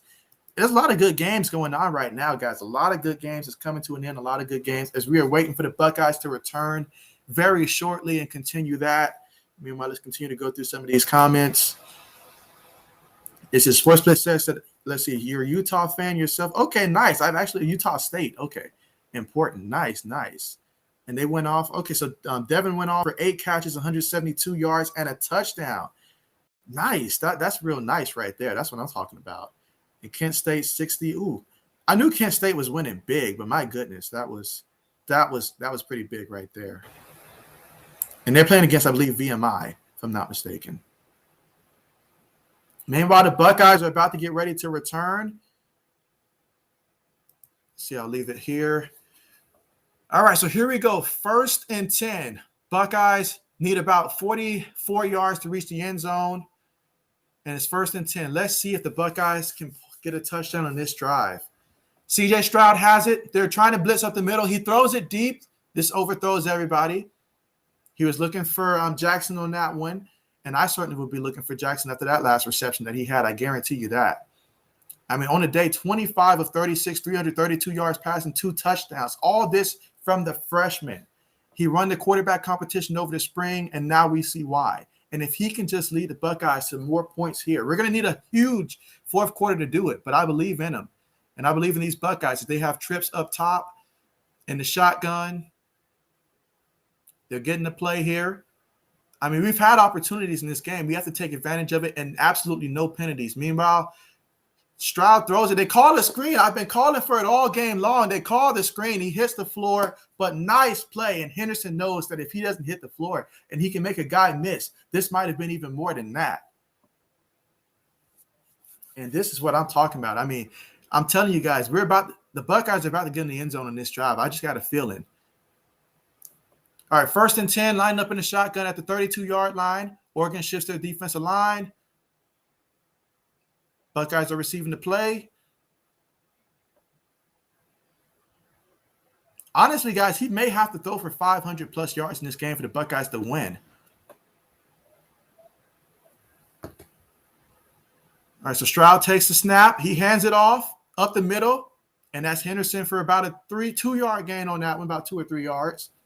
That's going to bring up 2nd and 7. And Henderson, he's been a nice boost here in the second half. But, of course, they're going to keep that tempo up. Stroud has it. He's looking. And he throws it. Oh, man, that was so close, so close. Looking for Wilson in the end zone, so close. But I love how the offensive line was just giving them all that time to really go out there and be able to make those reads. I mean, because the offensive line, they're doing a great job of picking up blitzes.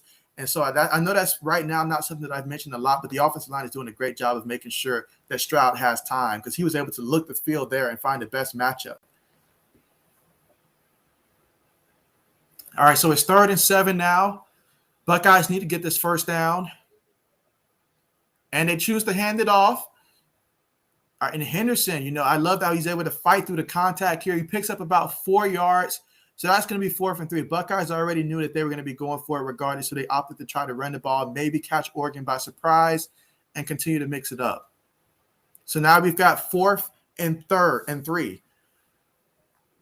This is going to be huge, guys. This is big. I mean, we don't want to ask the defense have to make too many more stops, so we have got to get this first down. And Oregon, again, they were out there, best defensive lineman out there, so that's important to take note of as well. He did not play in this game. All right, out the shotgun formation, 4th and 3. Stroud takes it. He's looking. Offensive line gives him time. He throws it to Garrett Wilson with the reception at the 2-yard line. Let's go at the 2-yard line. If we can get in the end zone here, which I'm confident that we can, we'll be back in this game. I'm telling you got to love these receivers that the Buckeyes have, and I'm really impressed with this offensive line right now. Can this offensive line win the battle on this run? Touchdown, Buckeyes. Touchdown, Buckeyes. I told you guys I had a feeling it was going to happen. It was going to happen. And so, my goodness, Henderson with that one. And, yes, it's time to be nervous. It's time to be nervous if you're Oregon. But, of course, defense still got to go out there, and they still got to produce. The defense has got to go out there and make a stop for the Buckeyes on this next possession and give the Buckeyes an opportunity to go out there and tie it up. The last thing we need is for for Oregon to go out there and score. So this game, this is a good game, folks. This is a good game. Extra point is good. So we have a 28-21 game. Plenty of time here in the 4th quarter for both teams to completely run their offense, continue running the ball, passing the ball. For the Buckeyes, it's all about containing Brown and not letting Verdell have his way on the ground. That's going to be what they're going to have to do. They did it last drive. They're going to have to do it again. But, yeah, felt great to see the Buckeyes get in the end zone. And now it's a 1-touchdown game again. So let's go ahead and catch up on some of these comments real quick. Let's see. Okay, so, yeah, that was Utah State. Let's see. And who do they play? That's right. They're playing North Dakota State. Okay. Bet. And so – let's see. Mike says that Wilson's really good too. Yeah, the Buckeyes, they have a very, very deep receiving depth chart because I remember during spring football, the talk was about how deep this receiving core was. There was a couple guys that opted to leave the Buckeyes just because, quite frankly, there's not enough, playing time to go around to so many receivers. Buckeyes have done a great job in terms of recruiting wide receivers, and it's really paying off today. Let's see. Mike says, big win for Utah State. Absolutely. Mike says, let's see, OC, I'm shoring up the offensive line protection. Yeah, huge, absolutely. And so the Sports Split says, yeah, the O-line has definitely gotten much better. And so sorry about this, guys, just catching up on the comments here while we have commercial before we return for yet another exciting drive to watch for. Let's see, Mike says the Northwestern win over Indiana State 24-6. So good job for Northwestern and big for the Big Ten. Let's see, Mike says the CJ 344 yards. Yep. Well, now it's 367 yards, and he's 27 of 39 and 2 touchdowns. And we're going to need probably 2 more touchdowns from him at the very least to win this game. Let's see. Mike says, beautiful pass to Wilson. Yeah, that was beautiful, man. That was beautiful, especially 4th and 3. I love it because what was happening before was the Buckeyes on 3rd and like 4th and 3, like what they were doing earlier in the game, they were just running up the middle, and Oregon was stopping it up the middle. So this time they broke their own tendency, and on 3rd and 7, they opted to run the ball. They gained 4 yards on that, and then on 4th down, they went to make a pass that was not a quick pass or a short pass, but actually around that medium range towards the sideline. So they broke their own tendency, so Oregon was not prepared for it, and ultimately that's what made the difference there. Mike says Oregon fans look shocked. And Mike says, very confident in a 14-plus Ohio State victory. Talk about confidence there. He says 14-plus. I just want to see the Buckeyes come away with a victory. That's what I want to see. And so, Skylar, appreciate you so much for joining the stream. Skylar, glad to have you here. And you say Ohio State loses by 3. Well, first of all, hey, definitely appreciate you having you here for sure.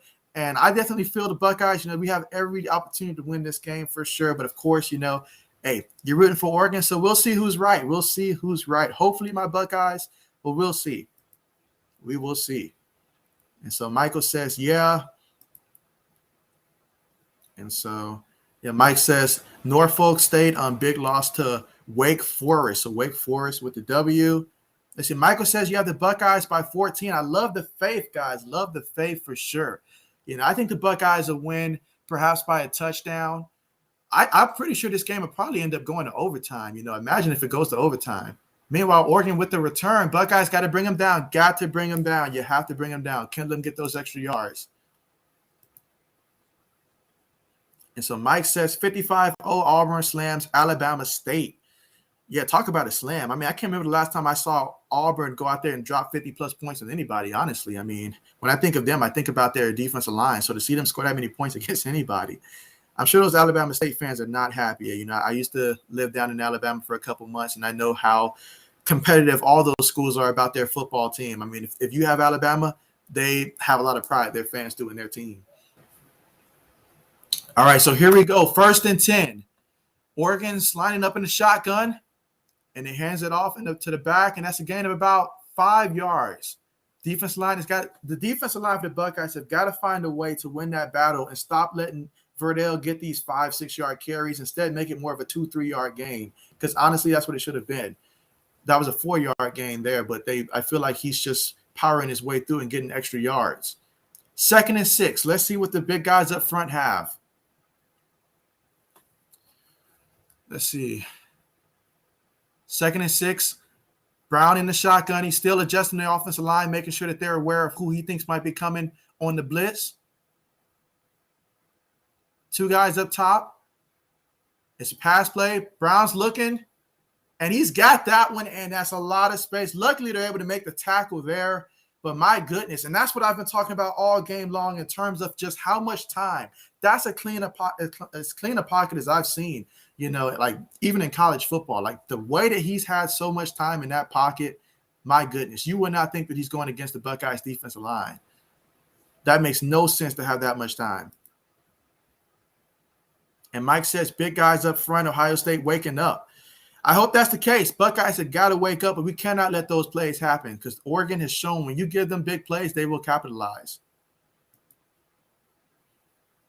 And again, this is 1st and 10, a 7-point game, but Buckeyes defense has got to come up big in this 4th quarter. Have to. And as I mentioned earlier, the penalties, they finally show it. Yeah, the Buckeyes, 7 penalties, 61 yards. Oregon's only had 2 for 25 yards.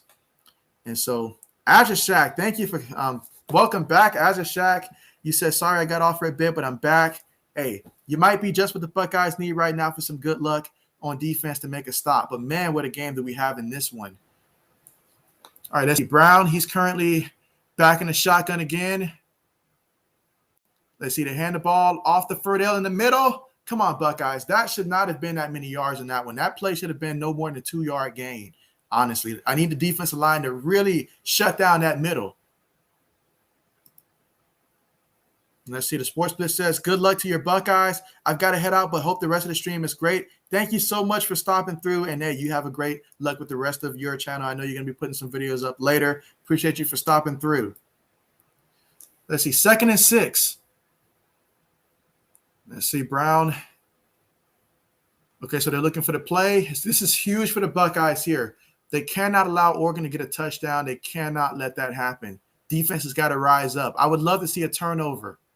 He throws the ball, and he drops it. And finally, Oregon makes a mistake and drops the pass because it was open. My goodness, was it open?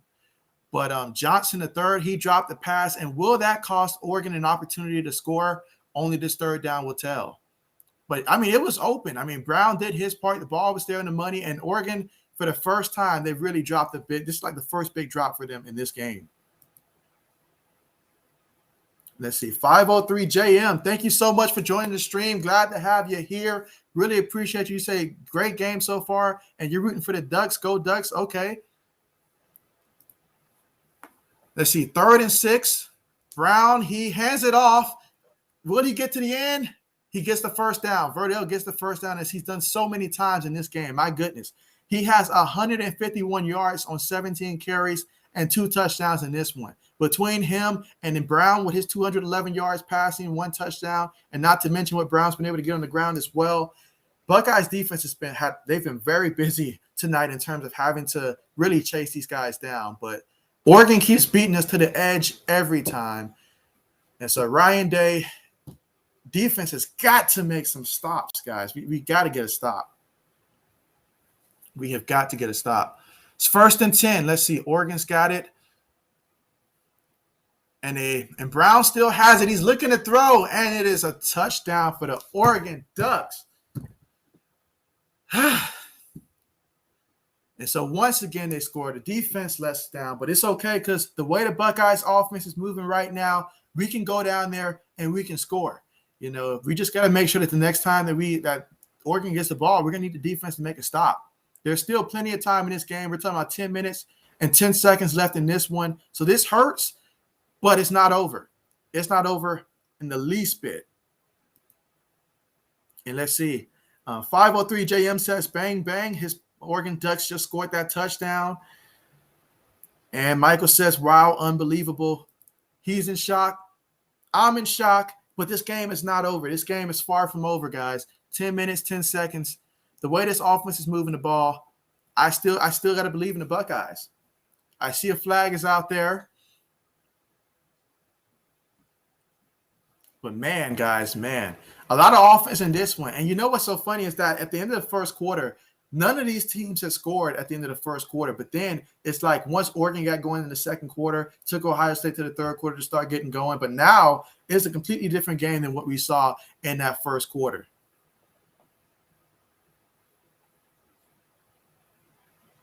And let's see. And Ashak says that you have 34 people on JB. And so, yeah, I mean, hey, everybody wants to see this game. This is a great game so far. And I appreciate all of you guys for tuning in. I really do appreciate that as Oregon kicks the extra point, and it is good. So Oregon is currently up 35-21.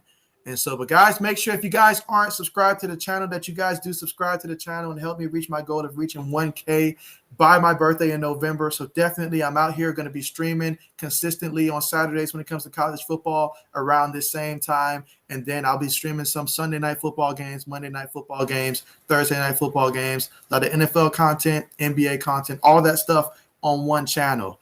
But yeah, appreciate you guys so much. Let's see. Nicholas, thank you so much for subscribing to the channel. Really appreciate you, man. You're the real MVP. Really appreciate you. And guys, what a game we've got here. What a game we've got. I mean, honestly, if it was my call at the end of the year and if both teams run the table, regardless of who win this game, I'd make a strong case for both of these teams in the college football playoffs. But I need to see more from CJ Stroud. You know, I've seen some good stuff already, but we're going to need to see 500 plus passing yards from him. I'm thinking probably about 600 if the Buckeyes are going to win this game. But I like what I'm seeing from the offense. The defense got to make some stops, but it's okay. I feel like the Buckeyes, although they're not stopping Oregon, that they can at least every other drive stop Oregon from scoring. The offense is really just got to score now. Offense got to keep scoring. Got to keep scoring. Let's see. Nicholas says Ohio State got to score. Absolutely. And hey, appreciate you so much for joining the stream, Nicholas. Glad to have you here. And yeah, the Buckeyes got to score, man. Buckeyes got to score. But I believe that we can score. But they've got to score. I've seen a couple times early on, especially early on when the Buckeyes had it where it was a couple times where it was like 3rd and 3, 4th and 3, stuff like that. They got to make sure that they get away from their tendencies of trying to run the ball up the middle on 4th and 3, 3rd and 3, because the Oregon Ducks, they are looking for that stuff. So they've got to get away from their tendencies in those situations. Outside of that, a couple key drops have hurt the Buckeyes, but their offense is moving the ball, and that's pretty evident. And so if they can keep that going, I like the spark that Henderson has brought in ever since he came in place of Williams, who, I mean, I love Williams as well, believe me. I feel he's a great back, but this is the game where we're going to have to rely more on Henderson in the backfield than Williams, and there's absolutely no problem with that. Garrett Wilson, he has 8 receptions, 117 yards, 1 touchdown. He's been huge. Chris Olave, he's been huge. Jackson, he's been huge. These guys are coming out to play, guys. They really are coming out to play. And so absolutely thrilled to see this Buckeyes offense get back out there, and we're going to pick up where we left off at. We have to. Buckeyes have to. Let's see. Jared, thank you so much for joining the stream and joining the live chat. Really appreciate you. You said, can't believe it. Ohio State, really disappointing. That defense is really what's disappointing for me right now. I had high expectations for this defense. I know Oregon's a great offensive team, but honestly, to see the way that they're giving up scoring is embarrassing. We're getting beat to the outside. That speed that Oregon has really been a problem right now. Brown at quarterback, he's a matchup nightmare right now, a matchup nightmare. I'm excited to see what Brown's going to do for the rest of the season, as the way that he's looking right now, my goodness, by the time the year is over, everybody's going to know who Brown is. Believe that. If they don't know already who Anthony Brown is, he's an exciting player to watch. He's a senior out there. And so, but I need the Buckeyes to step up and find a way to stop him. That's what I need to happen. Let's see. Ashak says that he can't believe that Ohio State is really about to lose. Ohio State will not lose, Ashak. It's not over. The way that this offense is moving the ball, we're going to score a touchdown and make it a 1-possession game. There's still over 10 minutes to go here in the 4th quarter, plenty of time. The best part about college football is when you get first downs late in the game, the clock does stop. So Ohio State will have opportunities. It's going to come down to, once again, the defense being able to make a play. But right now, we need the offense to score. And it's important to note Ohio State does have a freshman quarterback in, making his 2nd start of his college football career. So he's been playing huge so far. These receivers, they have to keep stepping up. Keep stepping up. There's a reason why the scouts believe that Ohio State possessed 2 receivers that are first-round pick worthy. So let's see if they can come true here when it matters the most. Ohio State, C.J. Stroud in the shotgun.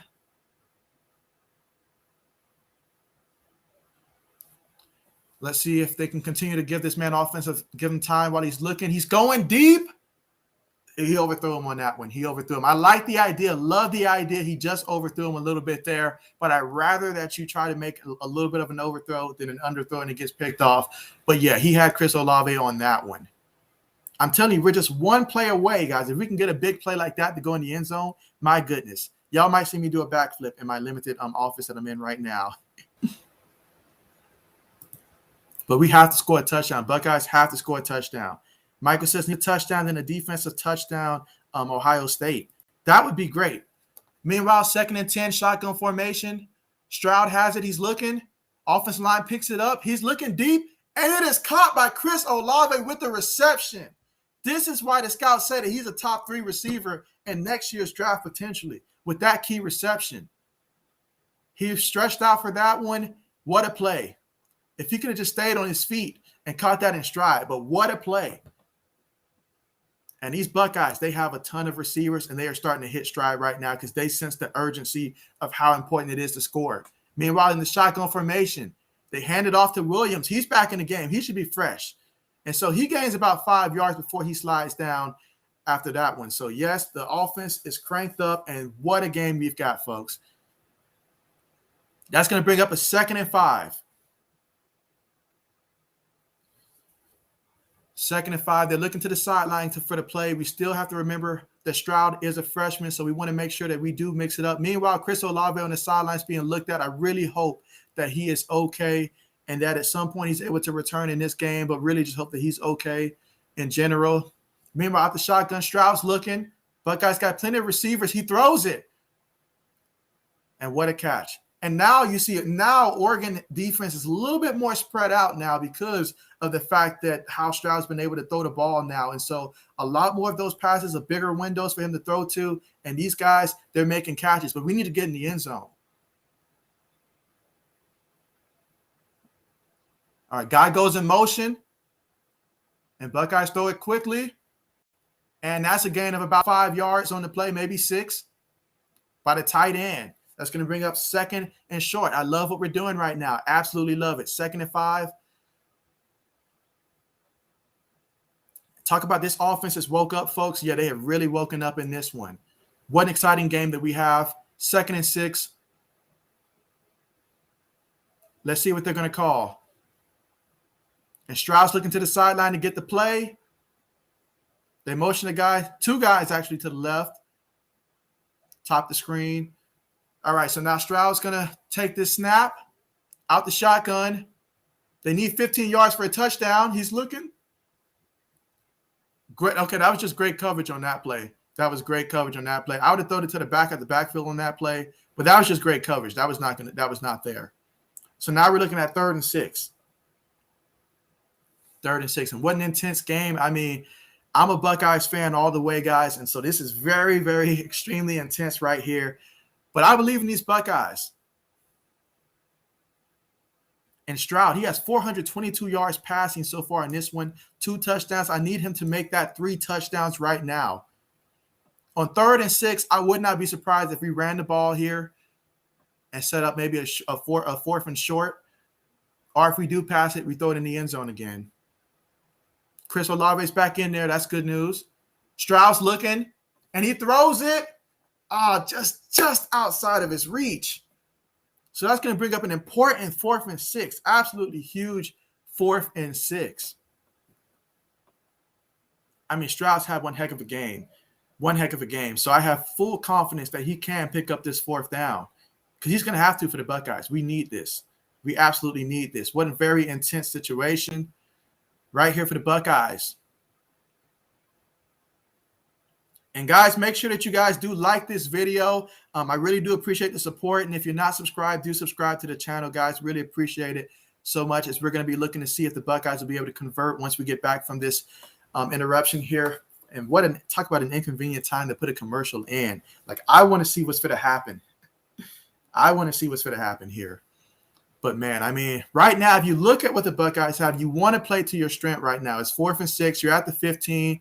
I personally, you want to pass the ball. If not Chris Olave, then Garrett Wilson.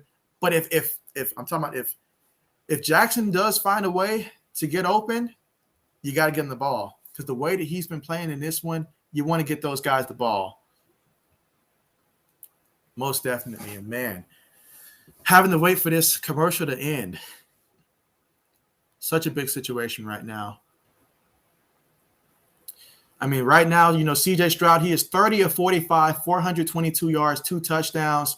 Williams, he's got 12 carries in this one, 63 yards. Henderson's been a nice spark off the bench as well at that running back position. Chris Olave, 11 receptions, 124 yards in this one. My goodness. Let's see. And Mike says that I will draw a 14-plus win. Still think Ohio State wins. Absolutely. This 4th down play right here is so huge because the Buckeyes can just find a way to get back in the end zone. I think Oregon is starting to feel the pressure that Ohio State offense has cranked up now and the way that they're able to move the ball. I mean, because it's been pretty fast how they move the ball. It's only been about 2 minutes off the clock for this offense on this time of possession on this drive. So that goes to show how quickly they're moving the ball. And C.J. Stroud is able to throw it at will. He's just got to find a way to get into the end zone on this play. Offensive line's got to give him time on this one to make sure that he can make the best read possible. And receivers or tight ends, they're going to make the play on this one. They're going to make the play. Let's see. Mike says, shocked by the pressure from that Ohio State front defensive line. Yeah, they've really been lacking in that pressure department. I did not see that coming. I figured Oregon would put up some points, but I did not think it was going to be this easy. No pressure whatsoever so much on Brown. But you know what? What matters is that if Ohio State can score and then being able to make a stop in this 4th quarter, it doesn't matter what they've done prior to that. If they can get it together now, I will be happy. I will be happy. Both teams, right now they're drawing up their best play We've seen Oregon in these situations come through and get touchdowns in these key situations. So I need to see Ohio State do the same thing.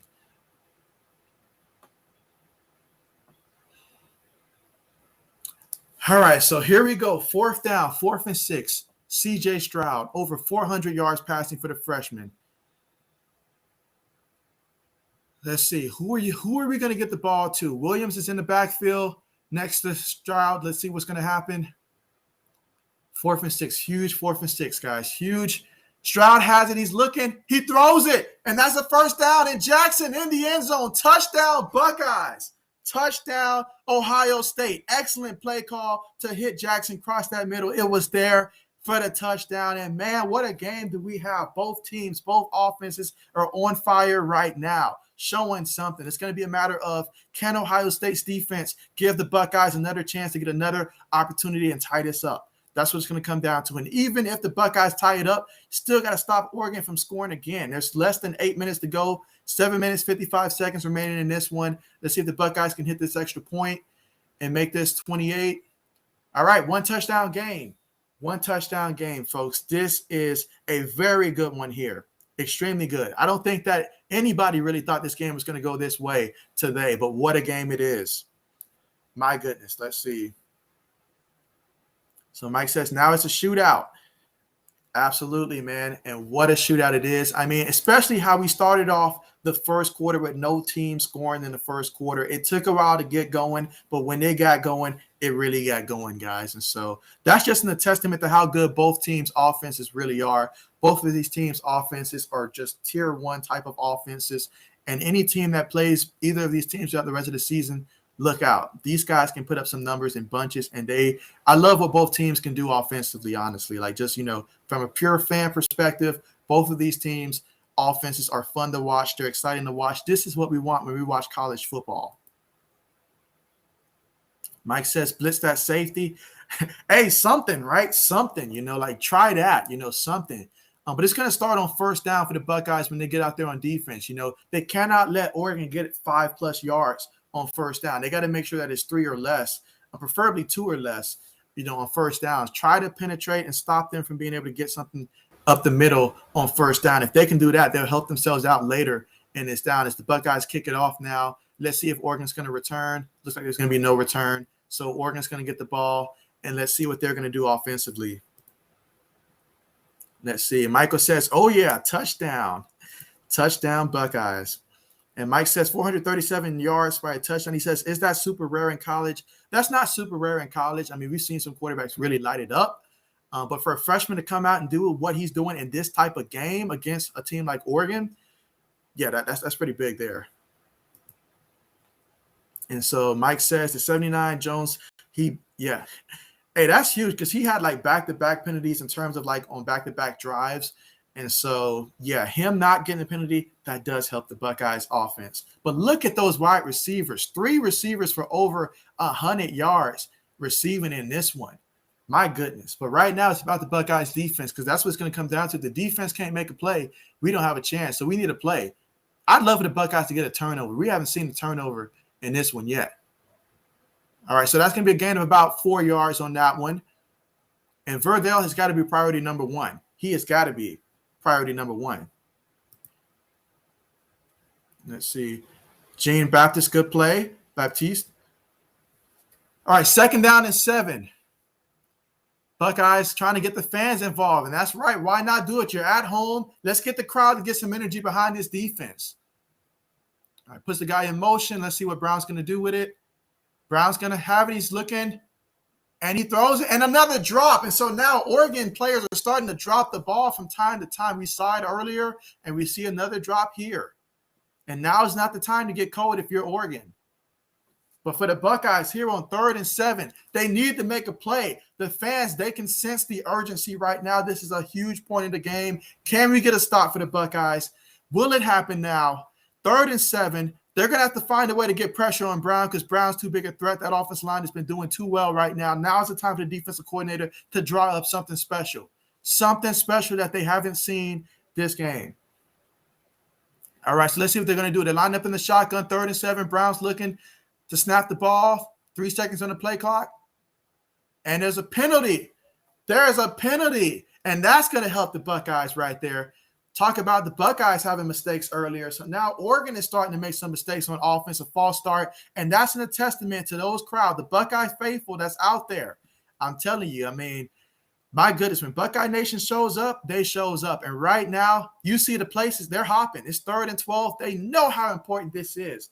And we've seen Oregon too many times in this game pick up 3rd and long situations. So I need to see this defense come up big here. They need to come up big. And let's see. Mike says, need a big play. Absolutely, Mike. We need a huge play. And Mike says, Brown still in 200. Yeah, he's still in the 200s. Let's see, 3rd and 12. Let's see what Brown's going to be looking to do. And another penalty here. My goodness, talking about guys getting rattled. And these are all nerves right now kicking in. It is definitely the nerves kicking in. But my goodness, this is absolutely a great game, guys. Absolutely. As we take yet another commercial break. But man, my goodness, what a game this is, guys. What a game. And I appreciate you guys so much for joining. I mean, what it's showing me right now, there's 46 of you. So thank you guys so much for coming in for the stream. Really appreciate you guys so much. Whether you're rooting for Ohio State or you're rooting for Oregon, I'm glad to have each and every person here with me right now watching this stream. And guys, make sure that you guys continue to like the video and keep subbing to the channel. Really appreciate the support, guys. This is a great game. Great moment right now. And I definitely do appreciate you guys so much for being here and supporting the channel as well. And man, I mean, these commercials are coming at the worst time possible because I'm ready to see some action, guys. I need to see if the Buckeyes are going to be able to come up with a stop here and get the ball back to the offense. Most definitely. And so Trevor Shock, thank you so much for joining the stream. Trevor, glad to have you here. And you say, OH for Ohio. Let's go, Buckeyes. We can really get this ball back, and I feel that we can tie it up. If we can tie it up, folks, this game may very well end up going to overtime, you know, because I could see both teams literally scoring again, honestly. Like, I could see this going to overtime. Hoping the Buckeyes can win in regulation, but, man, this is great. This is absolutely great. And Adishak says, you have 51 people. Wow, absolutely, man. I mean, hey, This is a great game. Like, this is just a great game. And y'all know I'm rooting for the Buckeyes, love the Buckeyes. And so I'm all fired up here. Like, I'm over here nervous and stuff. Absolutely, man. Absolutely. And Mike says that the defensive line needs to get big. Yeah, they need to play big for sure. And, hey, this is going to be a key 3rd down. The way that Brown has been doing so far, the offensive line is giving Brown so much time in that pocket that he's able to hold the ball, and his receivers, with the speed that they possess, they do a great job of getting open.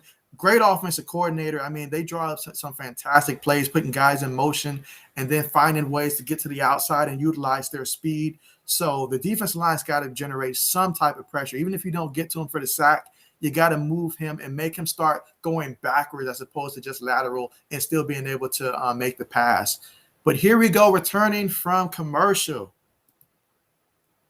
Let's see. Ashak says that also this game is getting interesting. Oh, yeah. Very interesting indeed. Very interesting indeed. And let's see. We'll leave it right here for now as we return to the action. 3rd and 12. Can the Buckeyes defense make a stop, or will Oregon offense find a way to get a 1st down once again, as they've done so many times in this game? Brown has 225 yards passing so far in this one. 2 touchdowns, 16 to 31. Let's see. He's lining up in the shotgun. He takes a snap. He's looking, and he throws it. Incomplete. It's going to be 4th down. They're going to have to punt the ball, and the Buckeyes defense comes up big. It's like I said earlier. They may not make a stop every time, but if they can at least, you know, when we really, really need it, for them to come up big, that is big for the confidence of this defense. That is big for Ohio State. The fans love it. I love it. Come on, Buckeyes. We have got to find a way to score a touchdown on this drive, man. We've got to score a touchdown on this drive. Got to. Meanwhile, they're going to punt the ball, so I'll go ahead and take a couple more comments here. Let's see. Mike says that middle open. Let's see what they do. Meanwhile, they're going to punt the ball. Let's see if we can get a nice return off of this. Let's see. Wilson has it. You know he's got big playability, but – yeah, they stop him there. But, man, this offense has a chance to come out here and tie it up on this drive. After what we've seen in this game, the Buckeyes are having a very strong fourth quarter, and that's exactly what they needed to do, and they're going to need to have even more. C.J. Stroud, 31 of 46 passing, 437 yards, 3 touchdowns, and quite frankly, that's not enough. We're going to need more from him. More from him. We've got 3 receivers over 100 yards in this game. We're probably going to need to have 4 receivers over 100 before it's all said and done, guys. Like, we need the Buckeyes to score here. All right, so I'm going to leave the comments right there so I can get back to it. But, yeah, C.J. Stroud and the offense coming back out, and right now they have got to be feeling like they're in the zone right now and just keep doing what we're doing, keep mixing in runs, mixing in passes, all that great stuff. But we've got a ton of weapons here at the Buckeyes' disposal on offense. Now, let's put it to use. Jackson in motion. Let's see, Stroud in the shotgun. He's looking. He has time. He throws it. Jackson with the reception. Jackson coming up big. My goodness, I love this Jackson guy. Absolutely love him, man. He is a great compliment to what the Buckeyes have at wide receiver. And what a play. I mean, the way that Stroud is looking right now, I mean, my goodness. You would not even know that this was his first year as a starter. And the offensive line is doing fantastic as well. I have to give them a shout out. Meanwhile, in the shotgun formation, around midfield, 1st and 10, 6 minutes, 40 seconds remaining in the game. Stroud has it. He's looking. He throws it deep. And he's got a man, but just out of his range. I want to see Wilson dive for that ball, just out of his range. My goodness.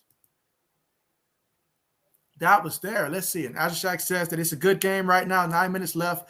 41-35 Pitt's running right now over Tennessee. Another good game taking place right now. But right now it's 2nd and 10 for the Buckeyes.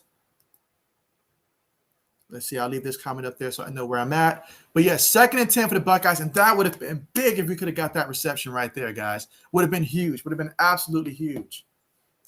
Let's see. 2nd and 10. Buckeyes in the shotgun.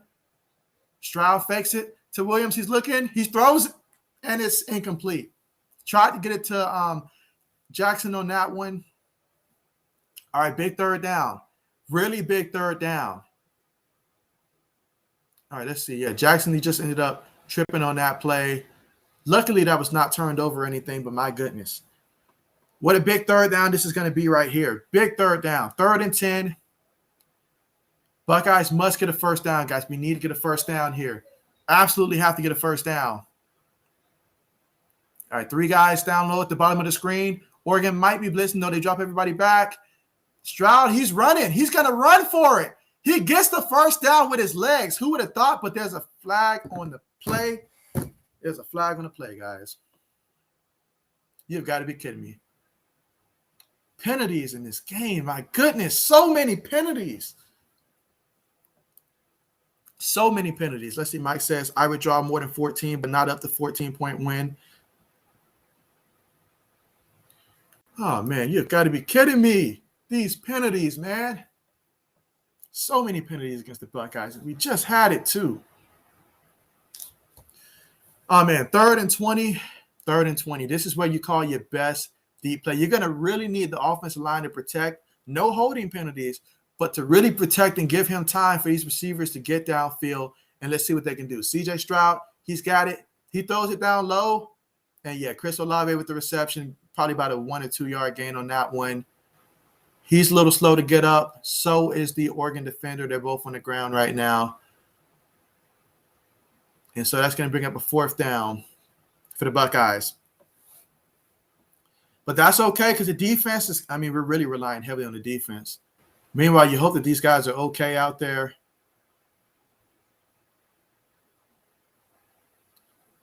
But, yeah, I mean, they're really going to have to rely heavily on the defense now. It's going to be up to the defense to give them one more opportunity. If the defense can give them one more opportunity, I think the Buckeyes will be able to score. But it's going to come up to the defense now.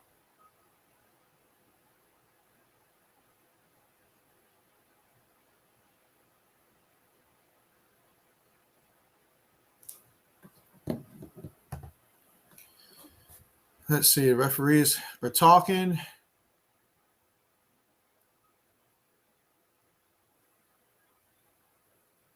I know Chris Olave, I think he was banged up earlier. I know when he had that deep catch earlier in the game, he was banged up there. So definitely want to see how he's doing as well. But yeah, that Oregon defender being looked at by the medical staff, certainly hoping that this is nothing serious.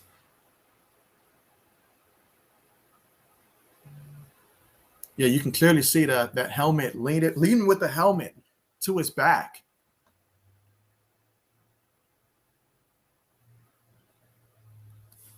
Meanwhile, while this is going on, I'll go ahead and catch up on some of the comments right now. Let's see. Mike says that CJ needs time. Absolutely. Let's see. Mike also says, I personally go into Jackson. Oh, yeah. We know your favorite receiver there, and I can't blame you. And Mike says, what went wrong on that deep pass? And so, yeah, that's the question there. What went wrong on that deep pass? For sure, man. And so Mike says, I'm CJ. Terrible decision there. But he's still young, guys. He's still young, So to ask he's playing superb for any quarterback. Better yet, a freshman. So absolutely superb. But man, yep, that was a big penalty, a killer of a penalty, for real. Let's see, Mike says Mumford Jr. And Michael says Holden. And Ashak says this is a good game. Absolutely, man. This is one heck of a game right now. Buckeyes are going to have to punt the ball. And we're going to have to really rely on the defense. And as they continuously show this replay over and over,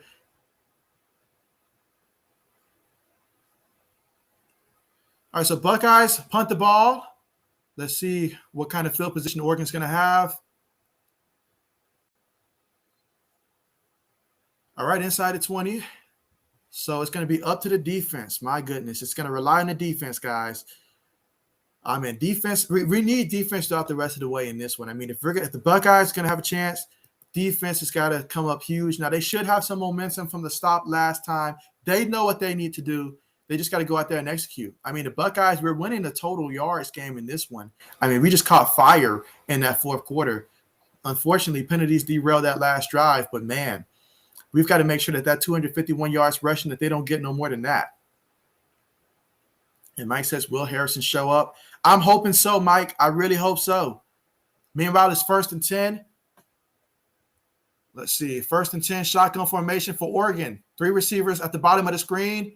And they're going to run. Brown's going to run again. This time he only gains about 2 yards. So good job by the Buckeyes. It's probably the best that I've seen them guard that play.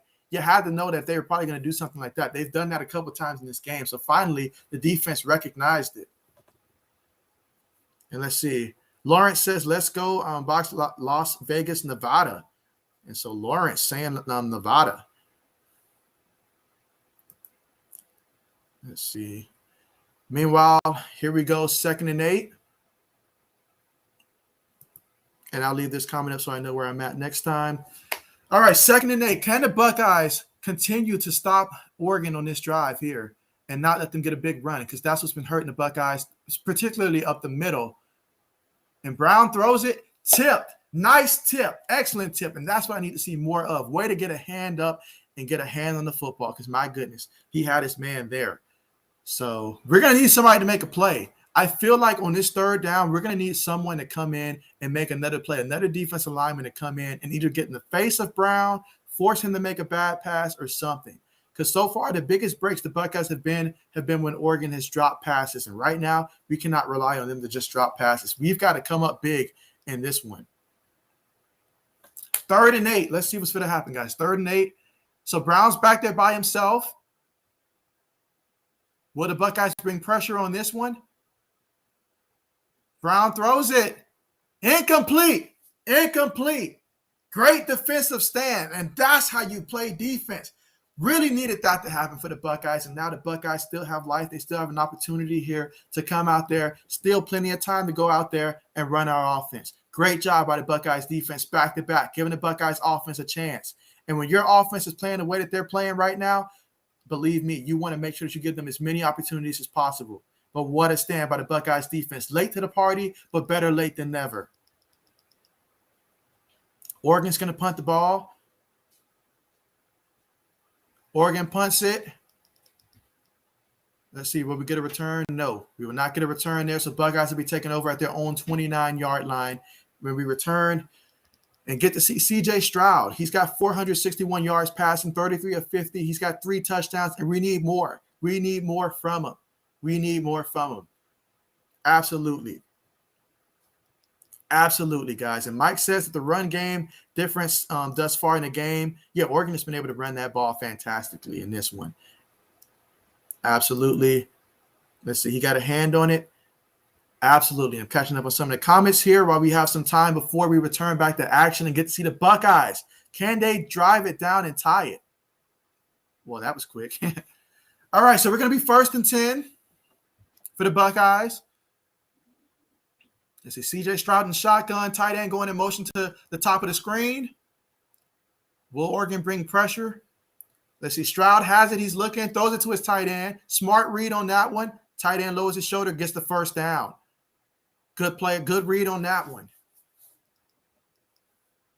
Get the first down. Now, we need to play smart as a team. We cannot have any penalties on offense at all because that's what's been derailing our drives lately. Hand the ball off in the middle.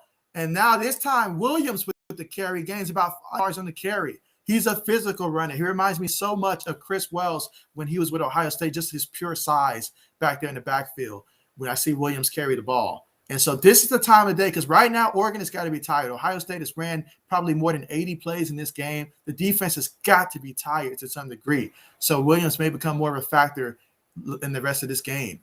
And now they hand it off to Williams again. He's running. He's fresh. And that's another about 5 yards pickup on that one as they're looking to give Williams more carries in this one to try to help their young freshman quarterback not have to do too much. Obviously, time is a factor, so they're going to want to score a touchdown on this drive. You're going to want to. They're in the shotgun, C.J. Stroud in the shotgun. Let's see if Oregon's going to try to bring any pressure.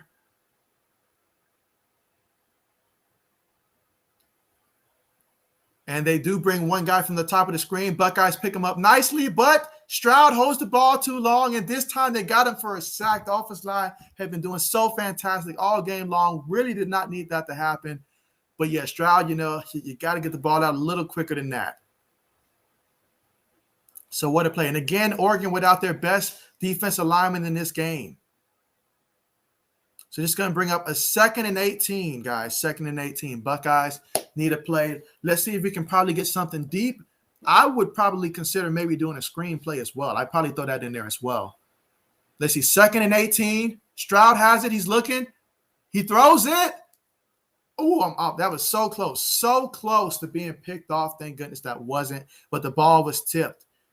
The ball was tipped. And so now it's 3rd and 18. So the Buckeyes, if I'm the Buckeyes, I'm trying to gain at least about 10, 12 yards on this play and set it up for something 4th and manageable if possible, unless you just happen to have something one-on-one with any of your receivers, honestly. But let's see what's going to happen. Let's see. 3rd and 18. Very important here for the Buckeyes. Takes the snap. Stroud's looking. He's looking. Oh, man. Pressure's getting to him. Pressure's getting to him. He throws it. Picked off. Picked off. And so, yeah, once we reached that 3rd and long situation, that was not good. And so Oregon celebrating out there, but Ohio State defense has got to find a way to come through one more time. We've got all 3 timeouts. It's very possible if we can just go out there and make sure that they get nothing in terms of on the ground. But, man, this is a major blow not to score in this possession. Major blow. Major blow. And that's C.J. Stroud's first turnover of the game.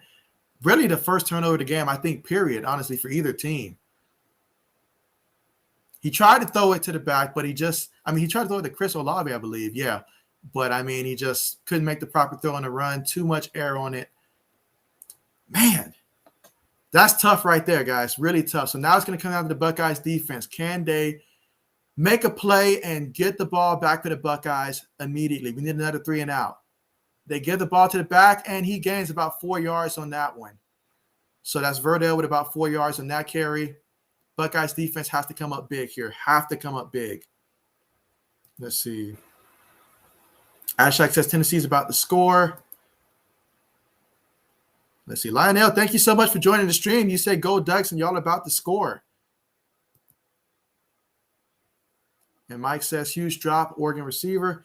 Catching up on some of these comments here, so apologize if I'm a little behind on the comments here. Mike says, CJ comeback lead. That would be nice.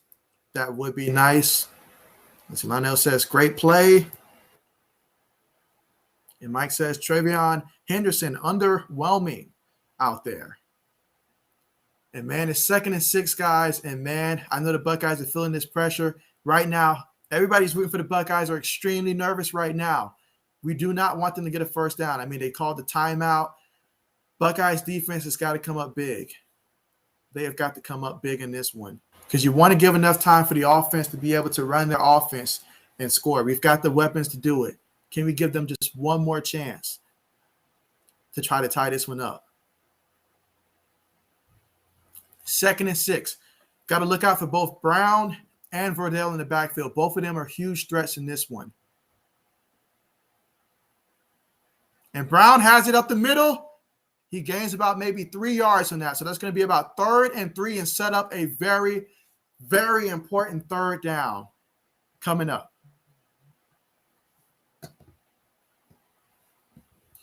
Huge 3rd down coming up here. 2nd timeout by the Buckeyes, so they need to make this stop here. Absolutely need to. And while they call that timeout, another chance to get through some of these comments. And let's see. Mike says 88 finally makes a catch. And then he also says that Oregon dude with 90s shade. He's a player. He's their best defensive lineman, but he's currently out this game. We found out prior to the game that he was not going to be suiting up for this game against Ohio State for Oregon. Imagine if they had him out there as well. And Mike says O-line dropping the ball. Yeah, offensive line. I mean, but, you know, Stroud's got to be able to feel when that pressure's coming and be able to get rid of it earlier, but that was a huge sack. And you say, ouch, bad decision. Meanwhile, we're talking about 3rd and 3. Let's see, Lionel said, let's go, Ducks. CJ up the middle. All right, guys, so here we go. 3rd and 3. This is so huge. Can we get the Buckeyes to make a stop here? Let's see. 3rd and 3. Brown is going to keep it. He throws it, and my goodness. They're able to get the first down here for the Oregon Ducks. You cannot let that happen. You cannot. But Brown has done such a great job of how he extends his fake to where he can literally decide if he's going to hand it off, keep it, or throw it, and that's just been deadly. Ohio State's defense needs to do something different here. But, man, that was huge. That was huge. And Mike says the rookie got to learn something. Sometimes there's nothing there. Throw it away. Yeah, throwing it away would have been nice as opposed to taking a sack. And so Lionel says, big KT with the shades. Oh, yeah, so glad he's not in there in this one. Just imagine the havoc he would have been causing out there against the Buckeyes. And Ashak says, what a bad pick. Meanwhile, Oregon, that's about 2-3 yards in the carry for Oregon on 2nd down. And so, yeah, these Buckeyes, they still got one timeout, but the defense has got to play perfect from here on out. They've got to play perfect from here on out. And the Buckeyes may need to get a big play if they do get a chance on offense to tie it up. But, man, right now the odds are clearly in Oregon's favor. And let's see if that's going to hold. Ashak says can't do that. Let's see. And Mike says that Brown only 236, but running a great offensive line with the run game. Oh, yeah, he's just doing, everything that he's got to do inside to make it happen. Whether it's throwing, running, he's making smart decisions. Meanwhile, all right, so that's a gain of about 4 yards on that carry, and it's going to be a 3rd down, another 3rd down, this time 3rd and 4. And this is it, man. I mean, if the Buckeyes don't make the stop here, this is it. This is it, guys. This is it. And Mike says, linebacker 35, nice tackle. And Lionel says, Brown is an old, savvy veteran, 27 years old. 27. Oh, wow, I did not know that. See, Mike says, Verdell too much for the defense. And Midwest, thank you so much for joining the stream. You say Ohio State needs a new defensive coordinator. Meanwhile, Oregon, up the middle, he's short. He's short. He's short on that play, but yeah, he's short. But why Ohio State hasn't called it? Okay, I was about to say, why they haven't called a timeout is beyond me. But man, I don't. Man, 4th and 1. My goodness. Let's see. Lionel says Simon. Super Simon. Oh man. Final timeout. 4th and 1. 30 seconds. My goodness. I mean, the odds are stacked against Ohio State, but hey, there's still a chance. There's still hope. There's still hope. And the Sports Blitz. He says 49 people in here now. Exactly, man.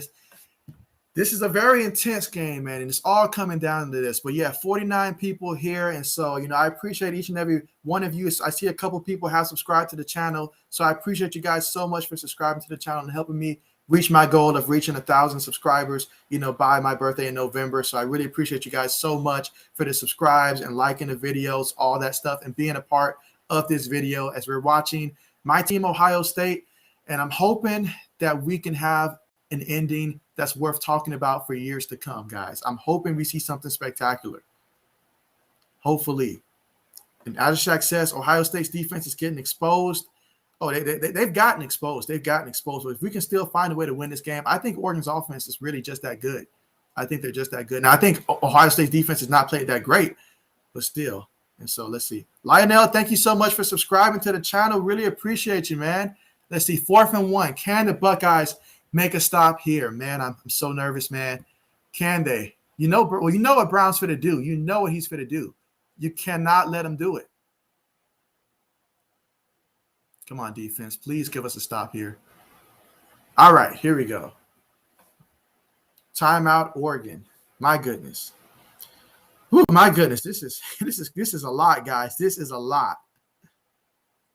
Let's see. For all the senior. Okay, senior. Absolutely, man. Absolutely. Let's see. Michael says 51 people in the chat now. Hey, this is a great time, man. This is a great game. This is clearly a huge game. Huge implications later on in the year when we're talking about the college football playoffs. Absolutely huge. A lot on the line now. Mike says, do they kick?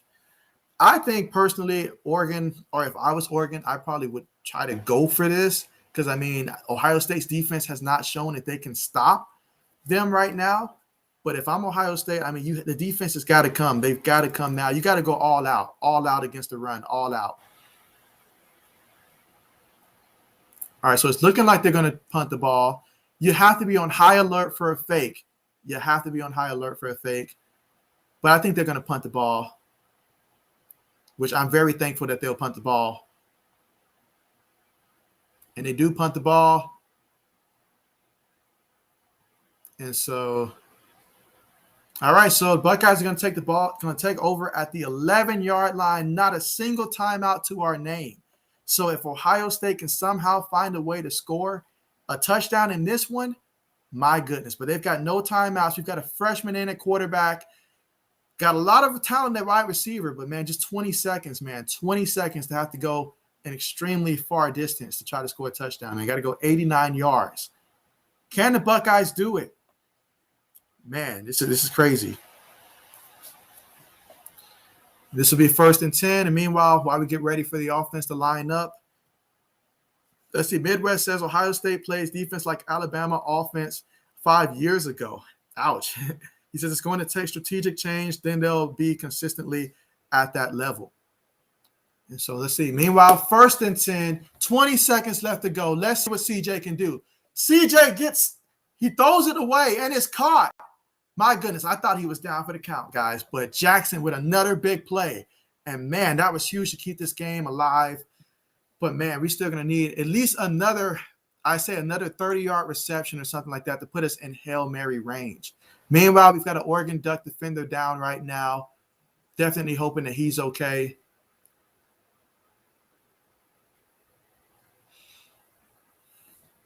And while they're attending to him, let's go through some of these comments real quick. Let's see. Lionel says, we're going for it. And Mike says that I would not have kicked. Not if I was them. No, I would not have. And so Mike says, need a Hail Mary.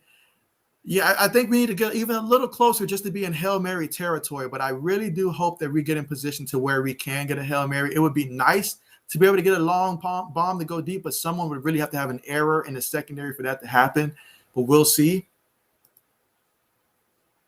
And so let's see. Amir says, Ohio's got this. Come on. Hey, appreciate you for joining the stream. Glad to have you here. I know that we're at the very end, but still appreciate you for coming through. And, man, these Buckeyes have got to have it. Meanwhile, while they're looking at this play, please tell me his knee was not down. Oh, man, I'm not liking what that replay shows me. Let's see. Adishak says Pitt won. Good job for Pitt beating Tennessee. Let's see. Michael says quarterback sneak. Well, that ball is out of his hand on that image right there. It's really close. I don't think it's enough evidence to overturn it. I'd leave it as is. It's okay. So that was 41-34 that Pitt beat Tennessee. That was one heck of a game.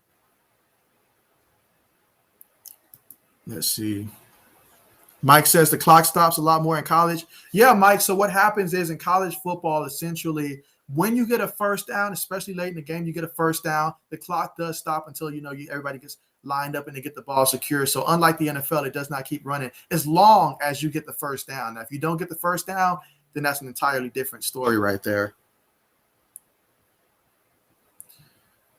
Man, this is a lot of pressure. Ohio State has got to find something, man. This is why you practice, different scenarios, finding a way to be able to make a play. I say you really got a chance for one, maybe two more chances to try to gain about 15 yards on a play and try to get yourself in position to where you can throw a comfortable pass in the end zone with all these receivers that we have back there and hope that somebody either makes a play or draws a penalty or something. Let's see the official review.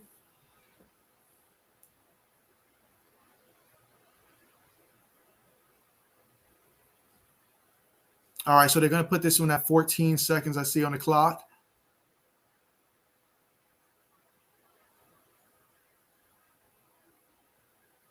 Call is confirmed.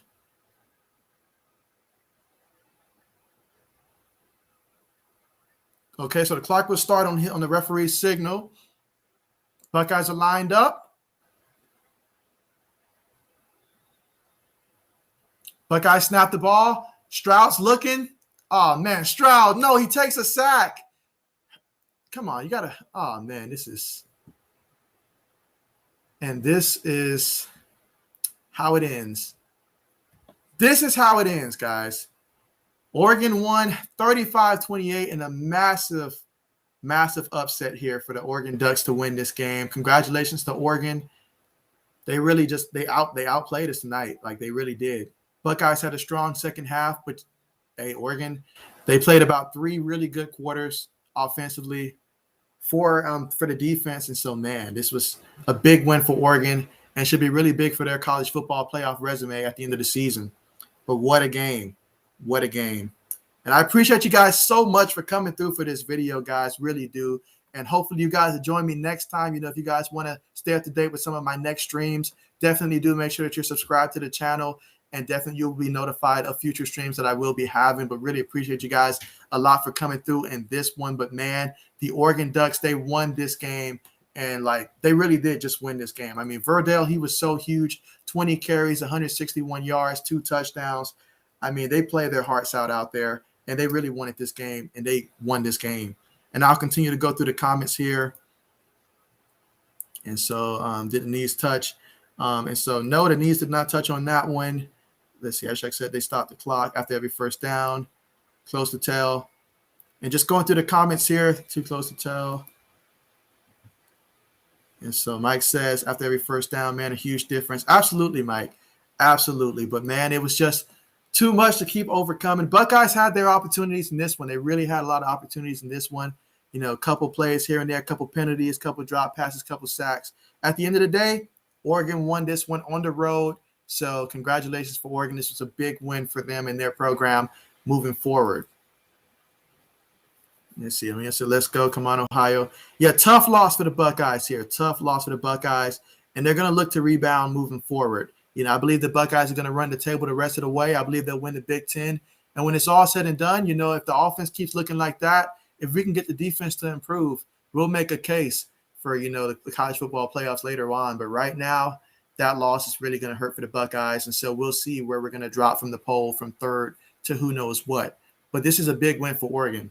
Huge win for Oregon. This should definitely put them, in my opinion, in the top 5 in the next polls. But, man, what a disappointment. And Mike says Oregon got good pass rush. Huge shocker. Yeah, this was a tough one. It's still a tough one to swallow, guys. Very tough. Adishak says, great stream. Appreciate you, man. Appreciate you so much, man. Really do. This was tough, man. This was tough. Really tough one. And Mike says, best call yet. Best call yet. Appreciate you. And so, yeah, Mike, this is really tough, guys. Really tough.